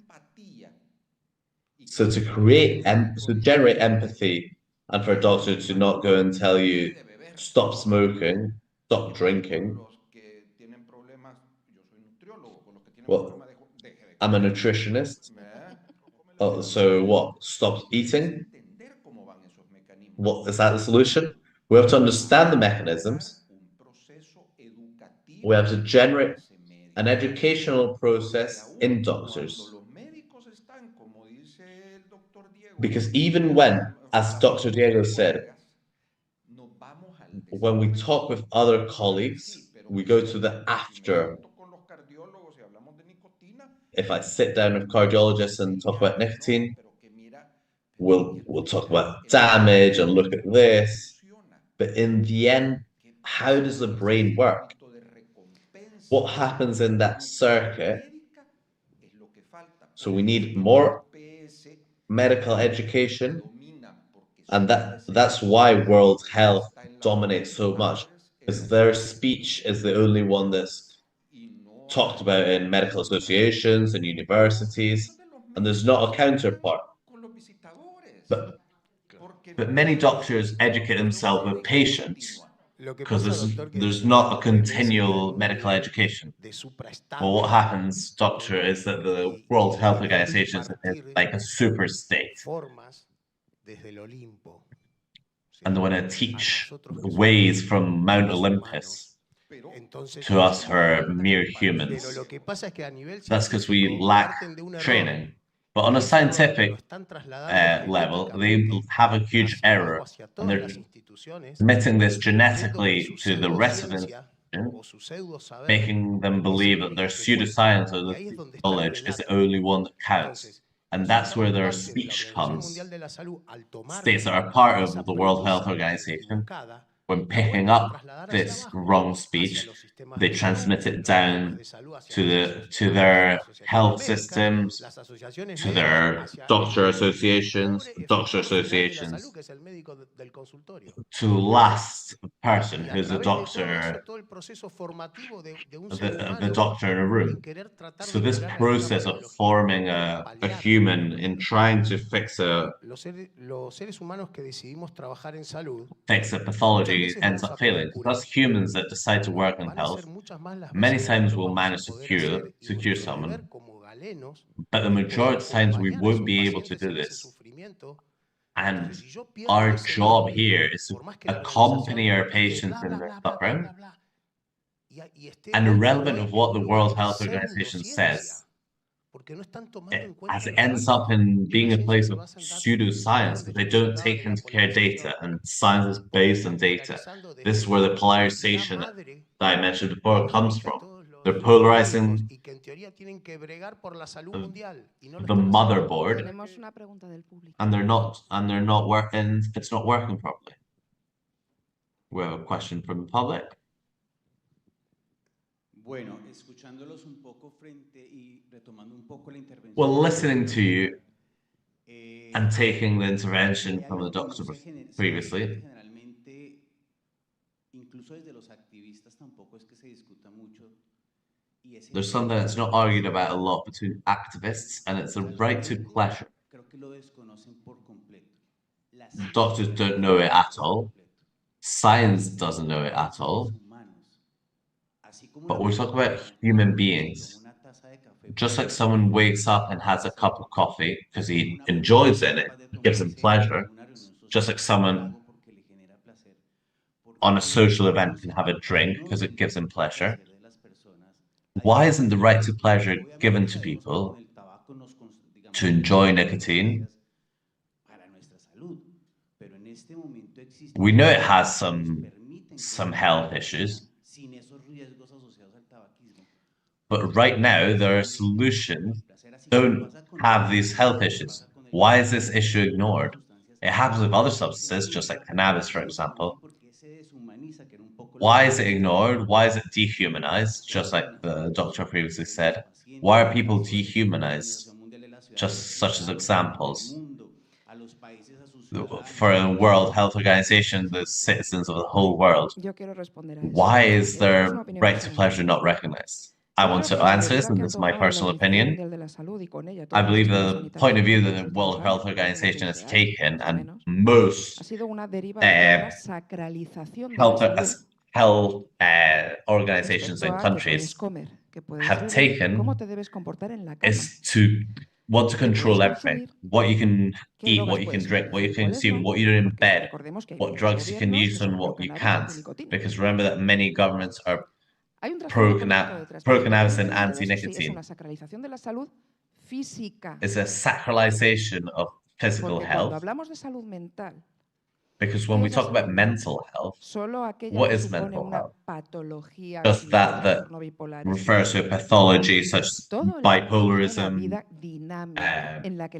autism. No, that's not true. People have a dynamic life, and positive things happen to them and negative things happen to them.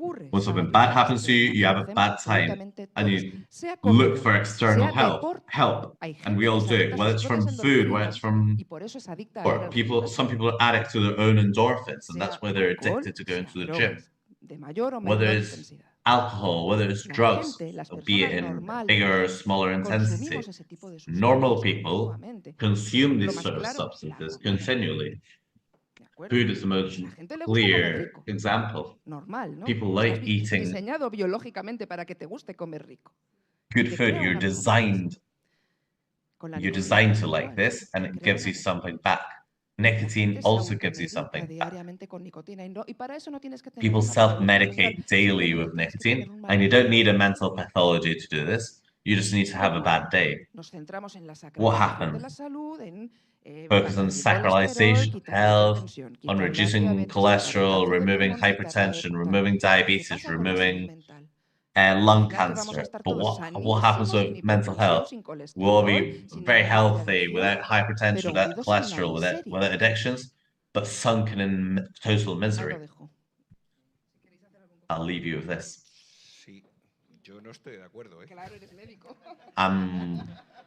I don't agree with you.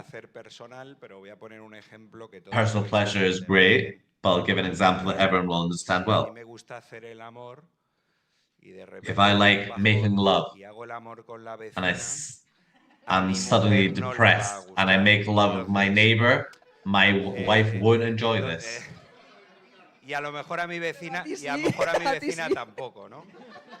And my neighbor probably won't like this either. What do I mean by this?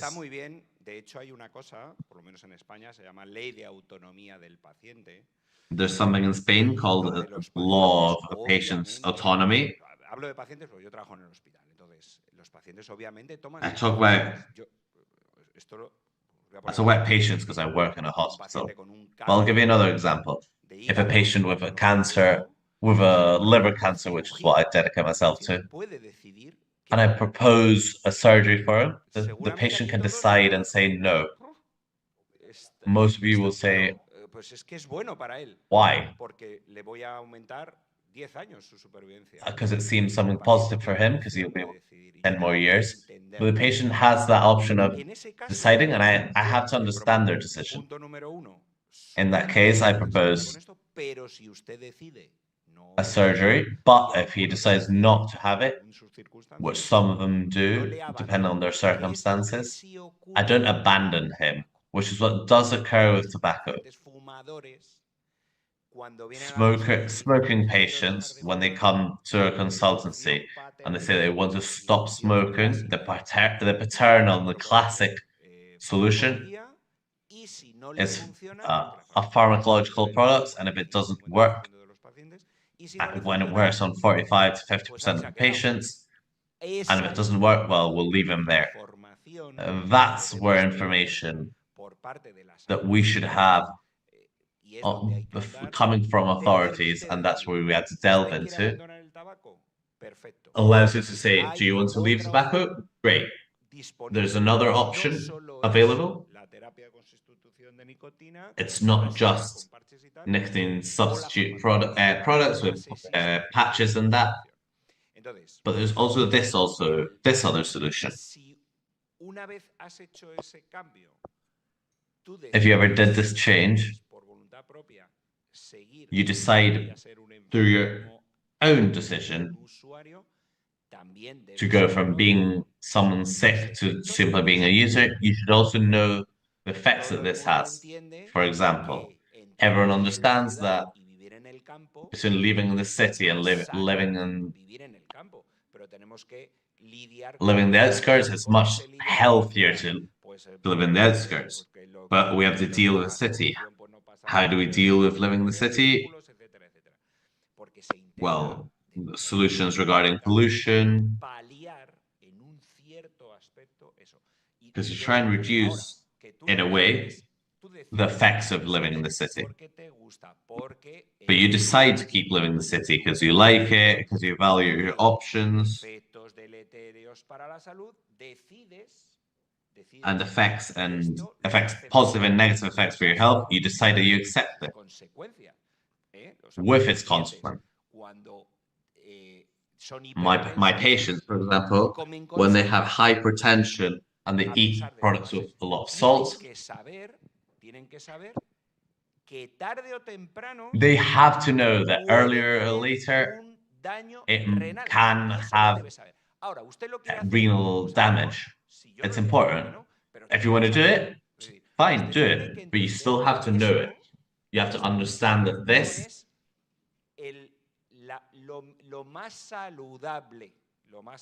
isn't the most healthy option for you. But if you decide to do it, go ahead, feel free. I'm not going to be at home with you. I was going to answer, but I'll let Juan Claude take charge.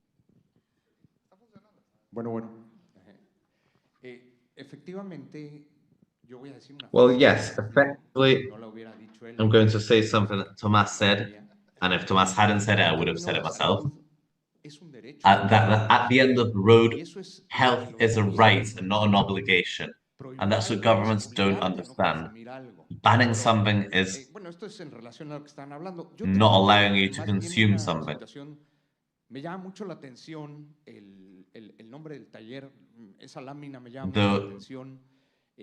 The workshop's name grabs my attention significantly. And I'm also attracted by the fact that apparently Jorge Palmes is Canadian. But I'll just focus on the title. If we started to rely, how can people believe us now, right? So the workshop's name is called Exploring Horizontal Relationship Between Doctors, Activists, and Regulators. And the doctors that are on the panel have already taught us that this doesn't exist. And the question is more focused for the doctors.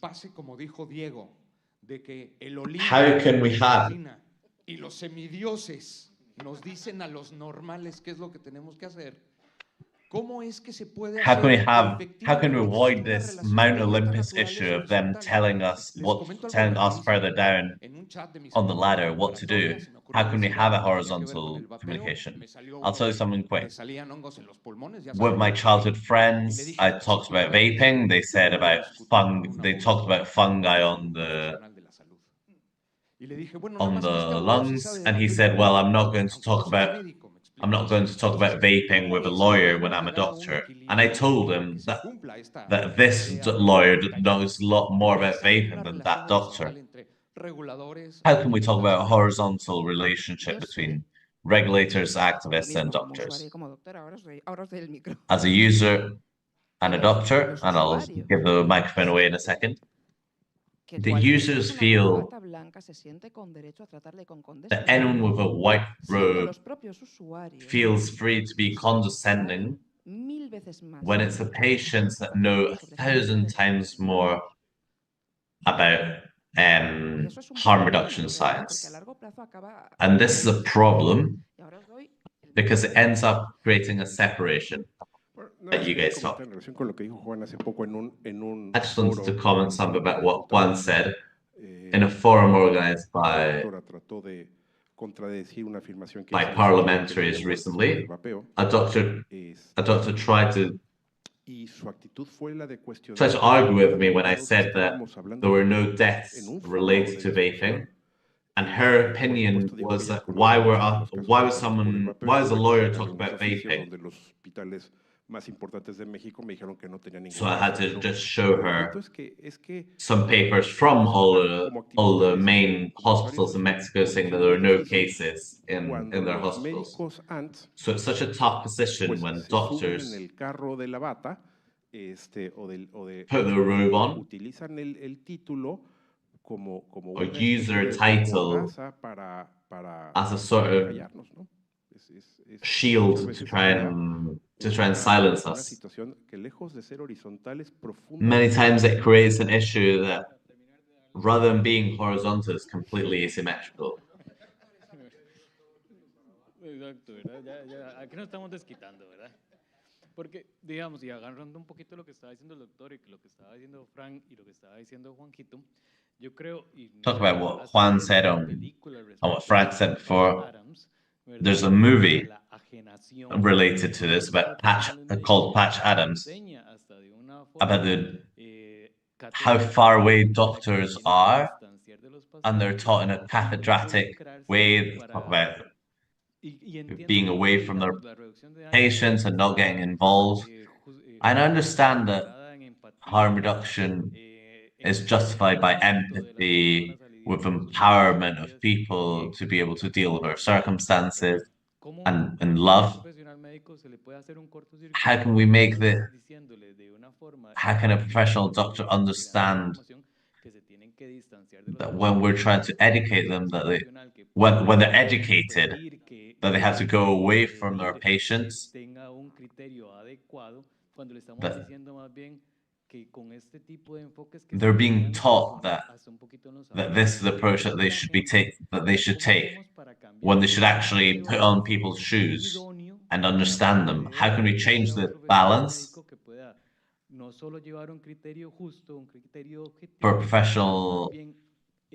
for a health professional to be able to understand all of this and understand harm reduction through empathy and through empowering people? Ya lo dijo ahí el colega, el doctor Wallace, muy claramente.